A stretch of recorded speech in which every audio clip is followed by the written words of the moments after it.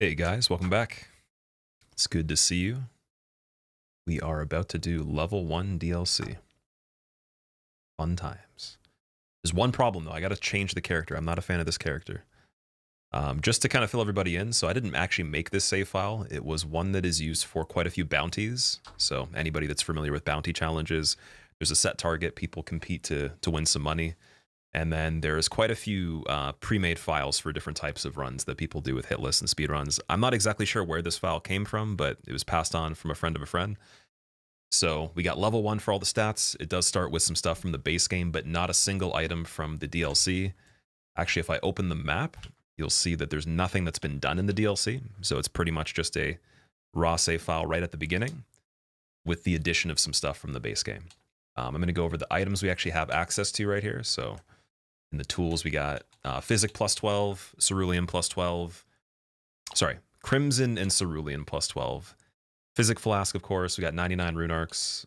We got apparently just the Radon and the Moog Remembrance, which is interesting. So obviously someone like speedran them or something. 99 Lump of Flesh, 99 Turtle Meat. We got all these upgrade materials, which should be enough to get some weapons going. We got the runes that we can use. We got, I think, pretty much every crystal tier that you would want from the base game. Memory stones, talisman pouches, we got 3 of those. We haven't turned them in yet, apparently. I don't know if that's extra on top of what you have to redeem. Got the whetstone knife for Ashes of War, which apparently I didn't configure at the Grace on my first playthrough. Someone mentioned that. It's a good call to get that. So got some incantations that we can actually use with the right equipment, of course.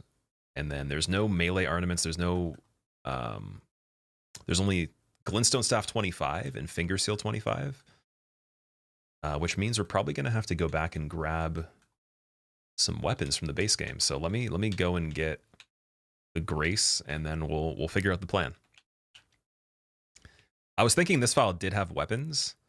Never even checked through the items. I just got it set up. So we're going to go and grab, I guess, Star Fists and Iron Balls if it's possible, because I'm assuming a lot of the base game hasn't even been done yet. If it was just kind of like a speed run to get to the DLC. So let me leave this area. What do we got? We got Radon's Grace. That's it. Wow, that's pretty crazy. Almost none of the base map. We got Gatefront. So I could just run right to Boggart and kill him. Potentially, if I just get the flail, I guess. But then I'd have to get the Sword Seal for the stats. So what do we got for the talismans again? Got Sword Seal. And we have the crystal tiers, I think, to do dexterity and the strength requirements. So we're gonna have to put both of those on. Let me just see if they're actually there. Dexterity and then strength should be beside it. Or yeah, right there. Okay, that's perfect. We're just gonna start off with Iron Fists until we can justify going and getting the Star Fists from the capital, which is pretty far away from being done on this file, apparently. But this is good enough, though. This gets us started pretty quickly.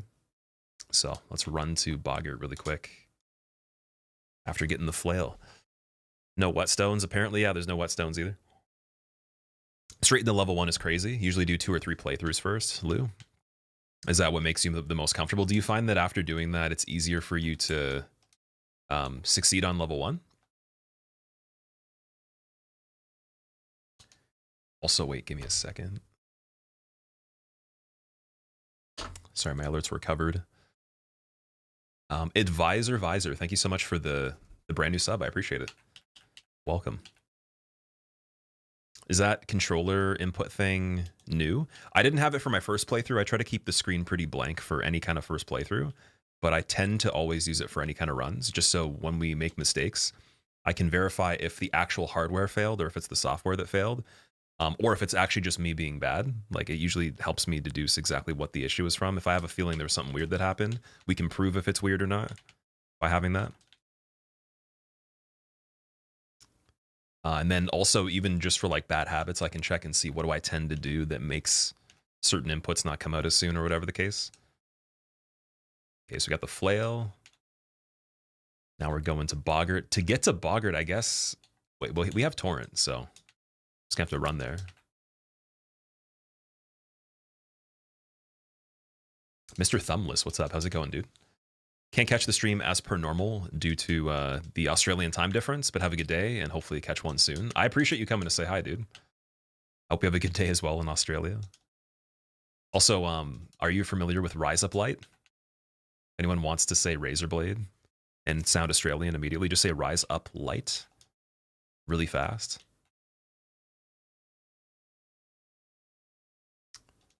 Favorite 3 bosses of the DLC? So far from my first playthrough, I liked Radon, Mesmer, and for the next choice, it would be... It's a tough one. I like Bale quite a bit, but Bale has some problems by design that you can't really get around because his character model is kind of weird. So I really liked Metir, or Metir, whatever you call it. Probably more than I should have. And I like the Lion a lot. So it comes down to, I think... Oh, I guess also R'Lana's pretty cool too. R'Lana, the Lion, Metir, and Bale are all pretty much similar to me right now. But I think other than that, Radon and Mesmer for sure. Also, Waseki, what's going on, dude? You're going to be lurking? I appreciate that. Thank you. Love from the YouTube speedrun DS3 era. Oh man, the speedrun era. That's rough, dude. I'm sorry you had to watch those. That was genuinely... ironically, one of the lower points of doing this stuff. I actually handled the speedrunning so badly until this game came out. Like when I did the speedruns for this, I actually did it the way I wanted to and had a good mentality around it. But before that, it was terrible though. So I'm sorry you had to watch that. Most people actually say they really enjoyed it. I don't know why, other than the gameplay, but I really appreciate you watching it though. I'm definitely looking forward to speedrunning again and actually doing better with less actual time investment and not stressing out as much about it.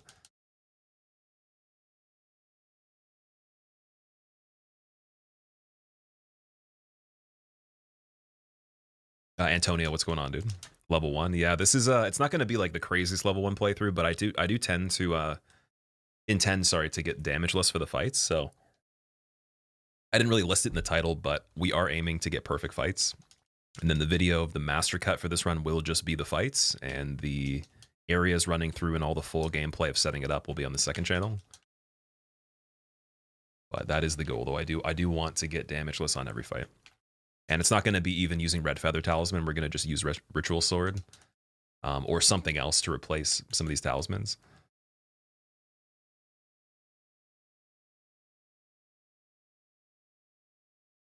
You breeze through level 1 with a couple runs first. Makes it feel like you're playing the game for the first time again, instead of it feeling like a challenge run. That's fair.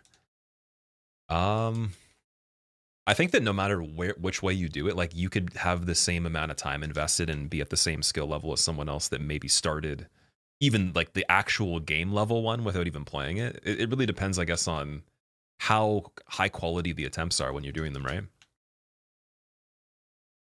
So if I were to do level 1 first playthrough, Elden Ring took maybe 250 to 300 hours, but then someone else did a 100-hour playthrough or less, and they've played the game 6 times since then. I still might be just as perfect at the enemies as the person that played 7 times versus once. Just there's certain things that you're going to gain that I can't, you know? So me doing this sooner, I do agree. Like if I had done another run that's easier first, it could be beneficial in some ways, but my first playthrough of the DLC was pretty hardcore, in my opinion. Like I did not do the most optimal things, and I think that helped in some ways. But like even with that being said, like there's still some attacks I have no idea what the best way to handle them would be, and this is going to be a good way to figure it out.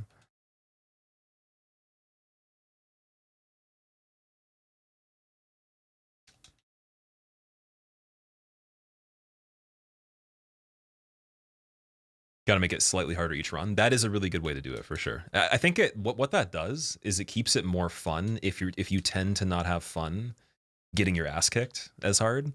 Like if you really look forward to just dying 100 to 1,000 times on one thing, then it's fine. This doesn't even matter. But if you can't handle that as easily, or it really takes away from the value that you get out of buying the game, then definitely don't play a very hard run right away, for sure.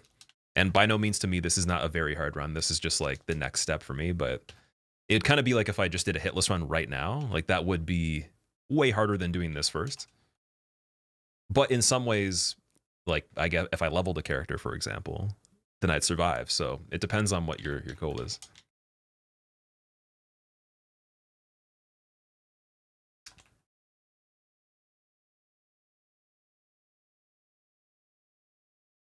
All right, let's see if I can remember how to do this. Oh wait, we have to have the source seal on, I think.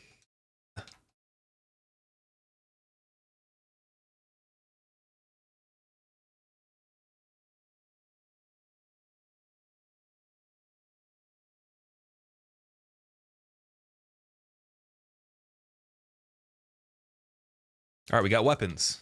Let's go get them upgraded, and then maybe change the character appearance too.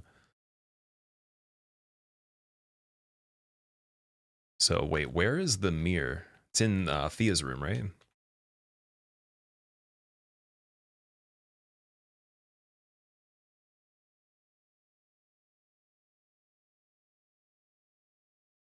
I can't remember where you changed the appearance.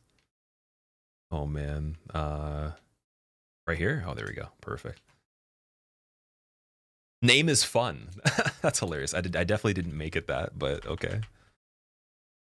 Level 1.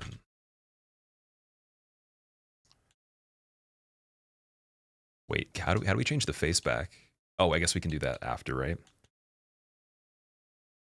We could go old for this one. We could make it like an old SL1 guy. That'd be funny. Game audio? Is there no game audio yet? Oh my god, I'm so sorry, guys.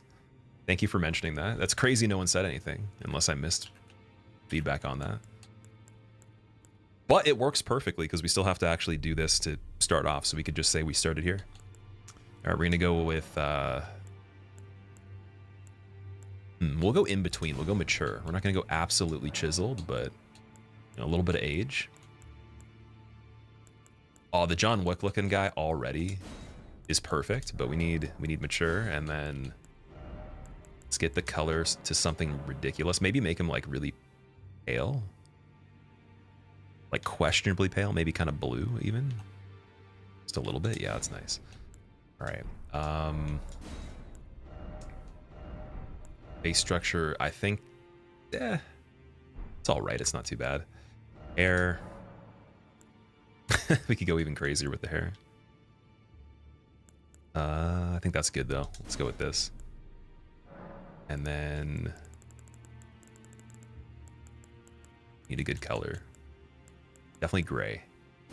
This guy's been through some combat. Gray but shiny. Go.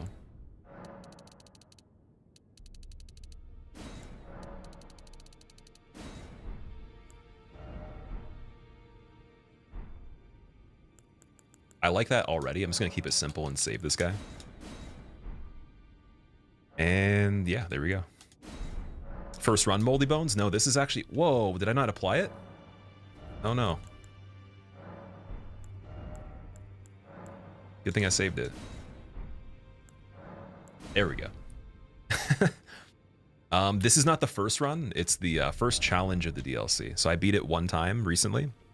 First playthrough ended days ago, and then we're going right into level 1. Just got it. I had to get the upgrades, or the weapon that we're going to use, and upgrade the weapon that we need. Because apparently this file has no weapons on it. I thought it started with every weapon from the base game. It makes sense that it didn't, because I guess whoever made it, they speedran to Radon, so they could get Moog unlocked, beat Moog, get the DLC, only necessary talismans. They probably ran around the map for like a couple hours or something like that. So let's get this to 25, and then what I'm going to do right now, we're just going to roll with the iron balls off rip. And then I guess I'll use the finger seal 25 with flame grant me strength. Probably put golden vow on a weapon, just like the normal setup of how you would do level 1. And then I'm going to go and get as many blessings as possible right away. I have a map actually drawn that I found that has all the accessible ones right off the bat. It's not like particularly the exact pinpoint area, but it's kind of like a rough area. So I might have to look into exactly where I'm going once I'm in those areas if chat wants to help, but it has like a pretty good guideline of where to go, so we can kind of be set up right away without having to do it in between and have some fights be, you know, blessing level 2 and then 3 and then 6, whatever. So that should be pretty good. Let me check the incantations. I heed those who live. On-screen chat delay is a year long. I think it's because there's a delay, but then it also doesn't show the most recent message. It takes a message or two to push the most recent one on screen from when it would have been on screen. So it's not necessarily even the delay. It's just also that too. All right, Flame grant me strength, and then a golden vow that we will, I guess, have to use a talisman to activate. I'm trying to remember how we usually do that. Oh wait, we had the Ash of War that we put on stuff, right? It's weird that we don't have that. Or do we? Not sure if that was picked up. I guess I could get that pretty quickly too. Let's get a dagger. So you can put it on there. And oh yeah, we want most likely Craigblade, or I would say even Determination on these two. What's the benefit of the normal balls versus the spike ones? The spike ones are better, yeah. The thing is, I don't have access to them right now because I'd have to play a lot of the base game to get them. Since we're at the beginning and I started on a file that just had speedran to the DLC, it actually didn't have the access to the capital. Yeah, I don't even have the Ash of War for it, so I'm gonna have to go get Craigblade, which means, like, do we have Redmane Castle at all? I'm pretty sure to get to Radon, they did the skip or something. So yeah, there's no way to actually even get there without running Third Church America all the way to, like, where Caleb would start and then doing that whole thing too. And then Golden Vow would be up here. So let me go and get that first.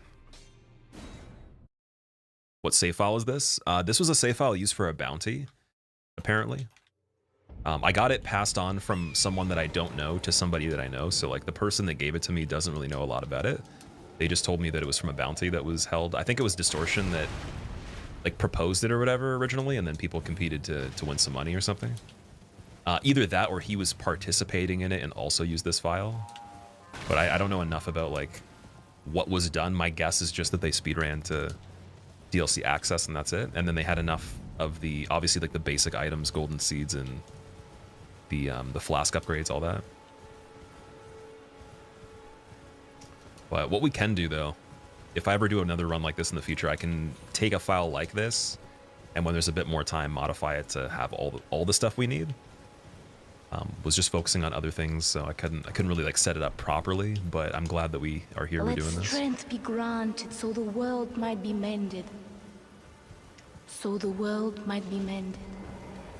Woo 75 months. Oh, Brex, thank you for the 75-month resub. Welcome back. How are you doing, dude? Hoping you would do a solo level 1 run.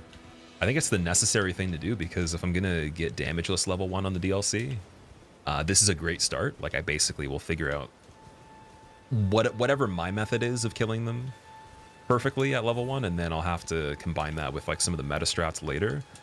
But it'll set me up to be able to transition into that run quicker, because a lot of what I'll focus on is just like maybe a handful of the hardest enemies and then the areas, instead of every single detail all at once.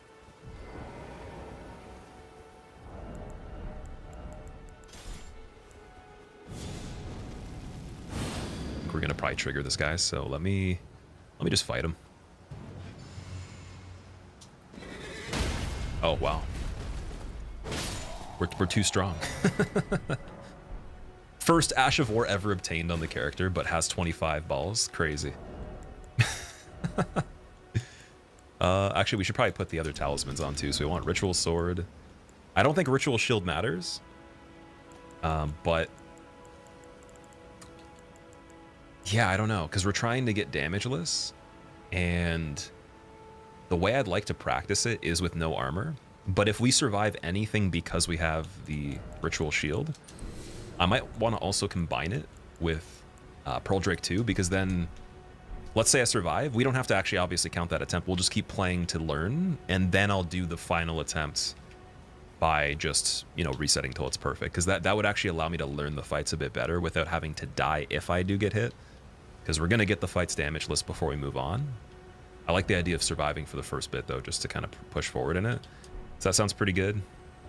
I think we could just start right now getting the blessings and just roll with the balls and not even have Craigblade, but I don't know.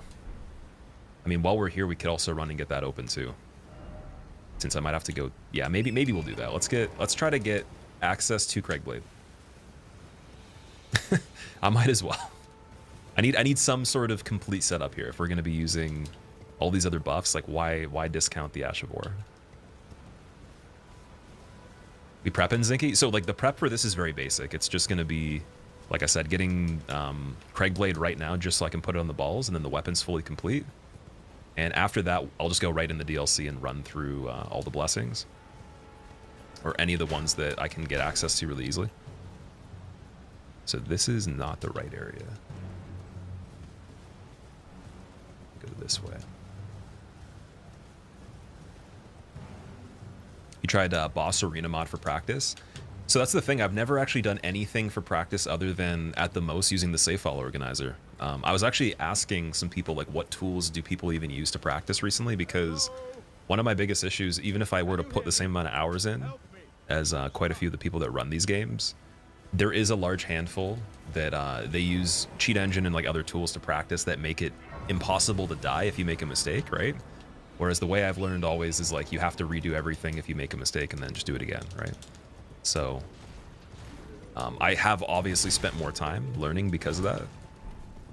But in the future, like to even be able to participate, for example, in like the bingo league, any of that stuff, like to even be close in comparison, even if I put all my time into this right now, every moment I had, it probably still wouldn't even be enough with just pure hour investment. I'd have to most likely use tools like you're saying. So I'm looking into that kind of stuff and deciding if I want to do it or not. Like I still want to stick with my regular method, but it might be important to adopt a lot of those things in the future, because then you're on the same playing field as someone else, right?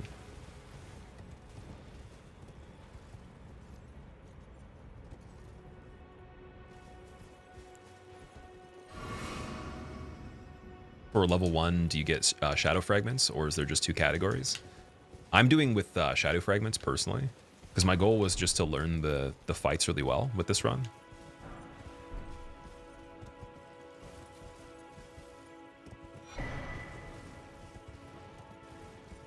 Doesn't make you invincible, the arena mod. The arena mod sounds like something that's just a little bit easier to make, like a queue of things you want to run through very quickly without having to have downtime. So that might be something like way more interesting for me to go through and use. Only difference again is I don't have to click as many buttons. Other tools though, I'm not sure how they work. Like I've seen Distortion use collision detection software for speedrunning to like map out like the geometry of the areas and see like where he can clip through walls. I've seen them use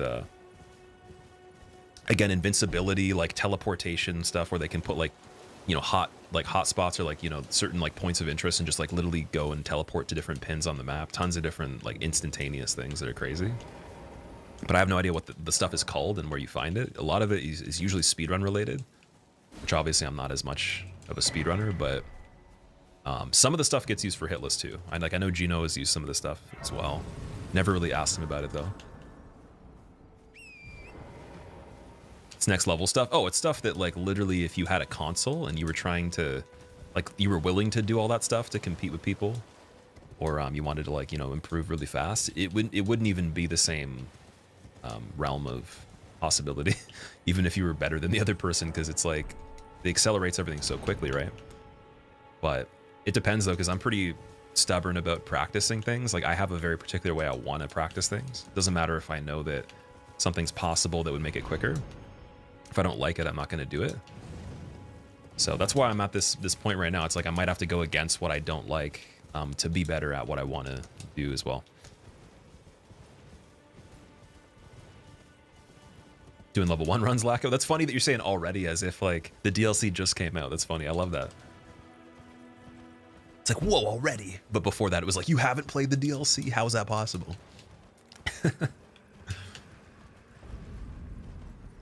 Friker, so there's actually more tools than just that. That's one thing. That's like one whole subject on its own. And then there's other software that's like dedicated and standalone that's made all the time. So there's so many tools that exist. I mean, I even just recently learned more about like a camera tool so I could film cooler things for the videos. and it was just a different version of one that I was already using. So like there's like multiple versions of similar things out there. And I don't even know what the name would be that I'm looking for to talk about these software, like the pieces of software. It's more so, what's it called? Like, I know that they particularly will help with, again, teleportation around the map, invincibility, and different types of like values within the other characters, like showing the hurt boxes of the enemy's character model. How did I live? You know, like seeing their hurt boxes, seeing different types of data that wouldn't be available normally. It's almost like you get to have like debug settings.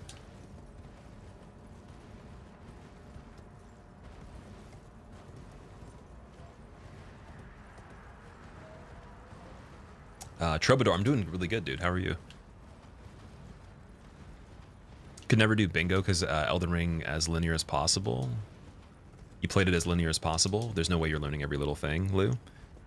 Well, I guess that's like, it depends on also how you enjoy the game. So I think that for me, I'm with you on the idea of like having a certain way of playing it. Like I'm very much so engrossed in the mechanics, not the details of how many items there are and what they do. I don't care about the items too much, but I have to because that's part of the game. It's not like I want to care about the items or know about like the story in every single detail, even though the story is amazing and I do actually pay attention to the lore as much as possible. Like if I don't grasp it the same level as someone that is, you know, uncovering every detail, it doesn't make a difference to me. I still enjoy the game. But yeah, to like go to the depth of like, okay, I know every single item location roughly, every part of the map off by heart, every single character that does everything and how to do every quest line, how to do every route of all that. It's like, I'd say it's probably just as much as knowing everything about all the other games combined, and then even maybe more than that. Because some of the other previous games are so small that you could probably teach somebody like everything in it within like less than a week that's never even played it, if they're like average at video games. And just in terms of like, this is here, this is there, whatever. Like a good solid week, and I could probably teach somebody, you know, like all of Bloodborne. Can you do that in this? I don't know.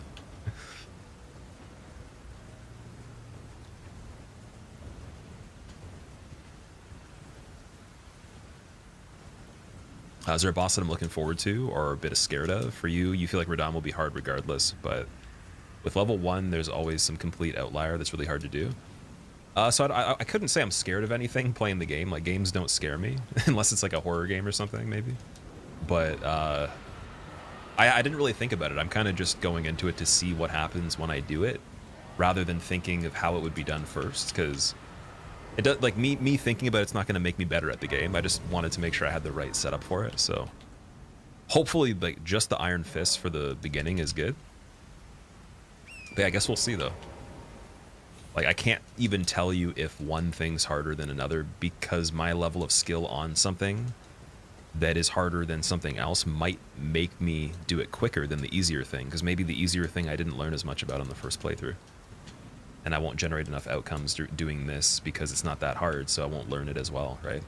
There's a lot of cases I get to where like the easier bosses are actually harder for a longer period of time, because you don't have to put as much effort in to beat them. Meaning, like, you see less information, there's less exposure.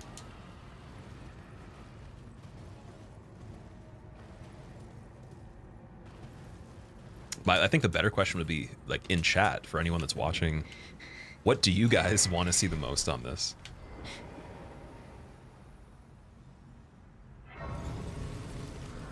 I could take a guess, but I don't want to call it before I know for sure. I feel like it's one of two things.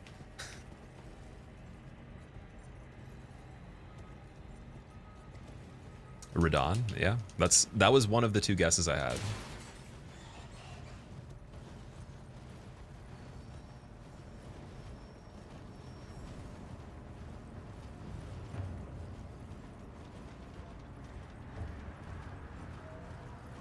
You have to go out of your way for the items and the quests. It's a good point, yeah. Like, everything's within a closer reach, and it's like it's not as far from the mandatory path in the original games, yeah. And then Sekiro, for example, like, even that, it kind of makes you be good at it too. So it's like you're pretty complete after beating it compared to the other games. Gonna do no hit on the DLC, Zinky. I'm not sure exactly. I can't tell you for certain if I'll do hitless. Like, I want to do a damageless run of the DLC. I'm not as interested in hitless right off the bat. I'd rather just skip right to damageless because that's what I'm more of a fan of. But I can't tell you like when or how it's going to be done yet. Kind of just taking it one step at a time. There is a lot of stuff planned for the DLC that has nothing to do with that at all, and there's a lot of particular videos even written already that will play into the DLC. But like in terms of just streaming the stuff, I don't know if I'll do a hitless run right away or if I'll do like leveled character, unleveled, damageless. How much content there will be, if it'll be all remembrances plus the base game remembrances right away. I think that the smartest thing to do for me would be to run the hardest category possible like sooner than later, while also at the same time doing an easier version of the same thing, and then seeing which one has its like limits, right? Like if I'm doing level 1 damageless and the routing is really hard compared to a leveled character, then I'll shift back into doing the leveled character one. That's only if I can remember that much information and all the differences, but it shouldn't be too bad. I kind of do them alongside each other. So I even screwed around with the idea of doing two things simultaneously to see which one gets done first. And then I can transition into the one that's harder right after without like having to redo all the setup and learning again. And kind of like front load all the details that are annoying first. Thoughts on New Linkin Park? I haven't heard the New Linkin Park from what I can remember. If you want to send me a link, I could check it out off the stream. All right, so we got Craigblade, and gonna go back to Round Table. I think again with the Whetstone, I should be able to use the Grace. Let me double check and see. Yeah, I can. Okay, we're good. So we don't even need to do that, and then we'll do the Heavy Affinity. We'll put on Bow on Dagger, and that is complete. I think we're good. Now we got to go and run and get some of the Shadow Blessings. And I have a map actually. I can't really link it in chat because I literally just downloaded the image, but I'm gonna put it up on my other screen, and then we're just gonna see if we can follow it roughly. It doesn't have any like particular information other than just circles drawn of where the rough location is of the blessings. So I'm gonna run and try to match that up with the map. We got map shards to find too.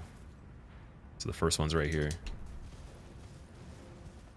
How many hours does it take me to learn a hitless run?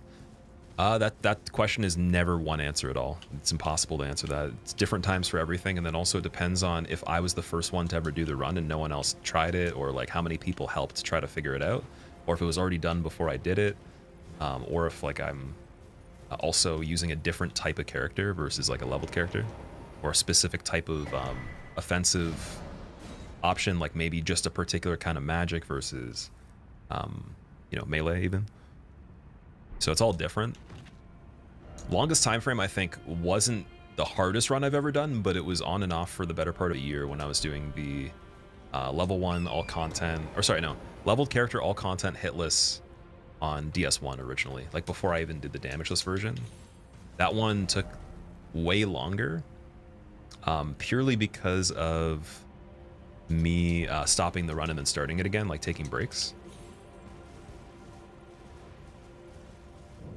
Dr. Sweet Tooth, what's going on? How are you? Don't know if the link will work though. If you send me the link, Joker, I guess you're on YouTube, so you can't direct message me on Twitch as easily. If you can go and like just DM me on another platform, because YouTube doesn't have direct DMs as far as I know. You can just send me the link somewhere. You could even put it in the Discord and tag me and in the general channel of our Discord.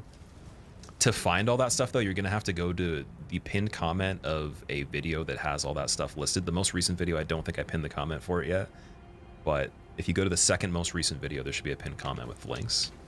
You can find those. Just in chat right now, it probably won't work properly, and I can't watch it while I'm streaming because of the copyrights.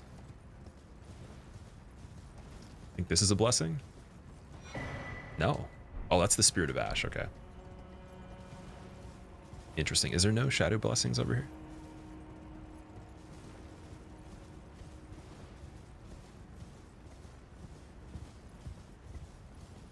It says there's 2.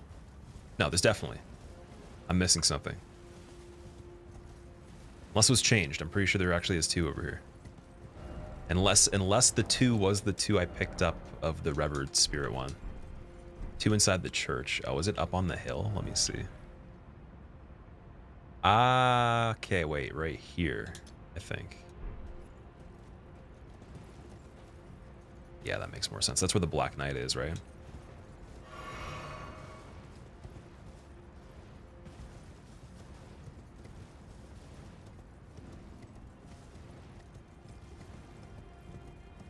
I gotta get the lantern on, too.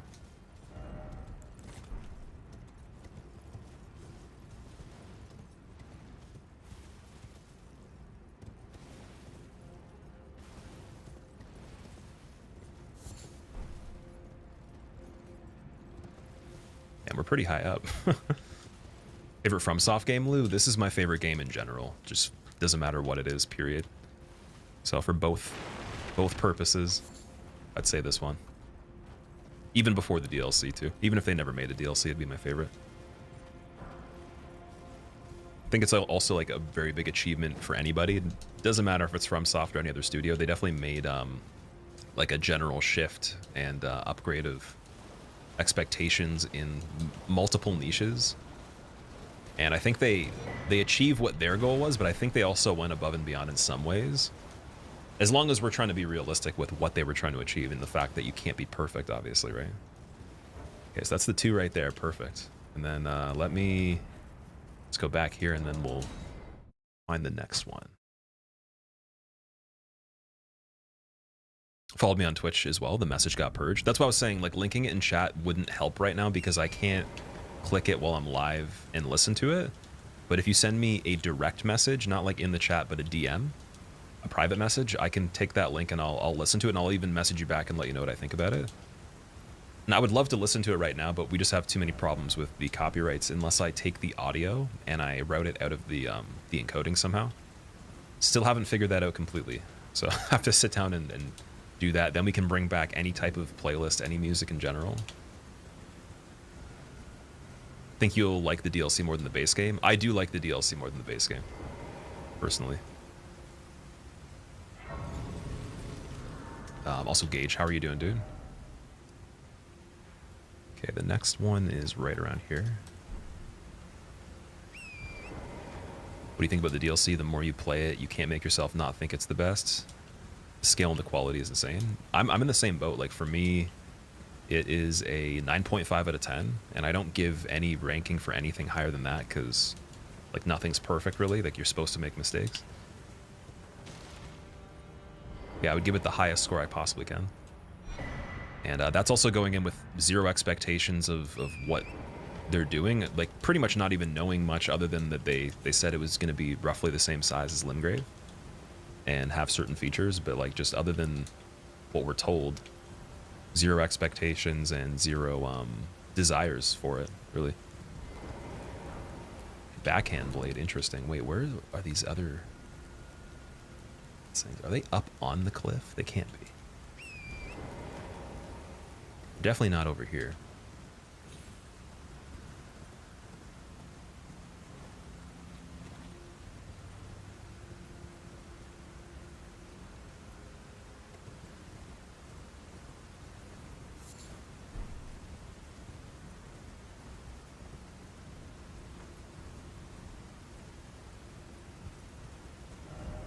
I'm like right there.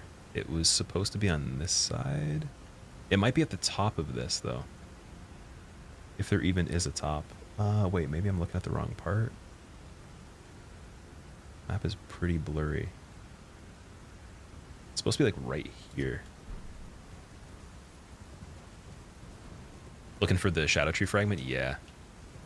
I have like a map that has dots on it that's roughly outlining the locations, but not specifically showing it. It's right here with the pot guy, right? This guy has it. He's running away. Get him. I was looking for this guy on the first playthrough. Oh, he disappeared. I'm assuming he doesn't come back, unless you run back here again.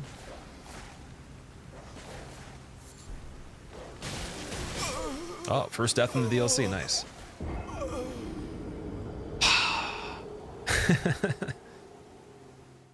You've been decent. Mental health has gotten bad again and worse this time, but you're doing the best you can to manage, Gage. The best thing you can do, I'm sorry that that's the case, man, but I think that, like we were talking about before, the best thing you can do is you build tools whenever you're in situations for certain things, even mentally too. and have like a plan to help fix the situation. So each time, you know, it's a little bit easier and you can learn something from it. So as much as that is unfortunate, like I'm sorry that that's the case, I think that you'll be able to get out of that situation easier than you were previously. As long as you believe that and then also, you know, put the effort in. But if you need to talk about anything, let me know. Have fun with Rolana and Consort. Gonna be hell. Rolana's gonna be hell, really? That's interesting. I didn't think she was gonna be that big of a deal, but I guess my first playthrough on her wasn't really that well done. Like I was definitely able to do better on her, and I kind of got lucky at the end.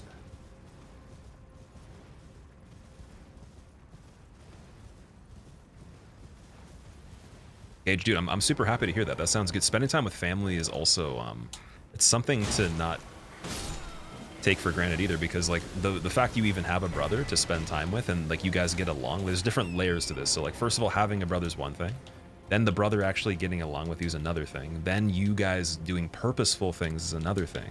So it's like you're on like a pretty high level right there just by having family that you're you know, taking very seriously in your life and you're spending time with, and you're achieving things together that are actually productive. Like that is huge. Not a lot of people have the ability to even do that even if they wanted to, and a lot of other people won't even achieve that stuff even if they could, because that's just not their intention. So you're doing like some really good stuff then. You gotta celebrate that too, and I hope that that only continues. 1, 2, I think it's right here. Oh no, right around there. Oops. Yeah, rounding up everything should take, I'm guessing, about an hour or less. And then we can jump right into everything. I can't remember how many of the actual fragments I need for plus 12, but I want to aim for something close to 10 to 12 just to start off. Learned yesterday how to dismantle a whole 2004 Ford Ranger in 4 hours. See, that's incredible. Specifically the engine block. Good for you, man. Like the thing is, also being able to share that experience with someone that you care about, very important.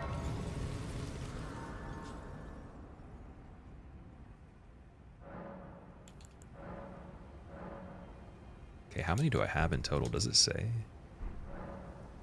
Doesn't show me in the main menu. I want to do them all at once and surprise myself. Yeah, there is some more over here too. And then I guess like on the map that just counts as that spot right there. I don't think there's more to grab unless we're going through here. Which at this point, yeah, there is some more in this area. Right around there.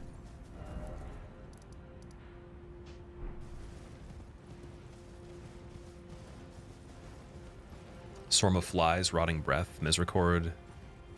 As Assassin's Gambit and Teach are great on level 1 in DLC. Base game 2 as well. You can use Black Knife on level 1. It's a good point, actually. I saw the method. There was a short video of how to do the cheese on Radon with the poison.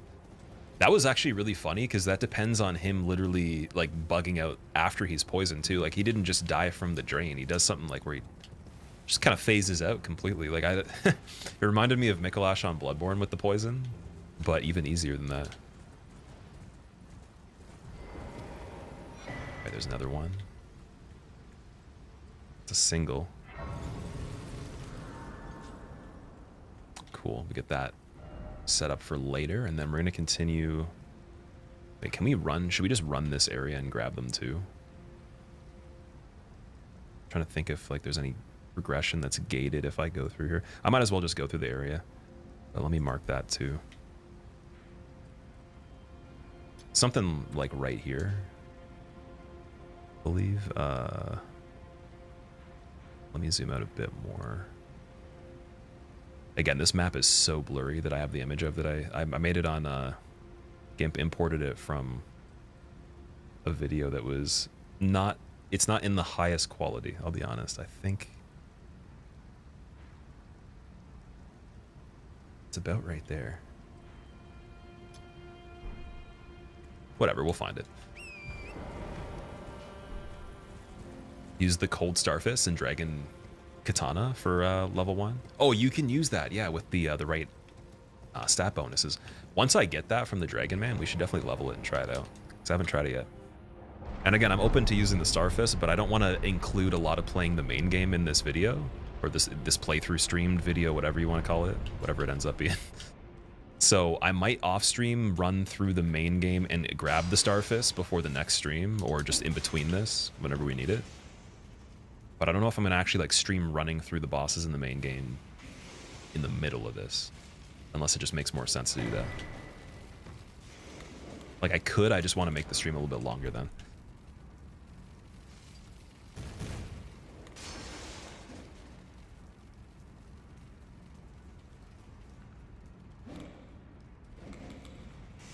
Need the Dex Heirloom and the Source Seal. Which I think I have both of those. Definitely have the Source Seal, and I have quite a few of the heirlooms. Oh boy.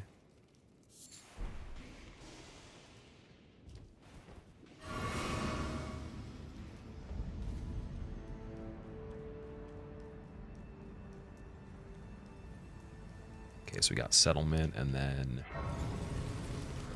we go through there to progress, I believe. I think this is like the way to get to Quayline, but I might be wrong. Big dudes over here walking around, right?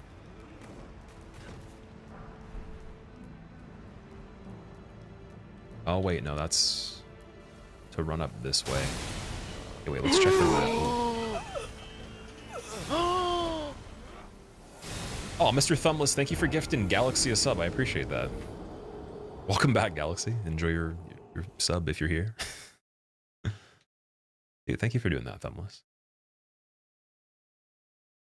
Found your channel recently. You love your content. You think you're really awesome, bro. Keep it up. Love how positive you are, Finlay. I appreciate it, dude. Thank you.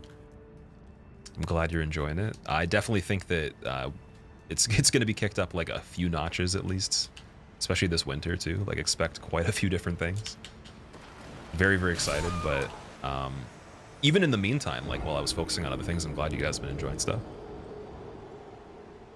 I forget people like to watch old things too. Like it's kind of weird to me, but it does, like it happens.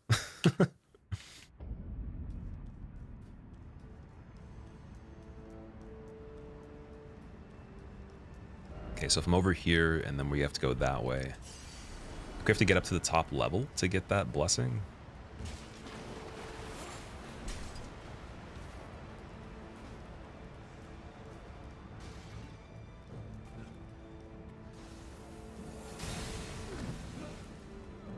It's a dead end, right? Yeah.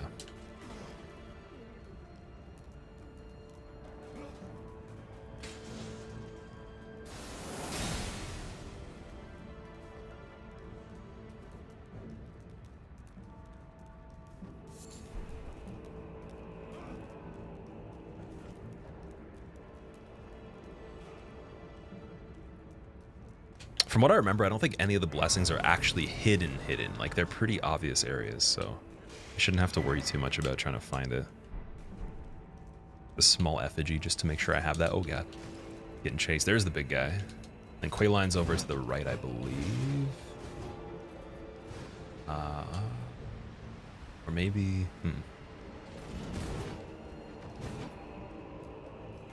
I know I have to go over through there. Yeah, he's through this area, I think.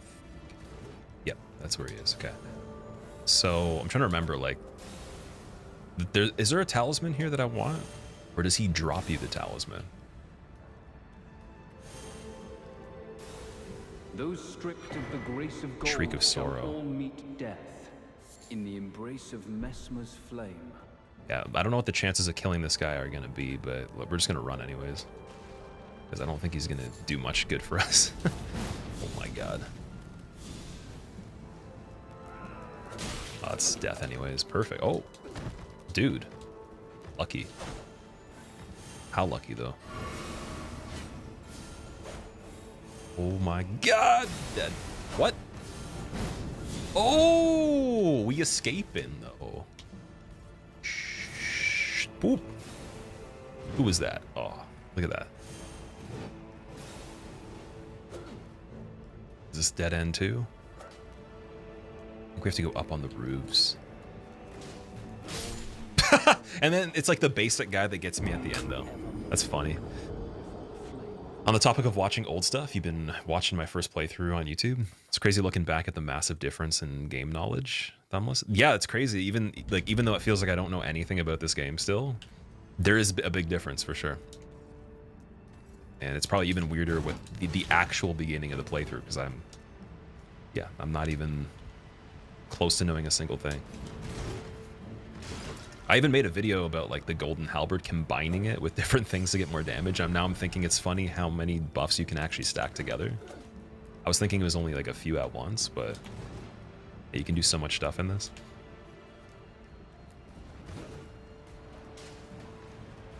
Okay, there's this way and then there's a ladder. Nice.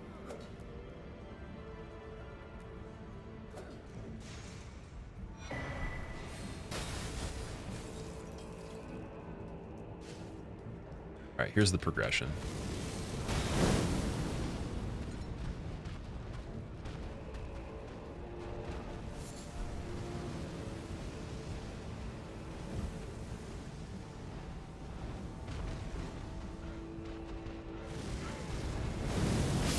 Ooh. Oh, he fell. Haha. Cold Godskin Stitcher with Giant Hunt is great for humans as well. And Godskin Stitcher you can use on level 1.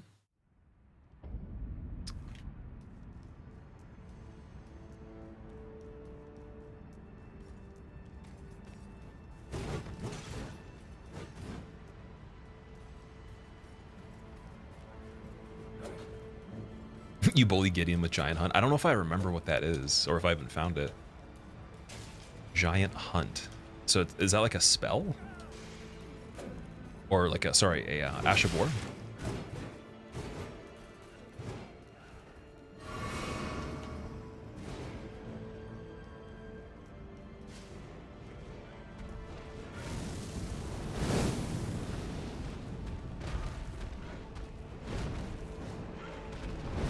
Oh, they're pretty good at tracking, damn. So you can't run away from that.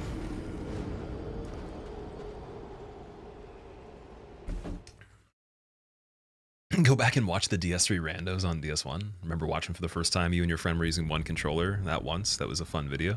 It's funny because me and him were hanging out recently, and he was actually the dude that was in the most recent music channel video, playing the guitar on it. So it's cool to see, like, we were kind of reflecting on that and just how full circle like that is versus like now, and even versus the 4-player one controller video, right? So it's like we could probably do 10 people, one button each on a modified controller in a like assembly line with like a commander in like a PowerPoint presentation of notes and stuff like that. So many different crazy things you could do.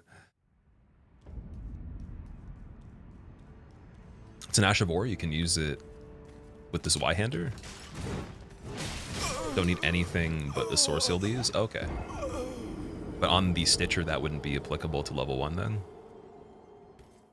Doing the Leda fight on level 1. Level 1 Zero Shadow playthrough made you go insane. You accidentally messed up the quest line, so Hornsent was also in the fight. Oh no, wait, okay, you might have to actually tell me how that works, because I've only done it once, and Hornsent was in the fight. Do you have to not do his quest line and then beat Leda first? Because I have a feeling killing him made him pop up in that fight.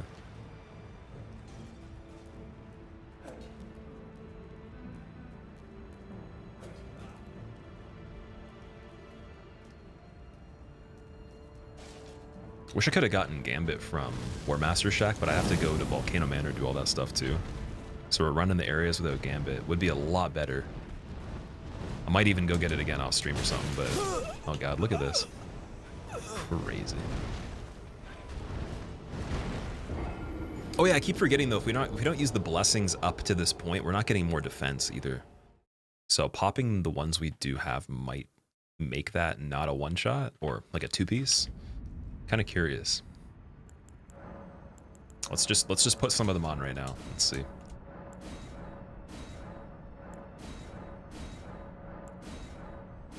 It's got up to +3, not bad. You have to suggest that Hornsent is a threat to Leda later on. Then do the fight with Leda to kill him. Oh, okay. Excuse me, so you have to like find, like, you have to follow where his invitation or like the note says he is, but like tell Leda about it later on and wait until you do that, and then she pops up in that particular area where you can fight him to get the dry leaf arts.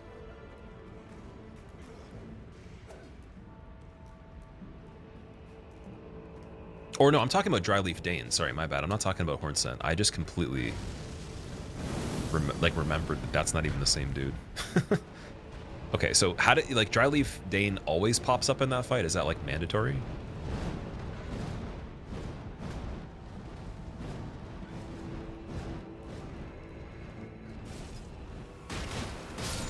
Blessing fragment. No, it's a Revered Spirit of Ash one. Ooh, I want that guy near us. Good.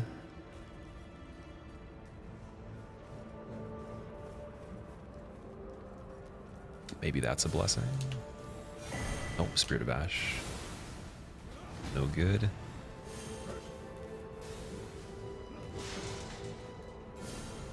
I wonder if the one that's outlined in the map over here is once you actually beat the lion, and it's not before the lion particularly. Because I know we just passed by the area where he is. Like, we're very, very close to where it is. This guy might screw me up. He's very dangerous. Light roll prevail, please, man. Get that distance. We're almost there. Come on. There we go.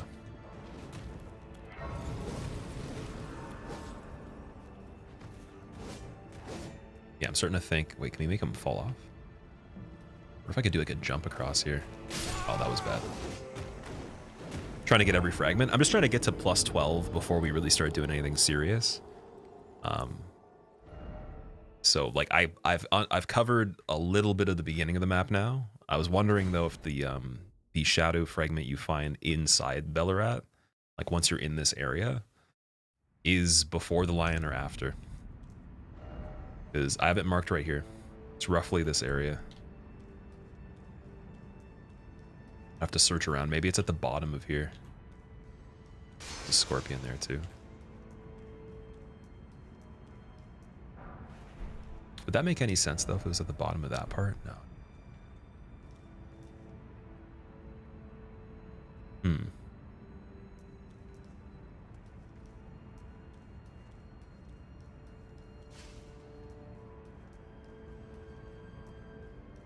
Be cautious with Moore's quest line. If you get too far, he'll also disappear. Oh, sorry, he'll also appear in the Leda fight. So he didn't pop up on my first playthrough. I think I didn't do it properly. So like, without even being told what to do, I think I'll just probably have the same series of events where Moore doesn't join it. Because I didn't really intend to do anything with him other than buy his equipment or whatever. A little off today, Galaxy, no worries. That's fine. I know you said you weren't feeling the greatest.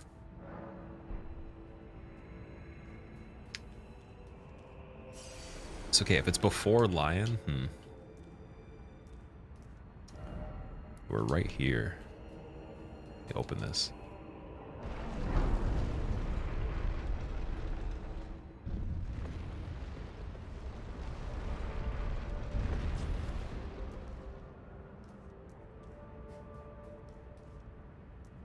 Okay, I'm gonna check the item in the tower over here and see what's going on with that level before I die, and if I do, then we're gonna move on and look for some other ones.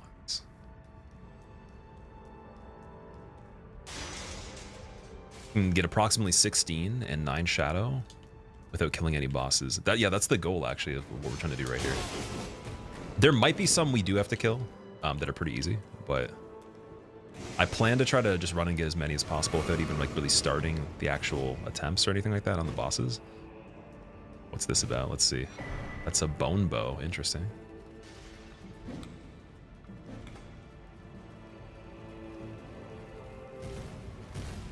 Oh, yo, the blocking on the door. Crazy. What?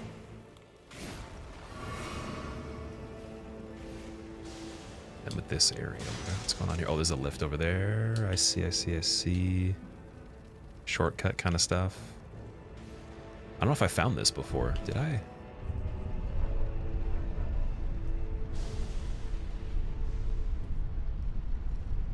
Fought Rolano first playthrough at Shadow level 2. Really? What was mine at for anyone that like actually remembers or knows? Like, definitely don't go and check if you don't like know off the top of your head. But was mine better than 2? Because we did her pretty quickly. Yeah, that opens that door at the beginning when you want to go through these paths right here. So yeah, I'm pretty satisfied with just running that far, getting the lion up, like unlocked at least. We can double check later to see if maybe there's other fragments. My guess is, again, it's the one that you get for beating him, if you even do. But you guys are saying could be in that area. So let's run to this place now.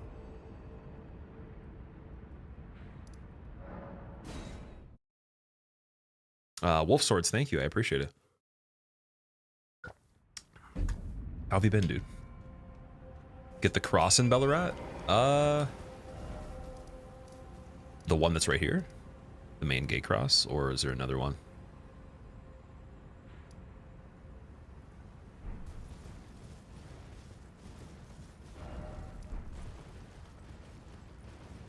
There's another one inside the actual city? Okay. Oh, wait. Double checking right here at the stage front. Maybe it's right beside it. I think I saw it. Maybe I'm wrong. I swear maybe I saw like right beside the door. Wait, what? Yo, I just warped back to the Grace outside the door and it made the cutscene play. From higher sphere delivered. Take root inside the tower's sculpted keepers. I'm so confused. Within, we beg of thee, rise. Oh, Galaxy, that one is clean. It didn't have the glitch in it. Thank God. Oh my God. Does it sound pretty good to you so far? Because again, like I wasn't super happy with the take, but I was happy enough to make it a video as long as it flows well. Dance and kavod, cleanse all that thou wilt. Cruelty. You actually really like it? Perfect. For anyone that is curious what I'm talking about, I was recording some music before we started. And the Galaxy was helping with the edit because my other computer is not working with the editing software. So I got to troubleshoot that. All right, we got the lion apparently activated from me going back to the Grace. I don't understand how that works. Definitely, yeah, okay, that's fine. I wasn't even trying to fight you right now anyways, dude. Cool.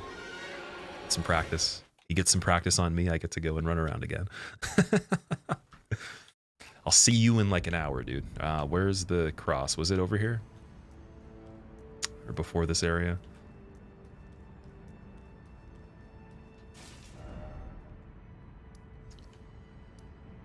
Okay, we're gonna go back to this one and double check now.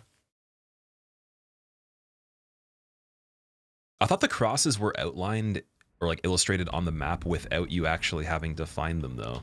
Like I thought you didn't have to run into them at any point.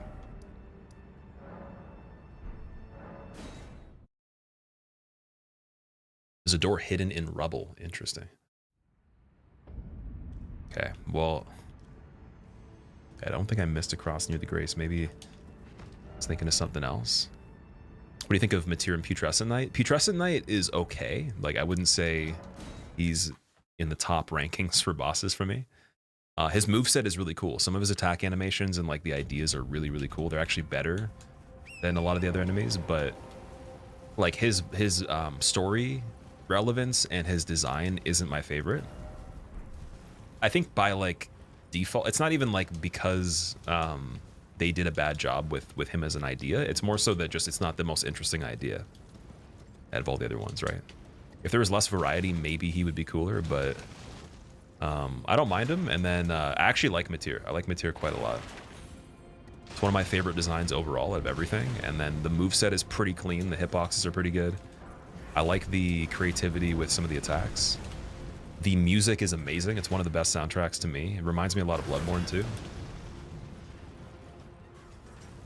So as someone that loves Bloodborne, I think I was kind of biased on that one. Okay, we got a shadow fragment here. Nice. That's the one that's right across the bridge, and there's one inside the keep as well.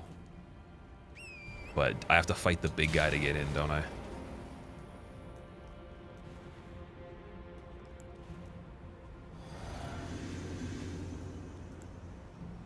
Oh wait, do I not have the right stuff on for... Is it Marika's Source Seal we need? Oh wait, I could have done this one and then... Two-finger heirloom? Yeah, that would have been better.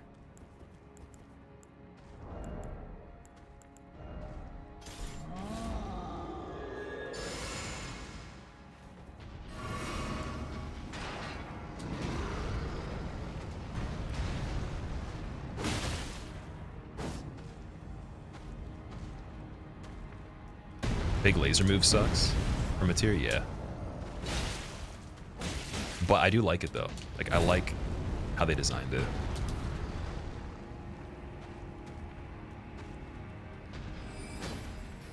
He's gonna get me with the phalanx now. Ooh.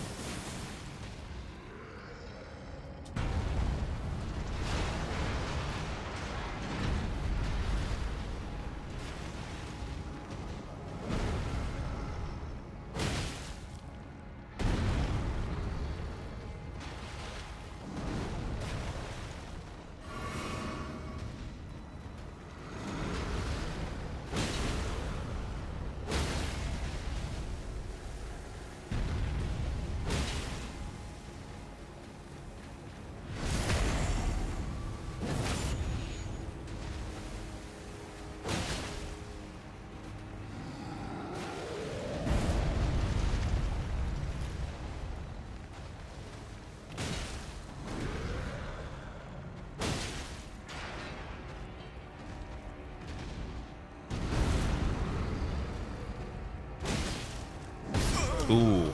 I tried to roll that one. He was kind of like inside the character hitbox already, so not as much timing in my advantage there. I'm liking the DLC, Craig. I enjoyed it. It was good. It was a good first playthrough. It was my favorite DLC. Now we're doing some level 1. You find that Materia was too squishy?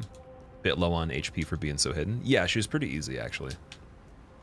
Like, that was one of the easiest fights on the playthrough relative to how strong I was when I found it.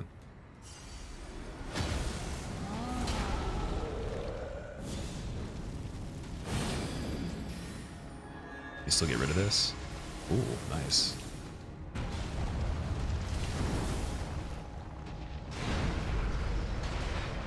Is there another part?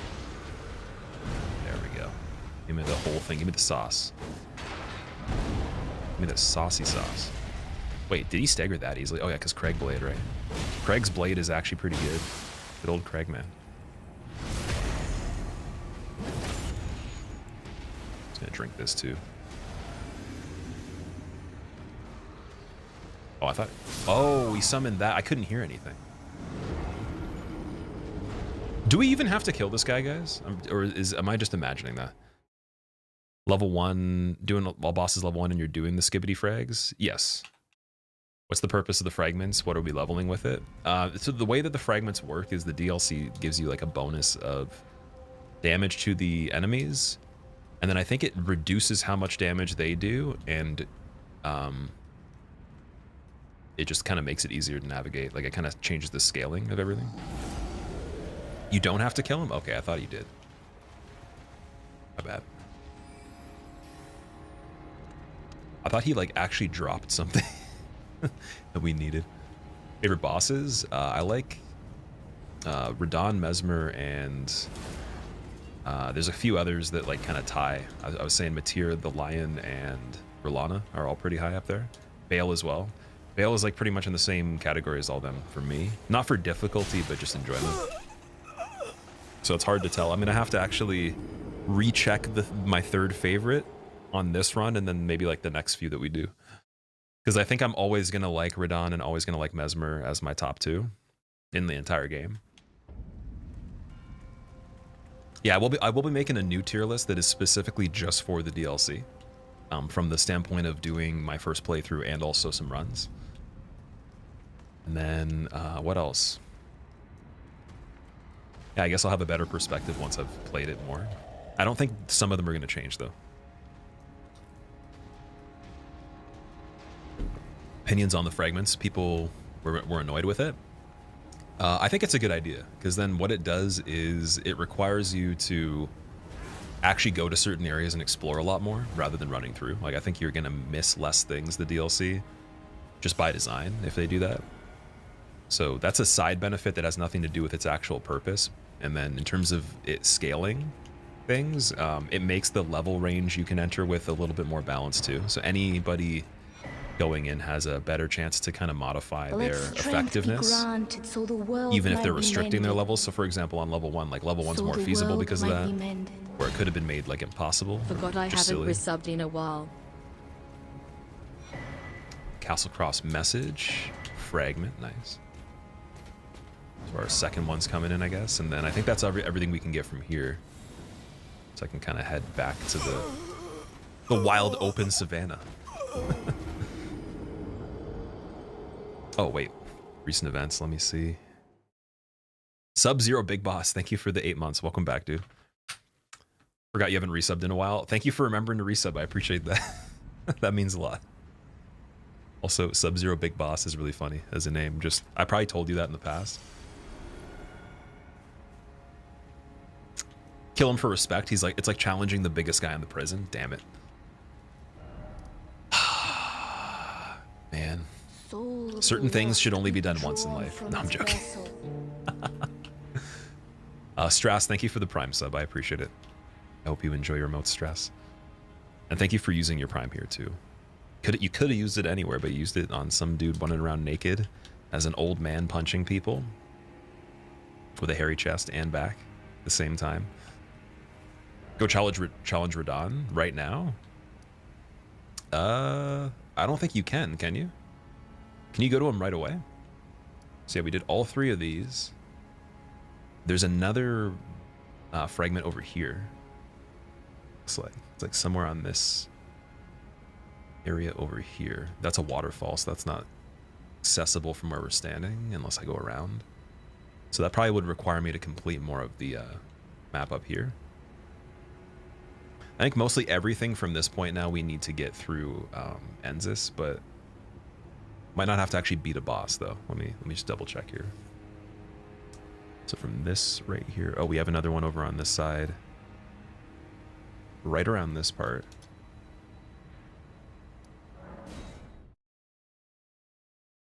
And apparently you can run. Wait a second, why is that even possible? It's showing a pathway that says you can like run across the gap where the cliff is there.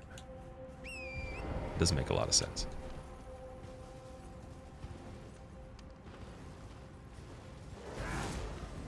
Yeah, I remember there was a grace actually on a pathway over here that does have some stuff. R'Lana is skippable? Really? But she gives you a remembrance though, that's interesting. And then Bale is not a remembrance, and he's gigantic, especially in the storyline. Naked old man punching people sounds like a plot to a bad MTV movie. Sounds like something you'd see on Jackass as one of the stunts. And they're like, oh, it's actually real.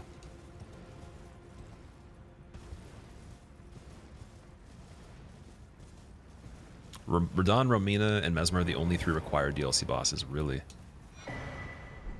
Okay, just to verify, guys, I am going to be doing all the remembrances on this one. Because it'll be tied into, most likely, the end product is the all remembrances of the main game plus the remembrances of this, so everything, and then we have to include Bale according to the meta, which I'd want to anyways. I would consider he's pretty significant, so all remembrances plus Bale level 1.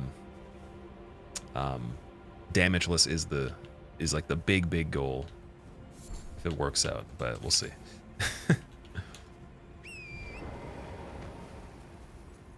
All right, so we got those, and then let me actually use them so we're not dying as easily.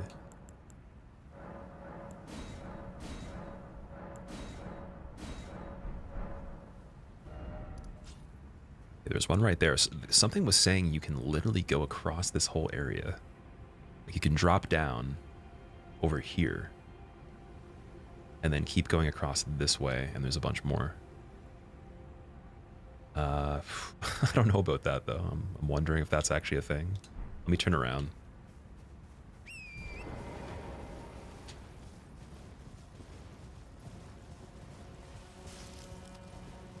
Should be fun when you fight Hog Rider. Oh, Gaius. Oh yeah, I forgot about that. I think he'll be way easier than on the first playthrough. Like on the first playthrough, I genuinely was super stubborn about it, just because I like doing that sometimes. I like doing like the thing that's not optimal on purpose, and I enjoyed finding a method to literally like stand still and have him miss me and then attack him at the same time. That was kind of cool, but it doesn't work past phase 2 like easily. So I think I can just beat him off of the horse.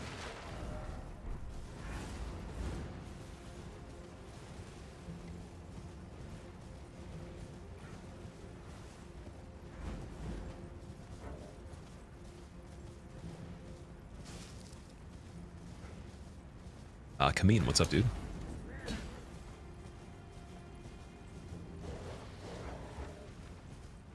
Yeah, anybody that has also criteria, like for someone that watches a lot of first playthroughs or edits of playthroughs of things, any feedback we can get on the edit for the first playthrough would be appreciated, because we tried some different stuff. Mainly just with what's included, what's not included, and the pacing. Like that's probably the biggest thing of importance right now. So yeah, I guess we can go across here. We're going underneath the map. Over this way.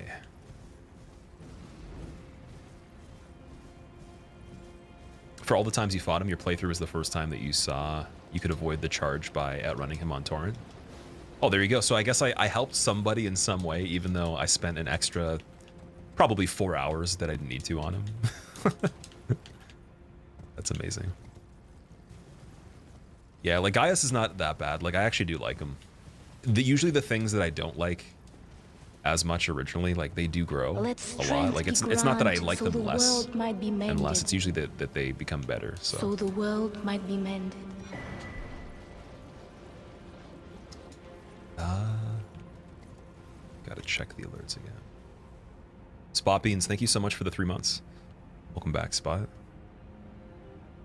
Also, Strass, thank you for the brand new Prime sub. I think I might have said thank you for that. If I didn't, I'm sorry. And Thumbless, thank you for resubbing for 7 months. Or sorry, 20 months in a row. Spot, it's going good, dude. I am really glad to be doing this. I'm excited because I feel like we're still kind of behind the curve when it comes to people running DLC and doing different things. But now it's time to catch up a bit and do some cool stuff. Right now, I'm just grabbing all the shadow fragments that I can get without killing anything. And we're at level 4, I think, for the blessings, right? Yeah.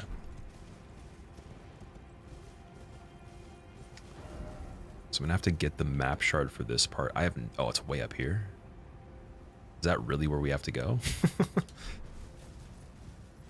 Okay, I guess I can kind of just imagine where they would be. Talisman of Dread. What does that even do? Wait, we can just go to most recent items too. Raises the potency of magma. So that would be really good against anybody weak to fire then. And there was a particular boss I remember that was weak to fire. I can't recall right off the top. It was a bit later into the playthrough. I think it might have been either Putrescent or even... Was it Matir as well that was weak to fire? Oh, the flower. Yes, the flower also. The flower. Makes sense. No, Putrescent I think is weak to holy. Or kind of weak to holy. So we found this, the Elder hut thing.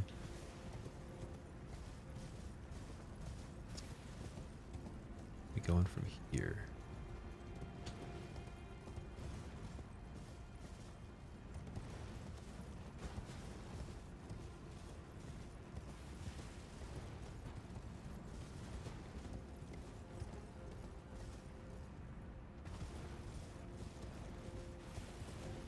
Oh yeah, the Spirit Spring is blocked too. I don't think we have Moog Shackle on this one. So there is a corresponding area around here that will unblock this.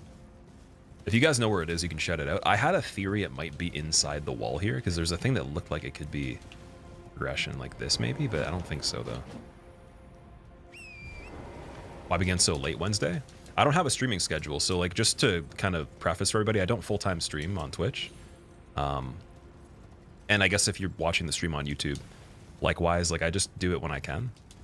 And you know, sometimes it'll be more frequent, sometimes it'll be less, sometimes it'll be earlier, later, whatever. I usually try to handle everything that I feel is the most priority at the best time in the day, whenever that is, and then some things can't be moved. But today just ended up being like this, so. But there is no schedule, just to like clarify, like I'm not trying to adhere to any kind of standard. It's mainly just doing the things, getting them done. Hopefully people enjoying them, and then there'll be times where I focus more on streams and times where I don't. He's weak to holy. You passed it. Oh, you could just block. Wait, what? That is the thing you're supposed to do. What, dude? Or no, that's a different place. Okay, that is the thing you have to break. Never mind. Interesting. We just found it without even paying attention. Perfect. Then I think I can continue to go where I was trying to from here.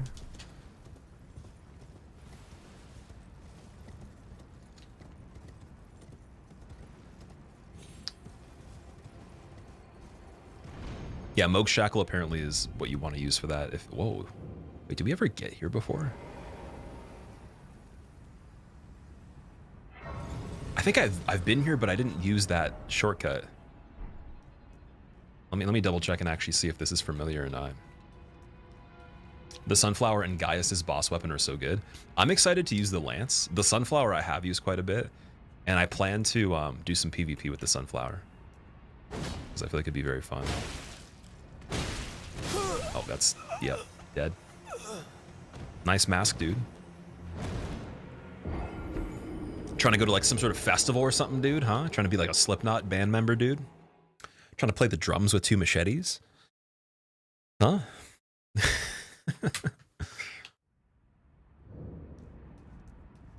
What kind of character are you playing with? Me? Oh, my character? He's kind of like an older dude. He's got some wisdom. And some chest and back hair too. Is making content in totality your full-time job, or do you have a profession?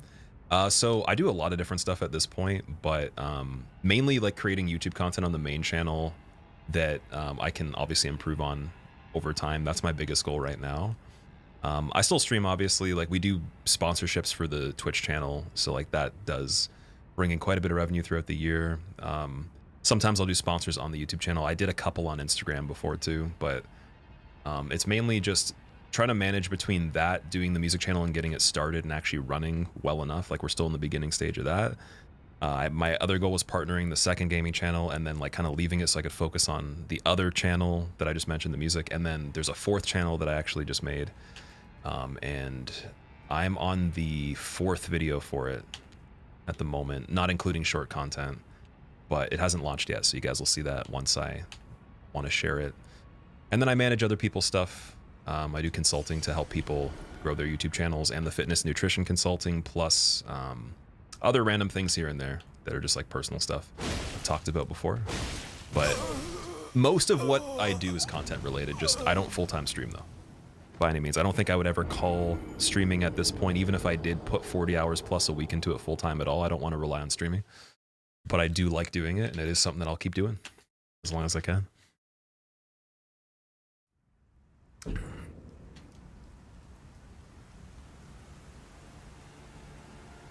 Machete Drummer, interestingly enough, has not yet been done yet for them. Isn't Eloy Casagrande the drummer now? He's gonna have to bring in a whole new build for the drummer costume with the machetes.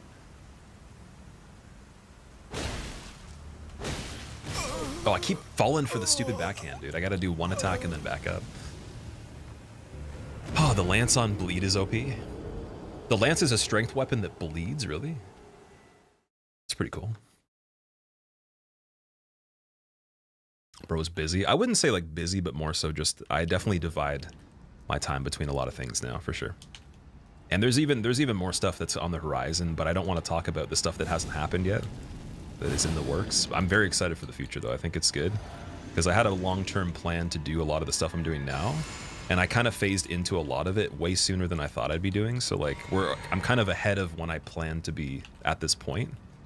But now I have to go hardcore on balancing all of it, right? So still providing you guys with a lot of stuff, like where it looks like there's no difference other than just the stream hours, and then basically just go nuts, right? and really scale everything else. But I'm super happy though. I'm very, very happy I did it. Lots of learning lessons that have been good, and I think the only thing you can say is like the more things you can fail at or succeed at, the better you actually know things. So really looking forward to more failures and more successes. Do you have a diploma in health and fitness? Thoughts on Bumstead retiring? I don't follow competitive bodybuilding, so I actually didn't even know he retired, and I don't know much about him other than he's Canadian. I'll be honest, I never really knew much about Chris Bumstead or anybody that competed. I'm trying to think of... Oh, also for the education, no. I've taken the test for like what you have to do to become a personal trainer. I passed it without studying. Like I got a good score. I think I got 2 questions wrong just because I was bored one day. But I think that actually for me, getting certified is actually against the grain of what I'm about. I'm about not getting educated for anything and just proving you can do everything you want in those particular niches without education. Because a lot of the people I know that are educated know less than me. There's even people that have degrees in certain things I've helped them with their schoolwork for before I even like got as good at doing the thing that they're supposed to be educated for on a university or like, you know, high level ranking art school level. So I know that education is just about what you put into it and then where you go after that. And if you're going to use your time really wisely during that time that someone's forced into curriculum and has a limited amount of hours, you're going to be able to excel in business years before they even actually pay back their debt usually, right? So most of the really good business people in music, fitness, anything I know, they didn't spend their time in school. They spent their time learning how to make a business or how to like provide value and actually execute like the real tools and strategies in the field and gain clients and gain personal relationships. Because once you're done, even if you have the piece of paper, no one cares about that actually wants to succeed with themselves if you're providing things that work, right? So competency has no relevance to any documentation or any school that exists. It's school's a business. Like if you want to go and pay money to make a business money, you can. And some things are required. There's gate-kept positions in society that you need to pay the business to succeed at. They don't let you in unless you have it. But there's a lot of things that don't require it that have the option. So it's just up for you to decide what's the best for you with like the time investment, what you want out of it, where you want to be, and where you want it to go in the future, right?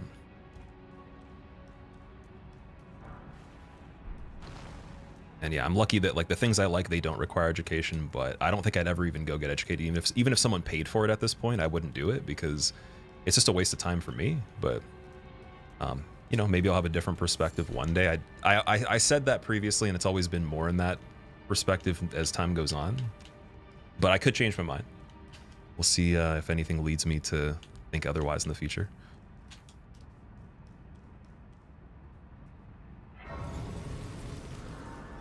Your friends were telling you to lie about being a contractor because it's easy to learn on the job. Don't lie about any experience you ever have. One of the most genuine things that will help you in interviews is your willingness to learn being very, you know, explicitly outlined immediately, but the actual place you're at, being honest about that. That's huge. I know tons of people that have lied for so many interviews and like it never actually helped them, and now they're in a situation that's harder than if they had just actually done the stuff. Like legit, right? Because the problem is if you're gonna lie to get into a position, you're probably not someone that likes to learn that much anyways, because you could have just learned the things before you even applied to the thing. So like there's a lot of ways to going about it, but like if you actually are just at a point where, hey, they can teach you the stuff you need, then tell them that you are someone that if you don't pick up quick enough, then you have no problem with them letting you go immediately. And they might not take that sometimes, but then it kind of forces you to have to be more prepared, right? And someone might try you out. There's a good chance that for a lot of things there is that person, but they're going to know if you're lying though. So don't make up experience. It's unfortunately an increasingly popular thing I've heard of in a lot of different fields from people I know now. Like their coworkers lied about their education. I had a boss that lied about his education, and it was a disaster. Guy was like way too overpaid for not having any schooling. And then his boss believed he did, and all he would do is just get everybody else to cover for him every time he came in, and it was embarrassing. So definitely don't do that.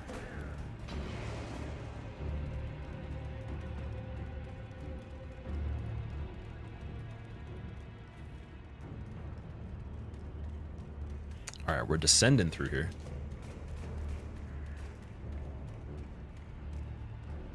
Yeah, so Chris Bumstead retired from doing competing. That's pretty interesting because like he is pretty young still. So I think that in terms of like health related stuff, like that's pretty smart, especially if he can continue to you know, do what he wants to in the industry outside of that. That's amazing.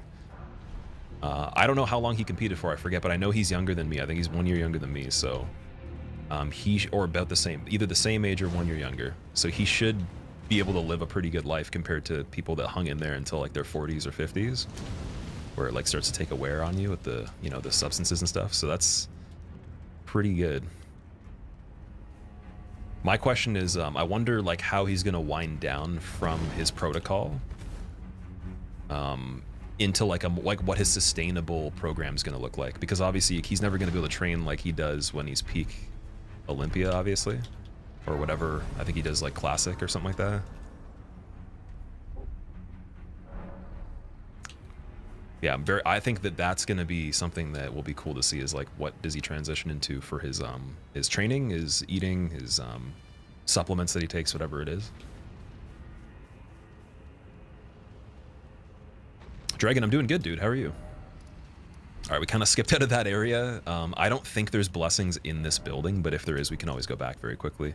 Just gonna keep pushing to see if I can get the map uncovered up here really quick. And then we're just bouncing around. Oh, we came out of here. That is so cool, dude. I didn't know this existed. I've already been here way before on the first playthrough. That doesn't look like you can go anywhere. Looks like a shadow, dude. That's crazy. That might be the coolest shortcut I've seen. That's not even really a shortcut. Did anybody else enter that area, like that path right there, looking at it from the other side? Because like we were hanging around this area tons of times to try to kill the dragon. So the grace should be like right around here.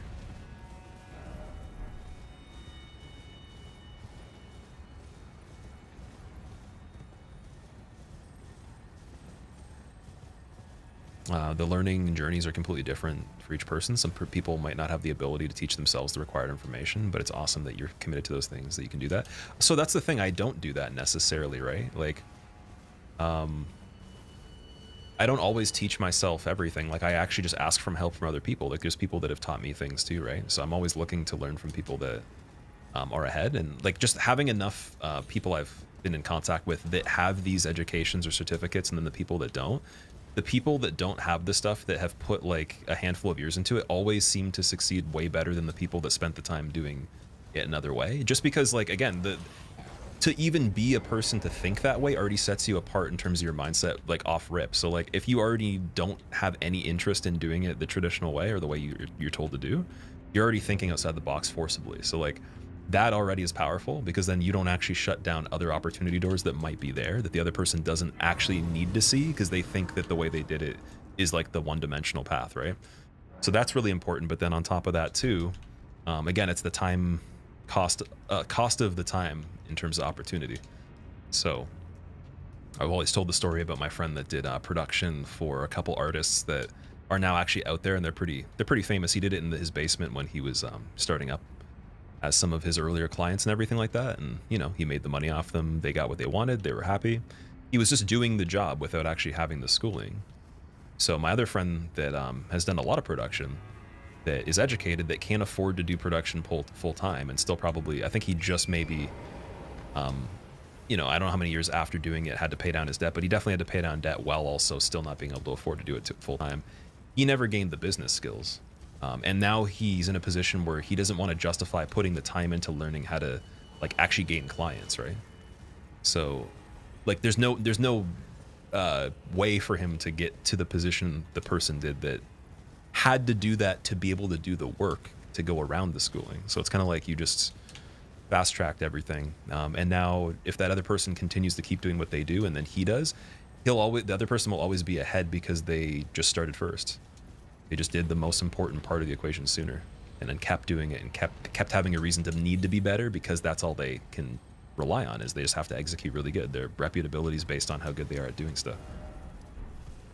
When it's just about like hearsay, or like, I went through this course, here's like a thing saying I completed the standardized like thing, that doesn't tell you how much better you are at someone else by doing anything. You still have to do the things that are necessary, right?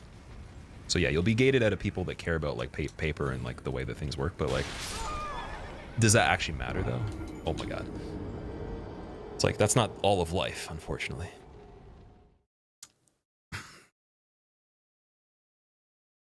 But yeah, definitely don't like, this isn't applied to like jobs you need to, like if you're going to be a doctor or lawyer, obviously, like, yeah, don't do it at your own volition without like the guidance of a curriculum, because you can't. Not set up to be done that way. Now, maybe with the same type of knowledge in the field, you could sell a service, a product, or an idea to people that are in the field already that helps their job become even easier by making tools or strategies for them or the industry, but like that's not necessarily involved by being the person that does the job still, of like, you know, someone in law, someone in medicine, someone in whatever. So technology and science and all that might still allow you to have a foot in the door if you can develop really cool things, but then you're probably in software engineering or something to do with AI. And yeah, you don't really have to be educated for that either, but then it's like, you know, you got to be pretty damn good. Oh my god, man, I thought I could get him. Doesn't that guy have the blessing because he has the pot in his hand?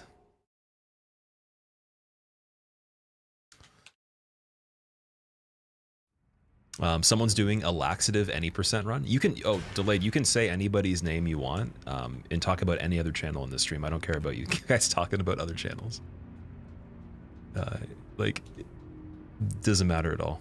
If anything, I'd rather you say who it is so that people can actually go and see, right?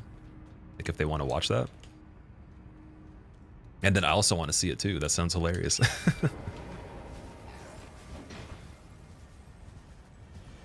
Okay, I need to basically do this attack while I'm on the horse, I guess.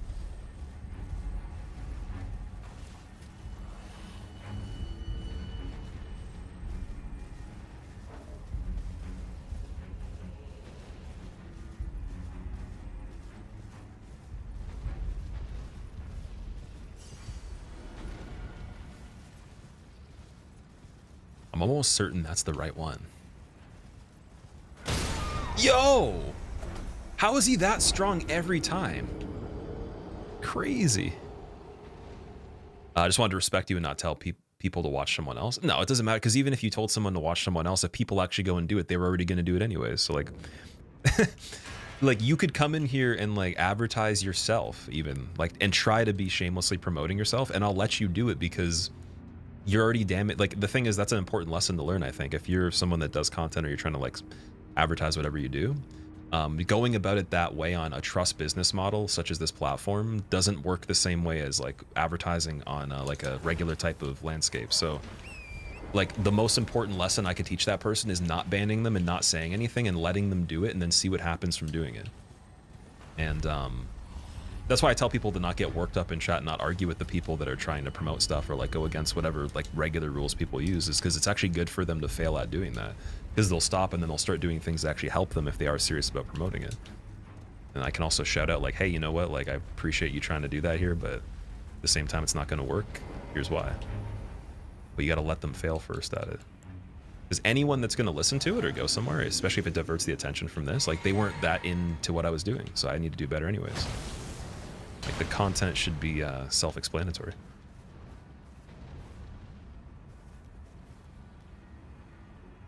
Yeah, I know it's common for a lot of people to be afraid of other names being mentioned in their channels, for sure. Oh, please be the blessing.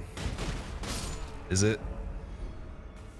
No, it's not. He doesn't have one. It's a different type of pot guy you have to find. I was going to say, he seems to be placed in an area that's not as major and open, so I probably shouldn't have believed that was a thing. But at least now we can go get the actual, we can get the grace, we can go get the other area that we need.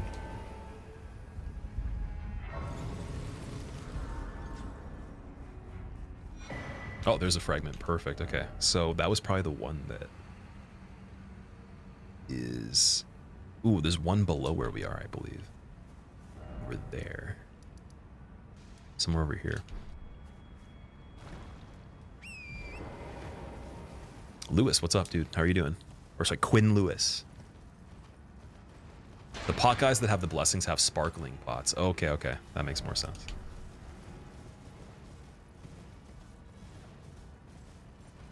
Is it possible to do the DLC level 1? Oh yeah, for sure. I think there's probably even runs that are harder than a level 1 character that include a leveled character. Like for example, if you had levels up to like maybe 100, 150 and you went in on New Game Plus 7 with no blessings, it probably would still be harder than level 1. Like your survivability may be similar, but your damage will be so bad that I'd say level 1 isn't even like that crazy, but it is hard though. Definitely will be a lot of near perfect execution for certain things. Though my damage shouldn't be too bad. It should be okay. Like maybe a little bit worse than the first playthrough in certain occasions. All right, we got this uncovered. Now we got to go find where I missed the one fragment. I think it was over on this cliff right here. Like right at the edge. But I think did I go underneath that area? Behind the fort. Highway south. There might be like a spring to get up to here. Okay, let's check out all the graces. Also, I'll be back in like a second, guys. I'm just gonna go get more water. Give me 2 moments.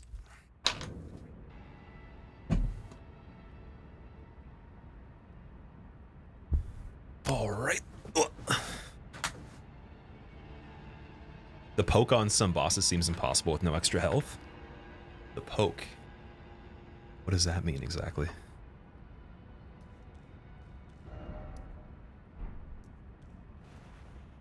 So this isn't a speedrun routing session? No, this is a level 1 playthrough of the DLC. And the goal is I'm going to try to... Well, not try. I'm going to basically only move on from each boss if it's done with 0 damage. So the attempt that succeeds has to be done perfectly. But other than that, the rest of the stuff doesn't matter. I can die as many times as I want. It's pretty chill. Oh, it's up there. I see it. How do we get up? I'll be from over here. Unavailable chip damage. Okay, I see. So chip damage is an issue for certain fights?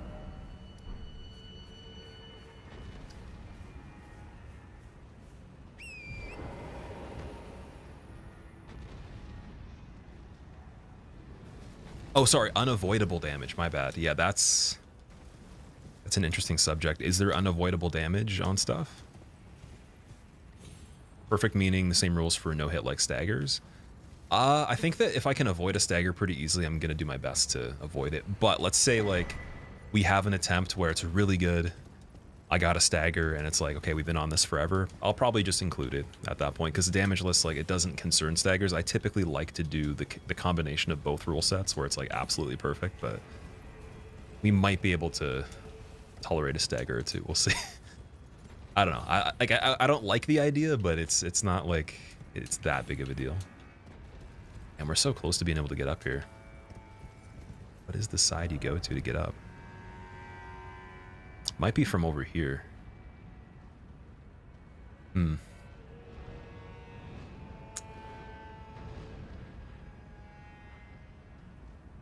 gotta double check the pathway here. So we go from there to there. That's that. This is right here. The pathway goes through up to... I don't even have a grace over there.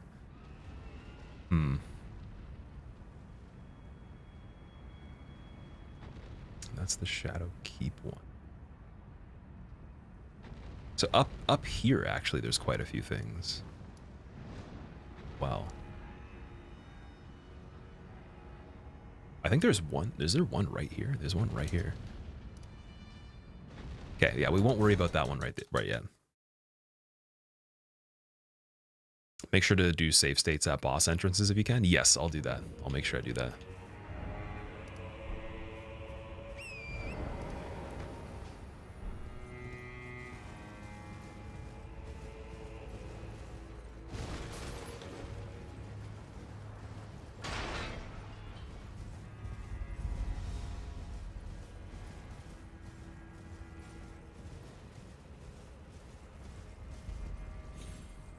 Seems reasonable. Staggers in the DLC do 1,000 damage anyways. Oh yeah.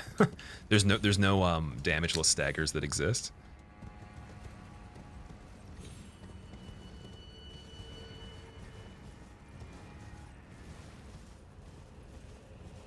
Oh, there's Leda. Nice.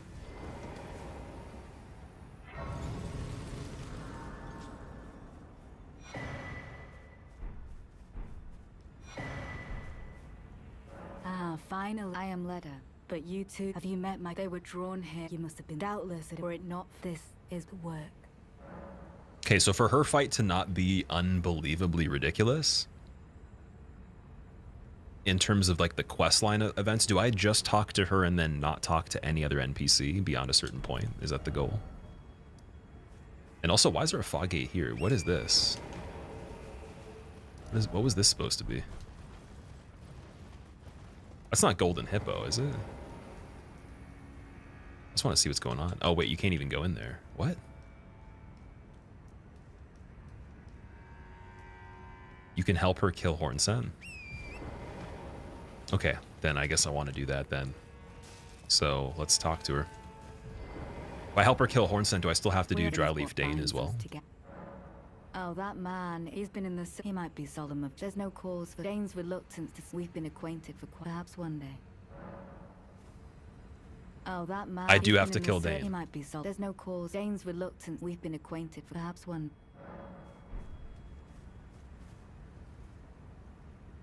Her fight will just be her and Dane. Okay, so I don't even have to kill Dane. I could just literally do what I'm doing now, not talk to anyone else, and it's just her and Dane. That's it. No Hornsen.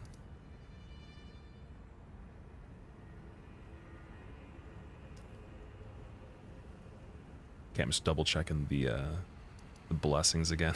I don't have a thing to mark off the ones we've gotten already because it's not open in like Photoshop. Maybe I should do that though. Let me do that, guys. Let's get the Photoshop going.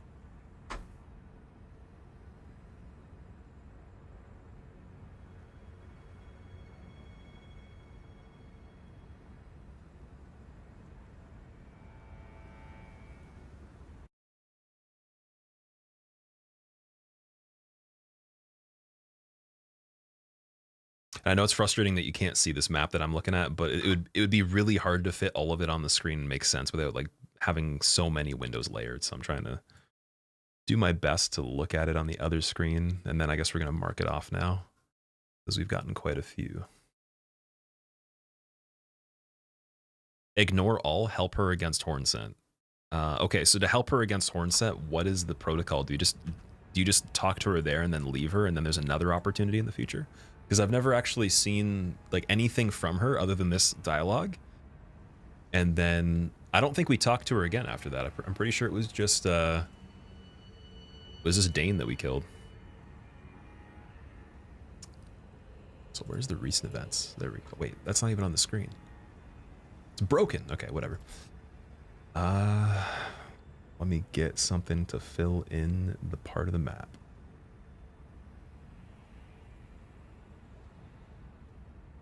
So we'll do red for the spots that we found. That's way too big of a brush size. It's as big as the entire screen. What the hell? Let's do like maybe 3. Yeah, that works. Okay. Cool. So the start we've already done. Nice. This one's done. The 2 right here are done. That's done.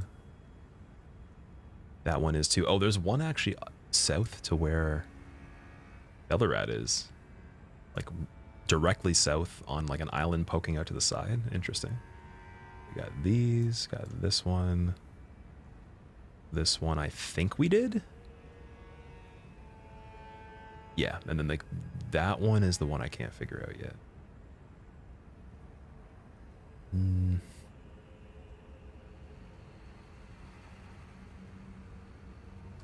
Interesting. Yeah, there's one down here on the map, like right on this area. So it's like below this part. How would you get up there though?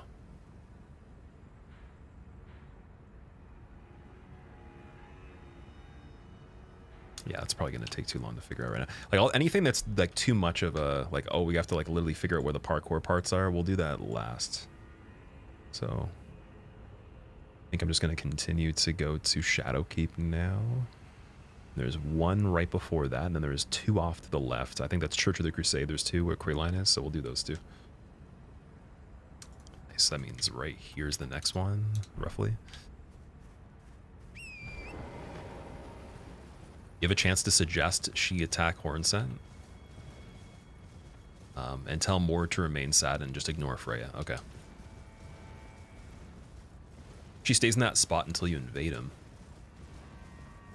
You keep talking to her, she gets suspicious of him, and then you invade him in Shadowkeep. Okay. And is there a point in progression where that is available? Like where like once I've beaten a certain amount of things, you can talk to her and do that? Like what triggers her to be able to give that information? I'm curious. Oh, this is bad. Where would the blessing be here? Is it this thing? There's no way. Wow, it actually is that. Crazy. Okay. Such a funny place for it to be. It's like on a wall as this guy's chasing you. What the hell? There's not an extra one, is there? Okay. The church is up here.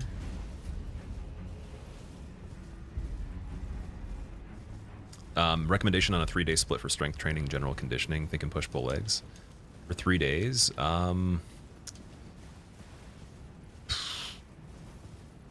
3 days per week, I would do opposing muscle groups, so antagonizing groups for that. So you do like back, chests. You could do lower exclusively on one, and then arms and shoulders.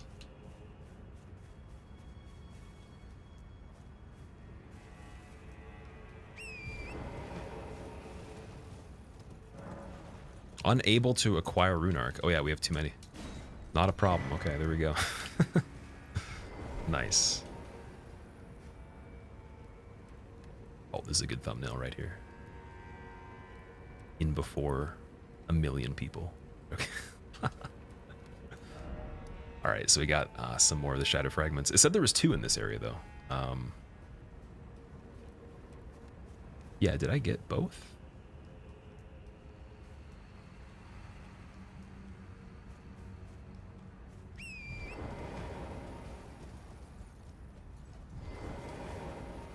Full body, no. I heard it's the best workout for each body part.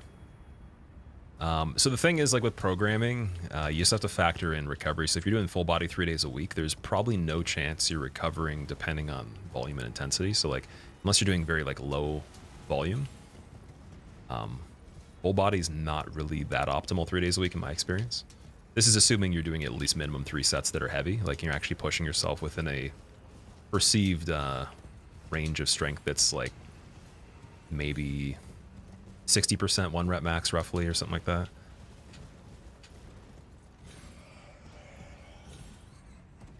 But it really depends though. Some people can recover very fast.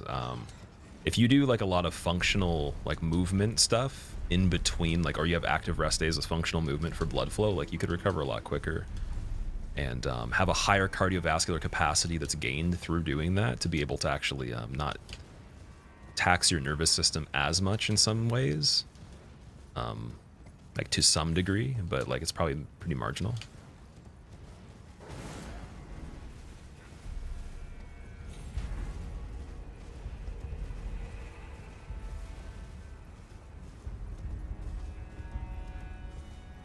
What is over here?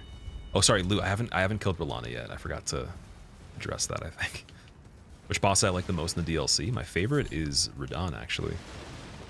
And I was pretty surprised to hear most people don't like Radahn, so like it ruined the DLC at the end or whatever. That to me, like that's what I wanted to see. So for me, it was like better than what I guessed he would be in the DLC in the best case scenario, and he would just be pre-millennia, right? So that was already achieved, but then they took it and they added in another thing that I wasn't expecting to be in the DLC, but I was hoping like just the mention or like some sort of presence of Miquella would be there, and they combine both in a way that I don't think they could have done better in any other format.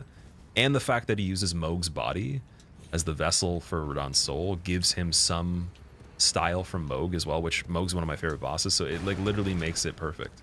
There's no better combination I could have thought of, but that's, again, that's my subjective take on it. It's not like it's anyone's wrong by saying, oh yeah, they could have done something different. They always could do different things.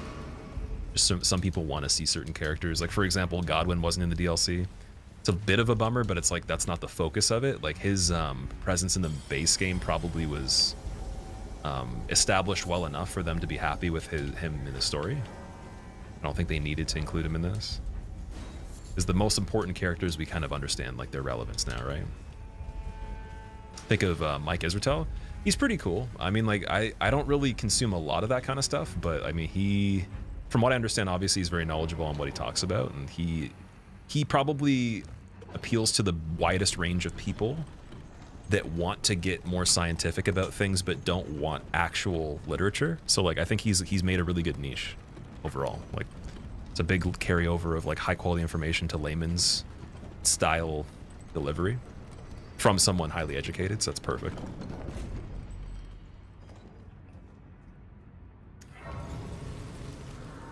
But yeah, in terms of like what he does for his own training, what he recommends, I don't know. I couldn't tell you. I've never taken his recommendations. I just kind of am aware of his level of like background with education, and just I've seen some of his videos before. And he seems like he doesn't take it like too seriously. He seems pretty chill. Did you read the description of the consort armor? I don't think I did. Maybe? But I don't think so, though.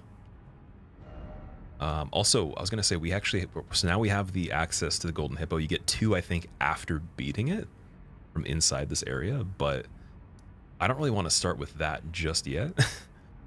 I think we do have to do it to get through the other areas, though, like to go through here. So we're not going to be getting any of the fragments from going through this way. We're going to have to go around, and it's showing like this whole other area down here. So Bonnie Village, I think, is included. And then you go across the bridge, do a loop all the way back to where the mirror is, from what it looks like. So I'm guessing from Morth Ruins is probably the smartest area, and then we just kind of drop off.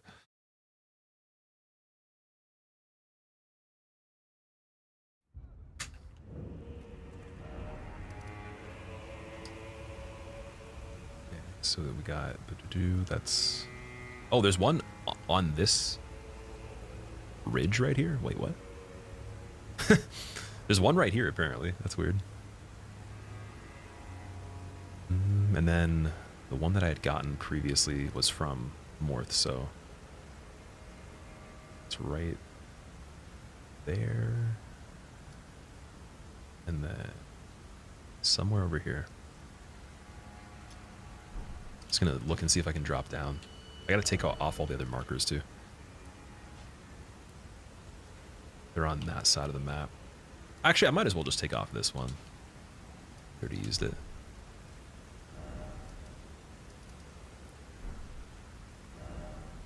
Yeah. What, am I gonna cosplay this character? I might have to like avoid the sun for 5 years and like just perm my hair maybe and dye it, or just get so molded from the horrors of doing runs on this game that just my hair turns white, and then get a lot of like, I don't even know, just hoard some sort of like thing that I can take that makes me grow back hair, and then just grow a bunch of back hair, probably gain another 30 pounds of muscle, and then we're good, and I'll be the character. Oh shit. Wait, let me see what's going on down there. It's very, very far down. Okay, so I can't remember how to drop back into here. We did this fairly recently. Oh, you know what it was? It was the hole. The hole in the ground right here. And I did it in a way that wasn't the normal way. Here's the sparkling pot guy as well. Perfect transition. Except for... Please don't tell me that's gone forever now. If that's actually gone forever, then fuck that guy. Seriously, like what the hell? Actually, what the hell, man? You think the character can eat dinner with those cannonball hands? I don't think so. Unless like maybe it's like some sort of dip. He like just dips them in and then licks the balls. I don't know. Out of context, wild. You have to buy a horse, then it horns on, and then get horns on it to embody the cosplay. That's true. Dude, I swear that it ruined everything. Like, where's the pot guy now? Because I came down into the hole right here. It's right there. Okay, I think we're good.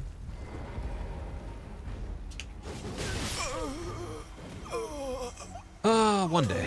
One day. I'm probably gonna have to use like an audio cue to move the guy out of the way, because the pot dude's gonna run towards him. It's kind of like a trap. Definitely I'm not gonna be able to kill the dude spinning around that quickly, because we're not that strong yet.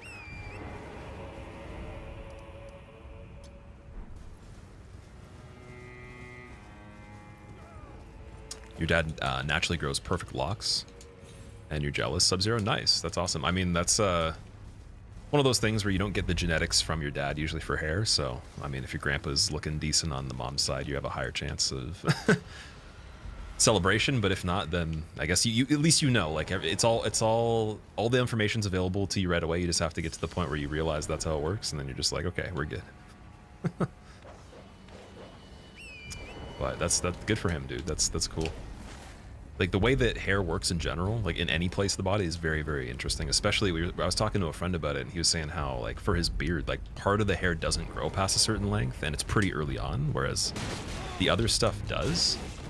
And I'm not familiar with that experience myself, but maybe it's because I haven't gone to like the extent he has. I've never noticed that before, but it's very likely that that's the case. Just maybe it's more extreme for certain people than others in certain places. Spot, have a good rest of your evening. Thank you for hanging out. I appreciate it. Also, Steph, how are you doing? Welcome.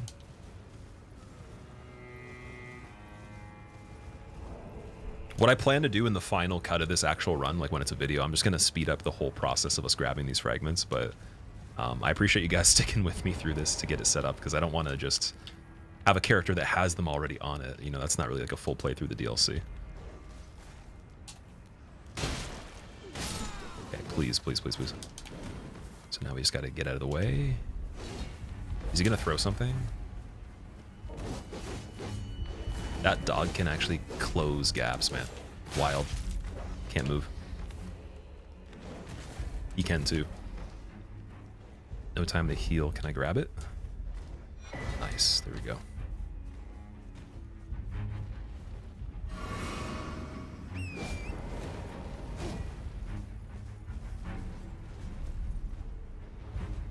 Wow. Whatever that was.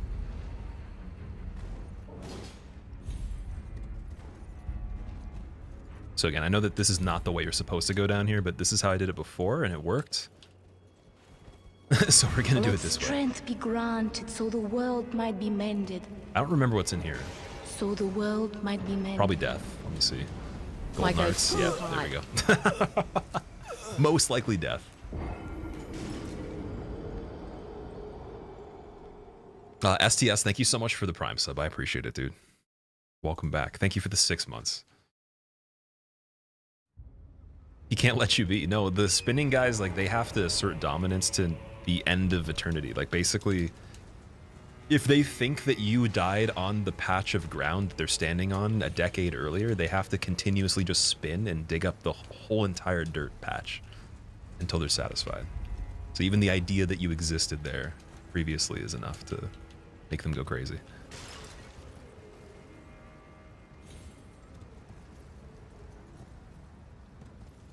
I think that was good.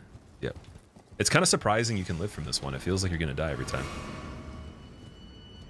I've had, it seems like a smaller series of falls, and then I do die.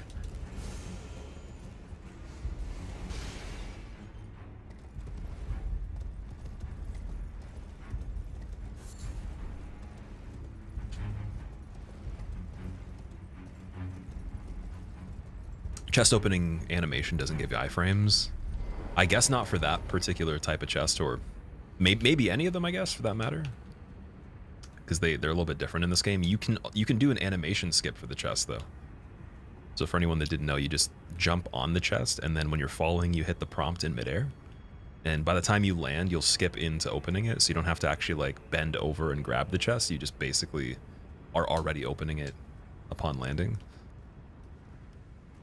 And that, if anything, if you're being chased, probably is the smartest thing to do.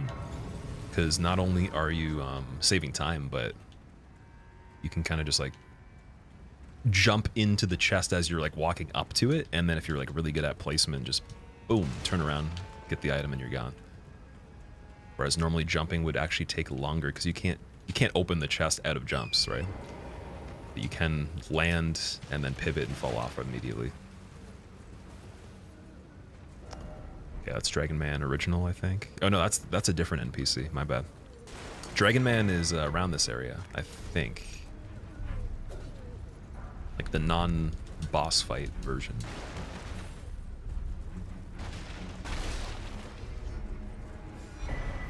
Bonnie butchering knife, nice. Fox, what's up, dude? And Lacko, have a good rest of your evening. Thank you for hanging out. I know it's a little bit later for anyone that's here. I do appreciate you guys watching this late. Again, not all the streams are going to be this late at all. Just happened to be a good time to do this today.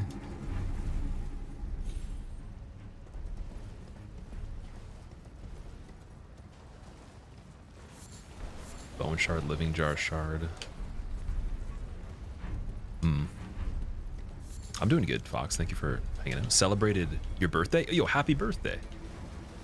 Everybody say happy birthday to Fox, or I'm going to be very disappointed. Back is old now? So wait, what are you, like 74 now? I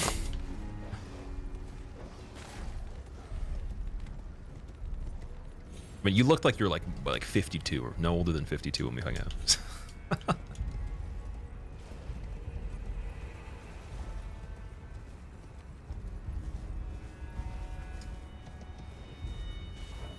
Okay, so we have the bridge. I'm trying to think of, is one of the fragments in Bonnie Village on, oh wait, there's the statue with the jester too. Over here, I think. Wait a second. Hold on. What's going on here? Like, I gotta get across this again.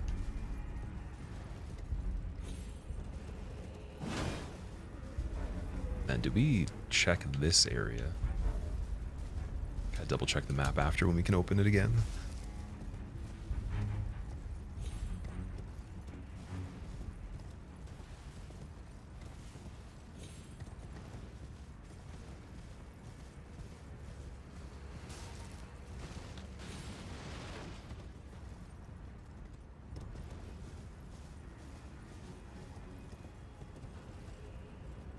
Trying to remember what the statue was. I think it's over here.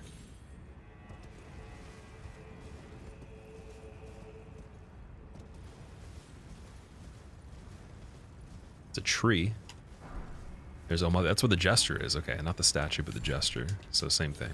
That's what I meant to say, because the actual statue you use it at is not in the area, but we can pretend that's a statue, I guess.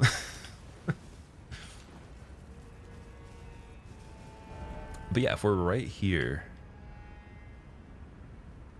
it was saying there was a fragment. It's probably the one with the pot guy, so I think I got it.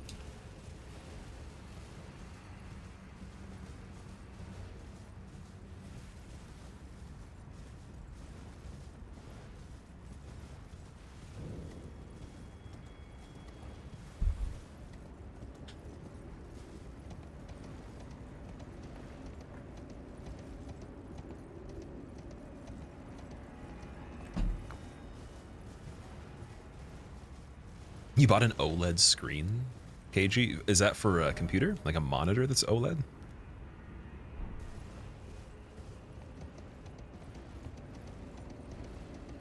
Main monitor? Whoa, that sounds pretty crazy. That's a steep price for a monitor. I've never actually, like in recent time, paid for a monitor even standard price, because I haven't gotten a new monitor since like 2000 and I want to say 15 for like 9 years. But I was given one, though. I was gifted one by somebody that is a little bit more modern. And I'm super happy with it. It's 1440p, so like that's perfect for me. 120 hertz. Or 144, sorry. It's like good refresh rate. But like if I hadn't gotten that, I might have still never gotten another one that was more advanced than the one from 2015, which actually was from, it was made in 2012 or 2013. So it's like technically 11 years old. And then there's a 14-year-old one that's on the left side. That's a TV, actually, that I use as a monitor because it is supposed to be same size and everything like that. And it works pretty good, but that one's going to go first. If anything's going, the triple setup, that's going first. As long as it works and it's fine. I never was picky about like the amount of like space on it, other than like minimum 20 inches nice, 24 is good. Bigger than that was actually not preferable, but then I got used to 32. So it just took some time. But yeah, it was always like in the range of just it being smaller. Obviously low response time, and then color contrast ratio means nothing. And the refresh rate at 60 was still fine. So I think the only thing now I'm sold on a bit more is refresh rate. But OLED sounds super fancy though. Kind of reminds me, I got my uncle a TV for Christmas that is so good that like, we watched the first Avatar movie on it, and it was so crazy that it just made me wonder like what movies with real people on screen, not even like CGI, just what it would look like. Haven't seen anything on it since, but it was so far beyond the technology of anything that I've ever had. So I was like, man, like this is like freaking me out with how realistic it is. And that was still not even the most up-to-date screen. So I wonder, I never like really keep up to date with that kind of stuff. I wonder what they're on right now. I'm waiting for them to have a thing where it's like a piece of paper you fold up in your pocket, and then you can also put it on the wall. And it has the maximum for response time, refresh rate, pixel density, can merge multiple together to make a mega screen, like that kind of stuff. And then that's also like commercially affordable too, or like in the same ballpark as expensive TVs are now. That'd be sick. What were they thinking when they designed the fire golem enemies? They suck. I think that was exactly what they were thinking. They're like, let's make something that people are just going to dislike, where their design has some charm, but just the actual use of fighting them is terrible. And it makes sense even in terms of realism, because in real life you would have such a hard time fighting it. So they're like, let's just do that. They're like, good idea. People will complain, but they'll still play it. And then they just start laughing, and then the person's like, what do you mean? It's like, you think that we care about people playing the game? It's like, we already have the highest amount of pre-orders. We haven't even done anything yet. They started making this, if you guys didn't know, like literally like a month before it came out. They didn't even have gameplay. It was all like AI predicting what people wanted, and then they just followed that. All right, we're gonna take this entrance into Shadow Keep over here. I think the next shadow is... Oh, there's one over here too. I don't know how you get this one. It's on the waterfall. We might be able to actually like go down the side of this area. So I'm gonna keep a marker here. It's saying it's on, it looks like the top of the waterfall. And we did go through this area to get to Jory, who I think you need to fight Midra, so I'm gonna have to go through there again anyways.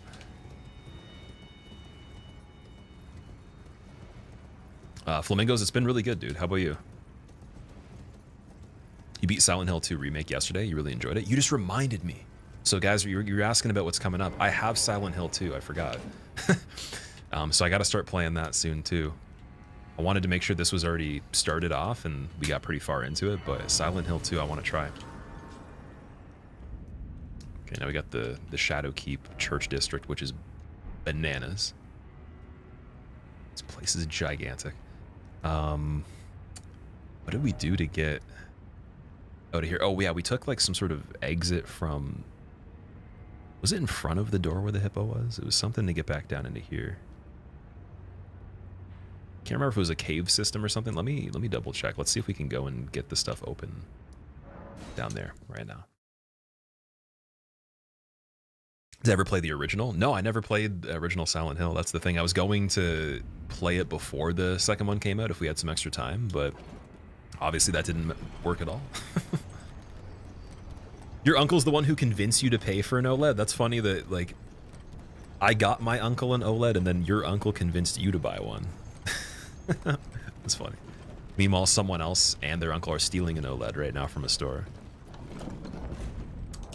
So many OLED stories with the uncle. Wild.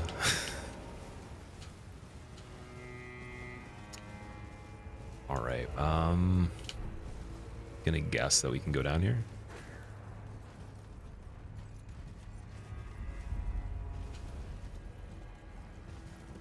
Nope. Definitely not. Okay. How do we come out on that side? Or actually, better question, because I don't think I even went there. I came out here. Definitely would have had to have been somewhere further in Shadowkeep, because there's a crossroad where it's like left and right. You can go left and right, essentially, and I just remember I went facing like the entrance of Shadowkeep, or like facing towards the back of it. I went to the right, I remember. And I kept dropping down and then got in the water. Donkey, I don't know. I mean, I guess that's why do you think that? You have to ask yourself. You're the first person to say that right now. I think you have the power to decide why that's the case if you're going to make such a big statement, right?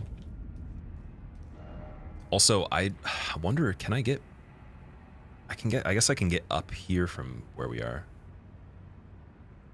And we could probably get more of the fragments from this path too, because yeah, we're coming in. We definitely have to do this area to get some fragments, so I'm gonna run through it. Whatever. Pretty much only play RPGs.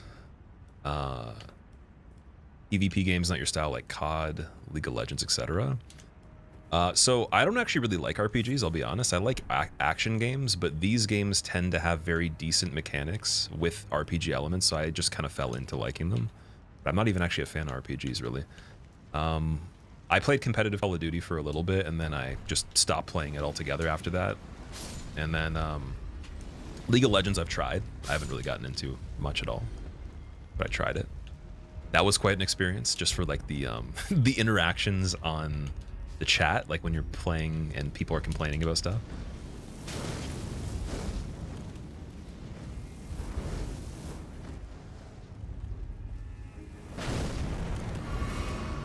So I don't think any of these are blessings on the way over here. We can kind of just chill until we drain the water.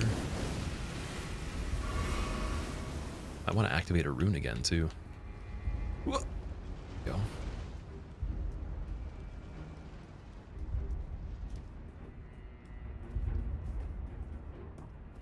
You're not missing anything in League. It was never really my type of game. It was more so just I had a computer that could play games a little bit. Like, it wasn't amazing, but I wanted to see like what it could run and if it could run it in decent quality. So that was the only free game that seemed like it would match the performance of the computer.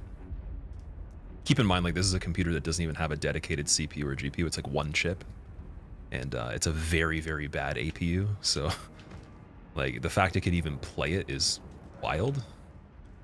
But that was mainly my interest, so I played it, I think, for like 5 days, like just an hour at a time, maybe like 5 hours total or something. Got a pentakill with Master Yi, and then some guy called me like a waste of, you know, life, and then said I should kill myself, and that like my mom should have killed me, and then he said a bunch of stuff about my family because he got first place, but he didn't like how his score was affected by me getting so many kills at the end, even though he won. That's what he was saying. But these are the things I was saying, like, this is your life when you play Bronze League and you take games too seriously. The problem you run into, because unfortunately, if you want to take it that seriously, you might as well get to Diamond and actually make it a job and not be telling people to unalive themselves in you know, the chat of Bronze when they're probably just like literally trying the game. Or like you just know everyone obviously in Bronze is not good, so it's like, why do you care about even saying this? Why do you think they even want to have a strategy or paying attention unless they're Smurfs, right? So the world might be mended. So the world might be mended. Get that contraption. Oh yeah, we have to find the big lever. Hope you enjoyed your first run of the DLC. What were your favorite moments D. and Matori, what's surprised up? you the most? Have a good run. Hope you enjoyed your run on the DLC. What were your favorite moments and surprised you the most? I really enjoyed Radon at the very end. There's a lot of surprises. I think I couldn't really expect anything they did. There's nothing I was like, oh yeah, that makes sense. Midra was a really cool surprise. Tying in the Frenzy Flame ending, which was my favorite ending from the base game. Or actually, sorry, Ronnie ending I ended up liking a bit more, but originally that was a really cool ending to me. So it matched the character a little bit. I like the implementation of them just going with more creatures and not as many humanoids. Like that to me is always cooler. So Bird Tree Avatar, or sorry, Shadow Tree Avatar, Romina, and Metir, like those kind of fights, Bale, it's very well executed for creatures that are giant.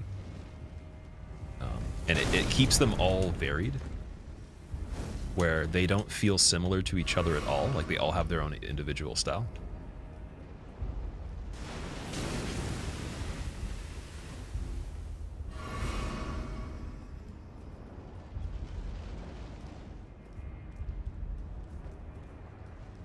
The boss riding the board, Gaius, he was pretty cool. I think that I'm gonna continue to like him progressively as I play the game, because like in actuality he is cool.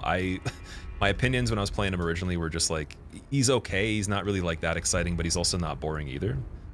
And there is a couple things he did that I really like. I just don't know how it's gonna be going back and only fighting him on foot, as well as having to perform it perfectly as well. Like that's gonna be a good telltale sign of how much I enjoy it. So even what I said before about what I enjoyed in the DLC might change with this run. I expect a lot of the things to stay the same though, because it's like, you know, I had to execute things really well to win on some of the fights. But if they made it very simple, let's say, or even I had max blessings and then the character was level like 700 or whatever, maybe I'd have a different opinion.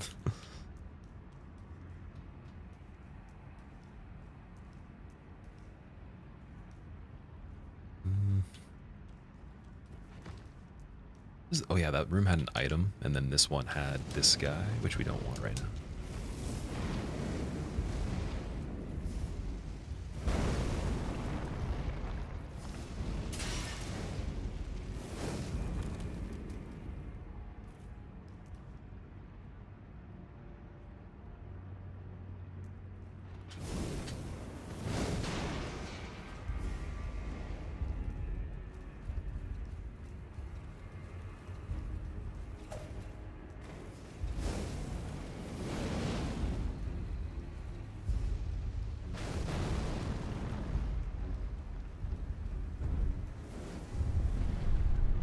Did I play Returnal? I did. I have a full playthrough on the main channel for Returnal.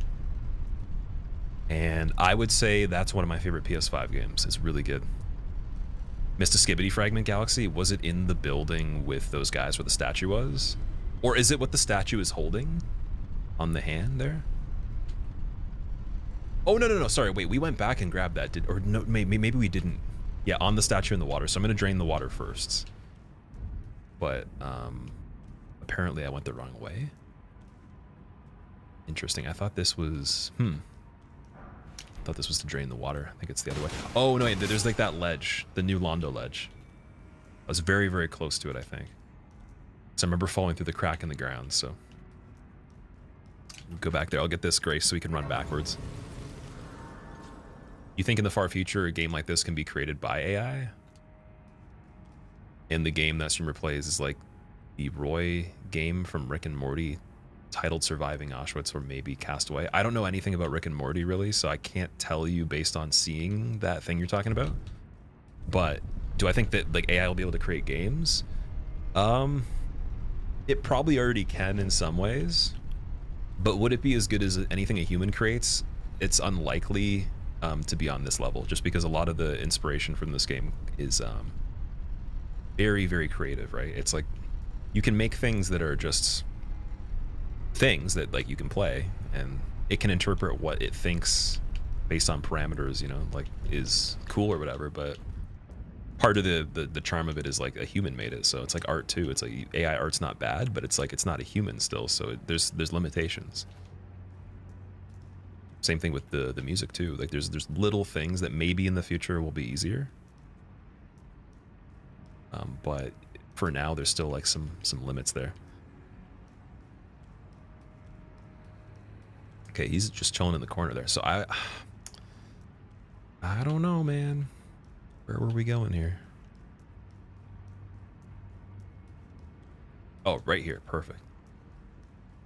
There we go. AI is already creating simple games. Yeah, I'm not even surprised for sure. Like it's definitely possible that you could give it some stuff to make a game similar to this for sure. Just would it be the same? Doubt it. There'd be something that you'd feel is off.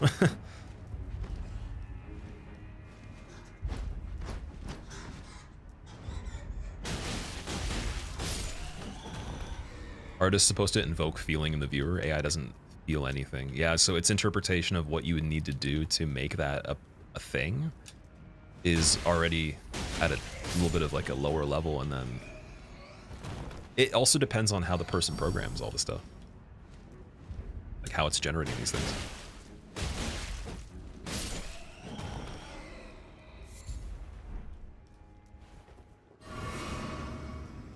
Because I think that one aspect to AI is like, how do we best create environments for AI to thrive with the goal that we want as a human, like that is the programmer of the AI, right? So like one factor could be that we haven't gotten good enough at structuring the environment of the AI to succeed with how we want, with the best possible result, or like to even supersede some of the ideas we're talking about.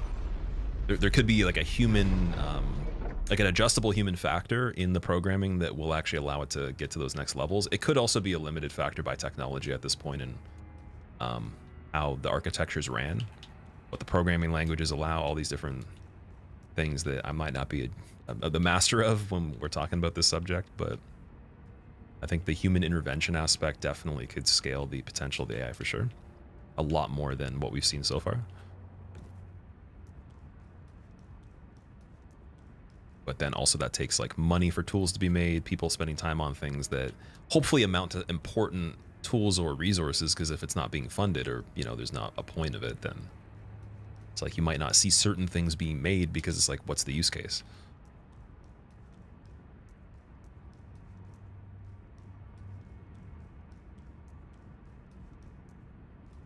All right, so this hand, I tried to jump on it previously. I couldn't get the jump onto here. Couldn't get it before. Let's try again. Oh boy, that was nice. I didn't think I was gonna get that. Thought I'd be pushed off of the wrist right there.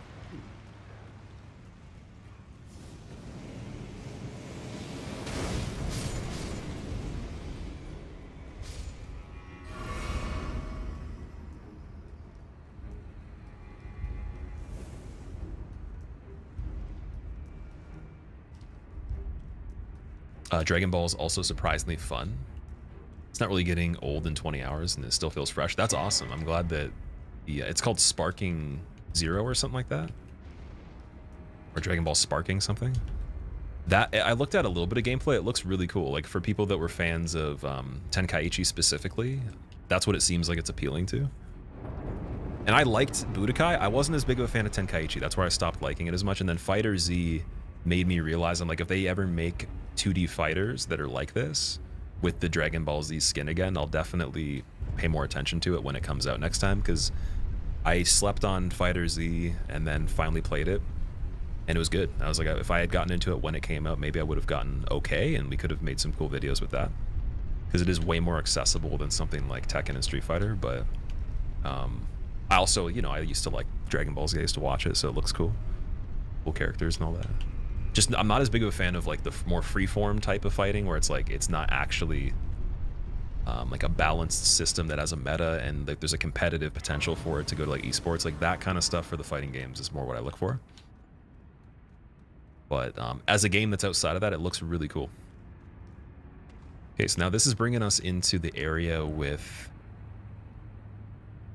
Putrescent, I think.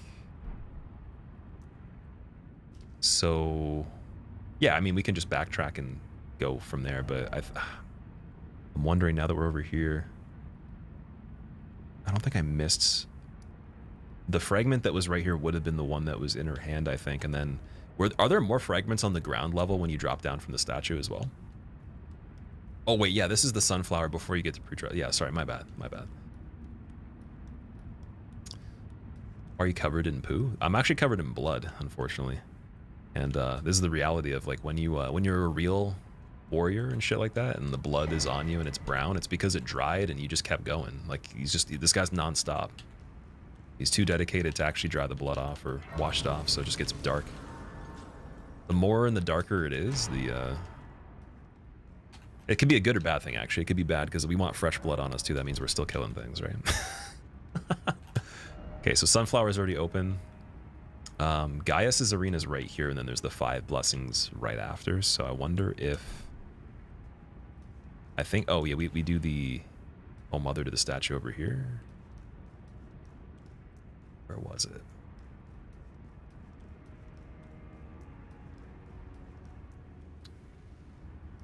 Wasn't this area. It was up the stairs, I think.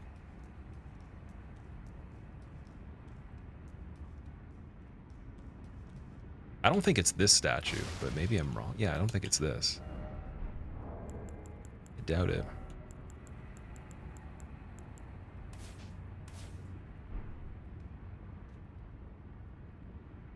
It's next to Gaius. Yeah, so I'm trying to figure out where do you enter his arena? Because on the map, I know it's literally right here. Oh, wait. Sorry. Backtracking. We're going to go to Tree Worship Passage. We're going to go back from here. I think I remember. Just got to explore a little bit in this area. AI is just a tool. It's how people use it that matters. The problem is that humans are not close to agreeing on what AI should be doing and what it should be used for. Exactly. It's a really well put statement there.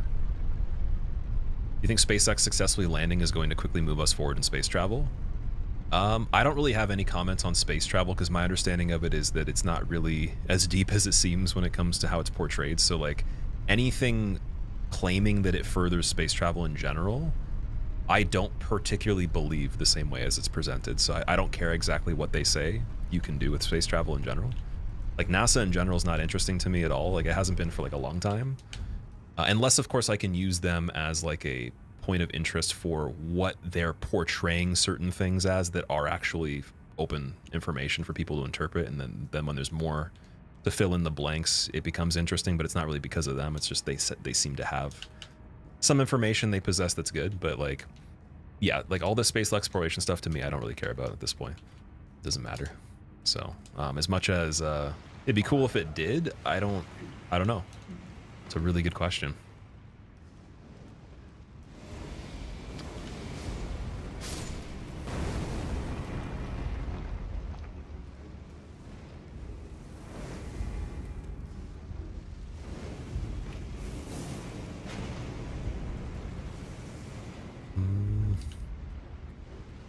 Whee! Okay, let's get out of here before the fire kills me. I was thinking somewhere in this area you could access Gaius maybe, but I don't think that's true either.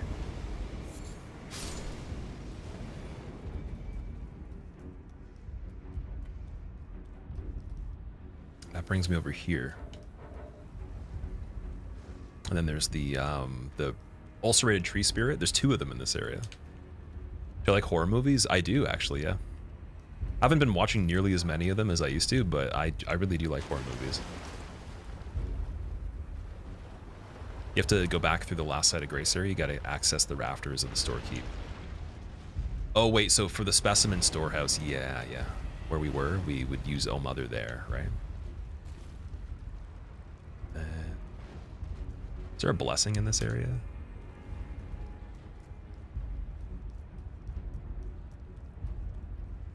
Is the Silent Hill movie good?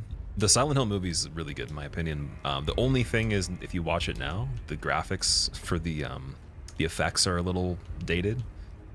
But even with that being the case, like they do it really well. Especially if you like Japanese inspired stuff with horror. I really do enjoy that movie.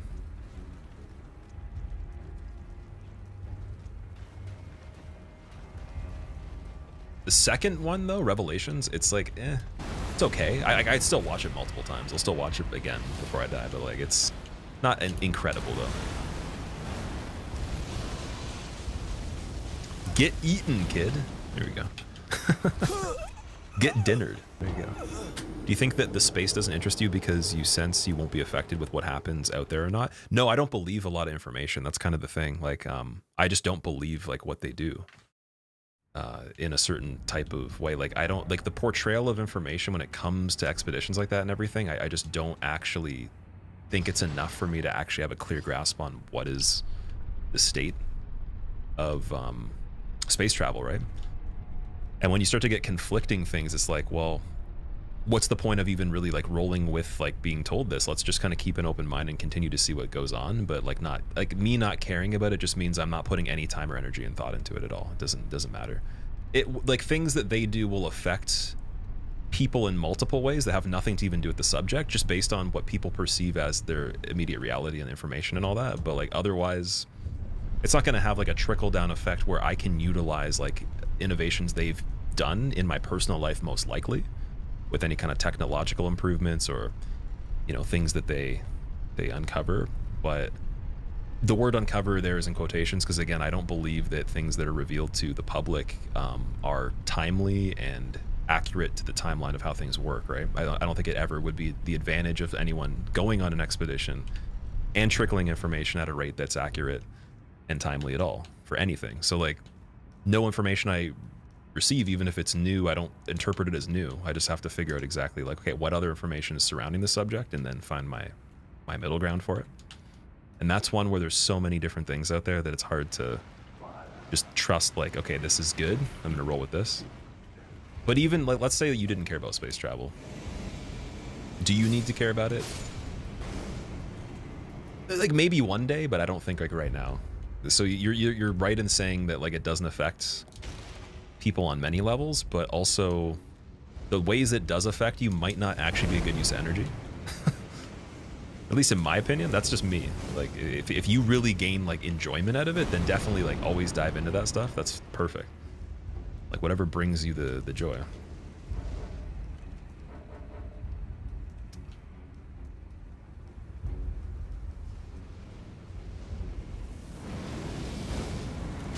Oh, that was scary. Would you rather have unlimited bacon but no games, or unlimited games but no bacon? Unlimited games but no game. Wait, what? Did you type the second part wrong there? Yeah, wait, let's go back to storehouse back section right here.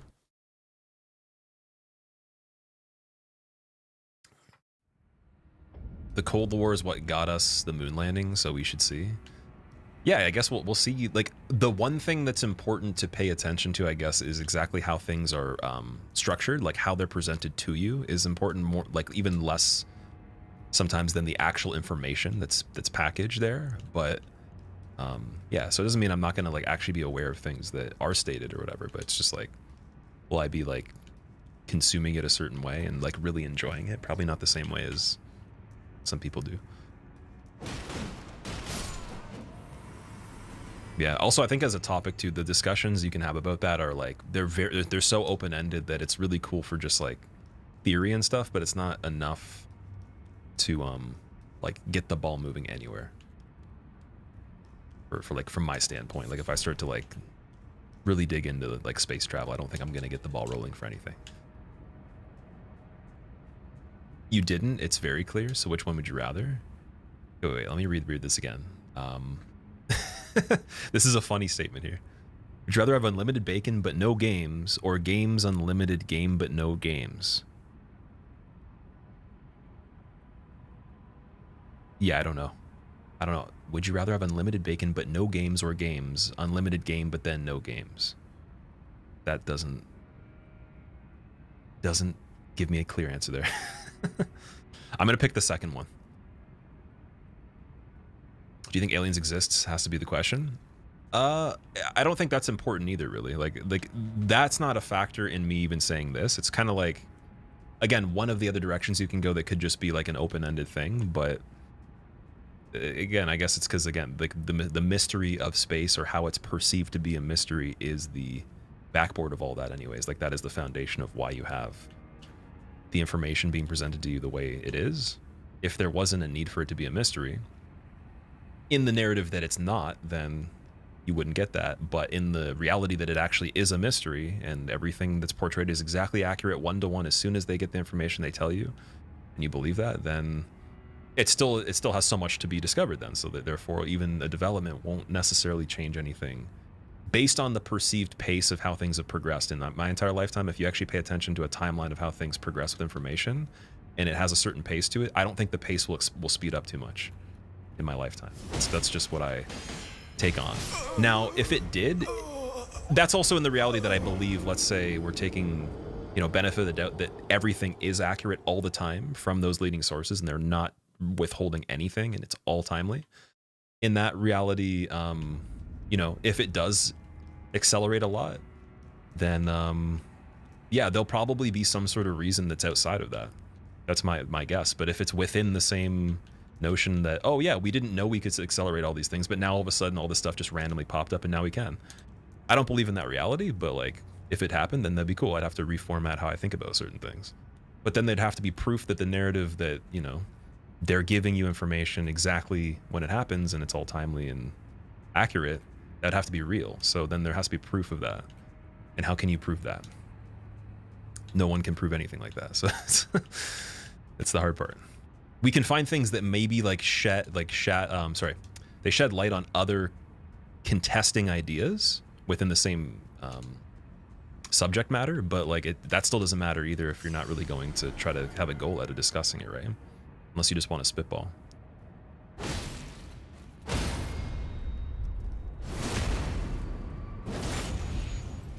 I love punching that dude off the loop. Dude, that's so cool. So fun. Oh man.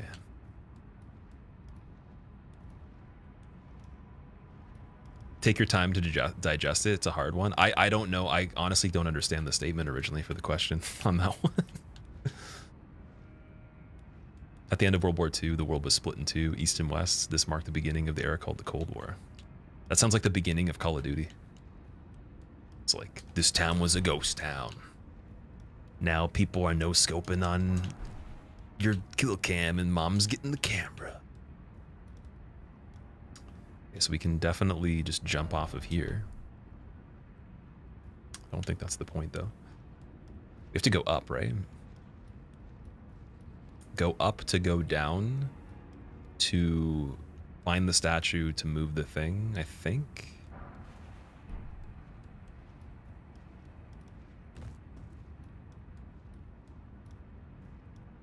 Or is this where we return after we've moved it? That might be the better way. Okay, what grace would I go to, guys, if I was going to go to the statue the quickest? Is it this one?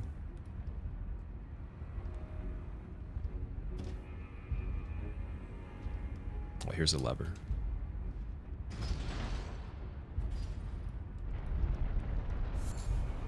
I might have done the right thing here, by the way. I'm just wondering. Shadow Realm rune, okay. Yeah, I think that was just the only thing that I was missing there. Maybe I'm thinking of a part that's later, and I'm thinking it needs to be sooner.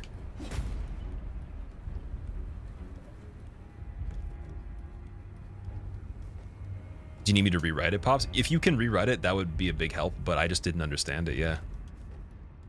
So it's supposed to be like a question that's a riddle, or is it actually just like a straight up question?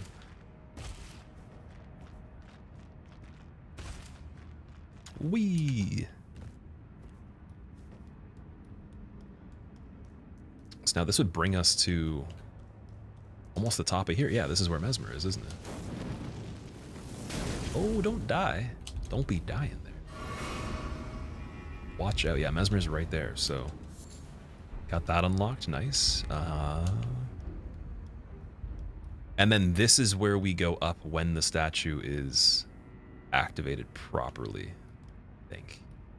So we just have to go to a different level of the storehouse, right?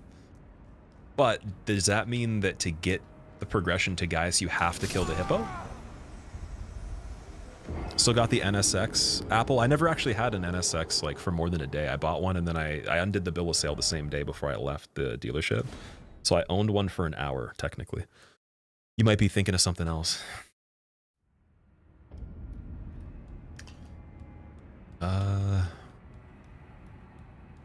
Where were you before there was the hole in the wall that led to the back of the storehouse? Where you were before there was the hole in the wall that led to the back of the storehouse?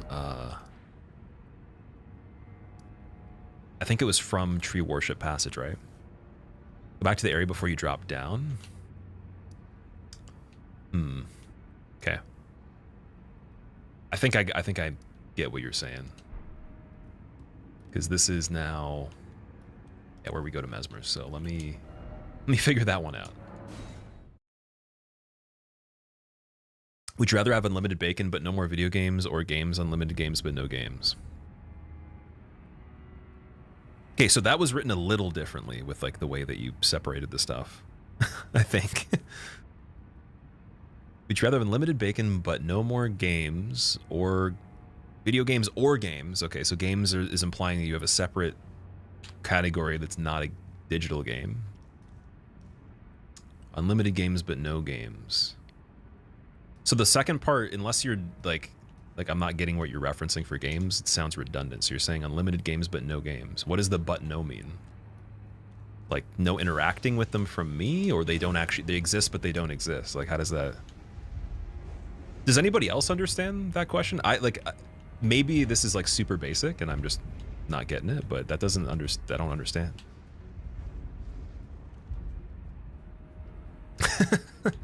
Because the second part undoes itself by saying it that way, unless you specify what you mean by the difference of the two. So if the point is the second part's not supposed to make sense and that's the actual riddle, then I'd pick the first one, I guess.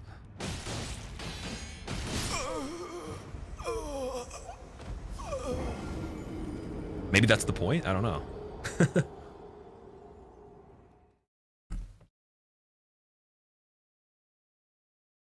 What's there to not understand? Maybe that's the point. Maybe it's supposed to be very easily understood.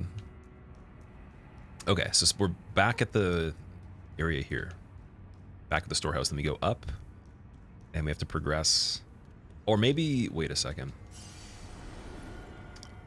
Yeah, we can't go further through here. I'm going to grab whatever's over here, though. Give me it. Thrusting shield, nice. Games equal video games, board games, games Olympic type games, game animal for hunting is what you're reading. Interesting. At least you got bacon. It's probably to get people talking. Do you know that Jay Schlatt, the content creator, it's a bit he does? I don't know who Jay Schlatt is, but... So you're saying that you asking the question, you didn't want to know the answer, you just said something you heard that other people said, but you don't even know what, like, the meaning of it was yourself? That's the reason that it didn't make sense? So it's not supposed to be figured out, I guess? Who up Craig and they blade? Oh, dude, the Craig blade is, man, it's scary. It's scary to use in this run. I think for the DLC, the time that you have to actually activate it with is pretty dangerous. Like anything that's not a buff you can apply before you go in the fight is crazy. Like having to use them during the fights. There's no reason to the question. It's pretty much made to confuse people and be a meme. Okay, I see. So I got it immediately. Perfect. So if I said D's and then you said what? D's what? And I said D's nuts. Same thing. You don't have to apologize. I'm not taking it that seriously. I'm just like, if someone asks me a question that's not supposed to be answerable, then I think we dictated it pretty quickly that there is no way to answer it, but I thought because you spelled something wrong. It's a pretty good one though. I guess if that was like a bait to get people commenting certain things, that's genius. But it seems like it would be hard to engage with because it's not easy enough to read. There's like a kind of like a fine line. I feel it's not simple enough to be a good clickbait, but if people did actually like care about it enough, that seems like it'd work. So I'm not sure about anyone paying attention to that after the first second or two. Oh, there's the stagger, but I'm dead.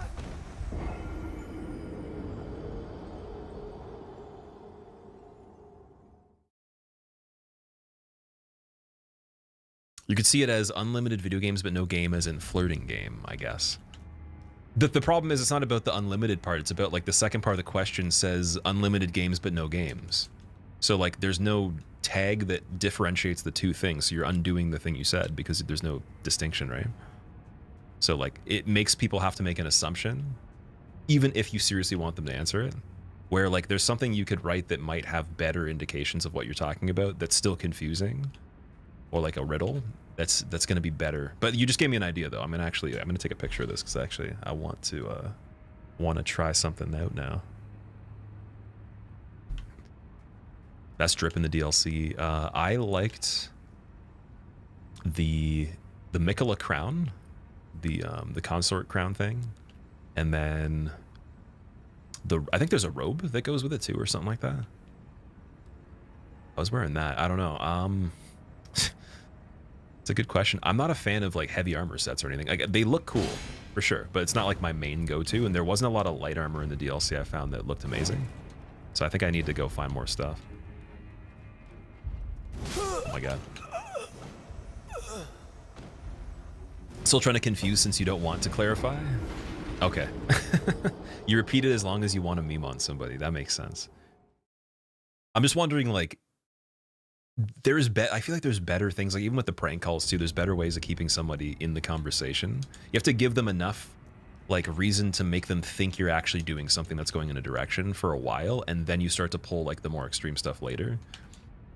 Like in a lot of those old school prank calls and stuff, like you gotta like somewhat be believable. There can't be like 99% certainty in their mind that you're just fucking with them. It's gotta be like maybe 20% of them says, okay, it could be true.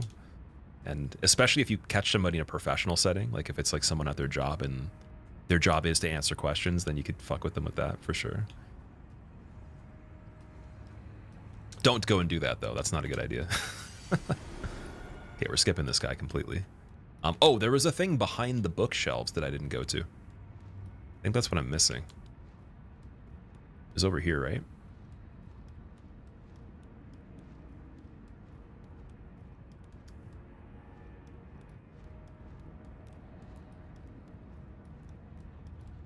Yeah, right here. There we go.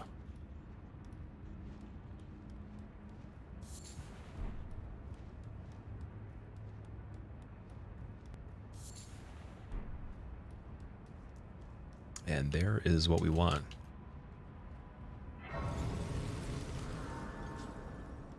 So the good news is once this is done, like we're going to have a lot of the map open. Like this is pretty wild right now. I didn't think the setup was going to be this extensive, but I'm actually kind of happy because then we just warp everywhere. No need to run to too many places. Rolana, Ansbach, and the Tialier sets were the best in your opinion? Rolana's set, I haven't tried it on, I don't think. I used her weapon quite a bit in the first playthrough, but I didn't try it on. Like, she does look really cool by default as a boss. I think she looks even cooler than Pontiff. Even though it's like a very similar style for the weapons. Like, I like Radahn's armor with the hair and everything, and just the mask looking like its face is being eaten. It's kind of, it's a cool look, but again, I'm so much more biased towards, like, if you had like ninja robes, some sort of like thing that doesn't even look like it matches the game at all. Like maybe like Ishin's robes would be so funny in this. Looks like you're just wearing like a gi or like some sort of house coat or something. That would be pretty crazy with this.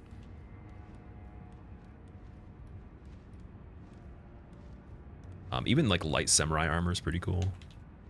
Some of the sorcery armor. You got a scam call saying you want a Lambo one time? Held them on the phone asking questions about the color. Oh yeah? Ooh. And asking to talk to other people to find out if you can get a different color. Nice 45-minute call that day. You know what, actually, Galaxy, wait, I gotta take a picture of that too, because I had an idea for content that I really wanted to do for a while, and it's like the perfect opportunities keep arising, but I forget to capitalize on them. I get a lot of like very spammy and like just like, you know, obviously people phishing like with emails, texts, whatever. I want to actually get them on a phone call and then just fuck with them for like an hour or something like that, and then say the craziest thing and then hang up. So like even people that have real businesses that are just bad at what they do, I want to waste their time to like condition them to be better at what they do, and then we can make some funny videos out of it. Because some of it's like actual places, but they don't get like real good clients. They just want to basically take advantage of you. So I would love to like expose them for doing that at the same time as seeing how long I can convince them that I'm actually being serious. Because as a skill, I think like that could be like a creative like project to work on, even like acting. If I was going to do character acting and stuff, I'd have to play a character. So that'd be amazing. I don't know what I would start with, but I've seen some videos, like Faraz did the one where the guy was trying to sell him gold and he kept him on the phone for like a long time. That was a good one. I always just kind of pass up those opportunities though, but it'd be amazing.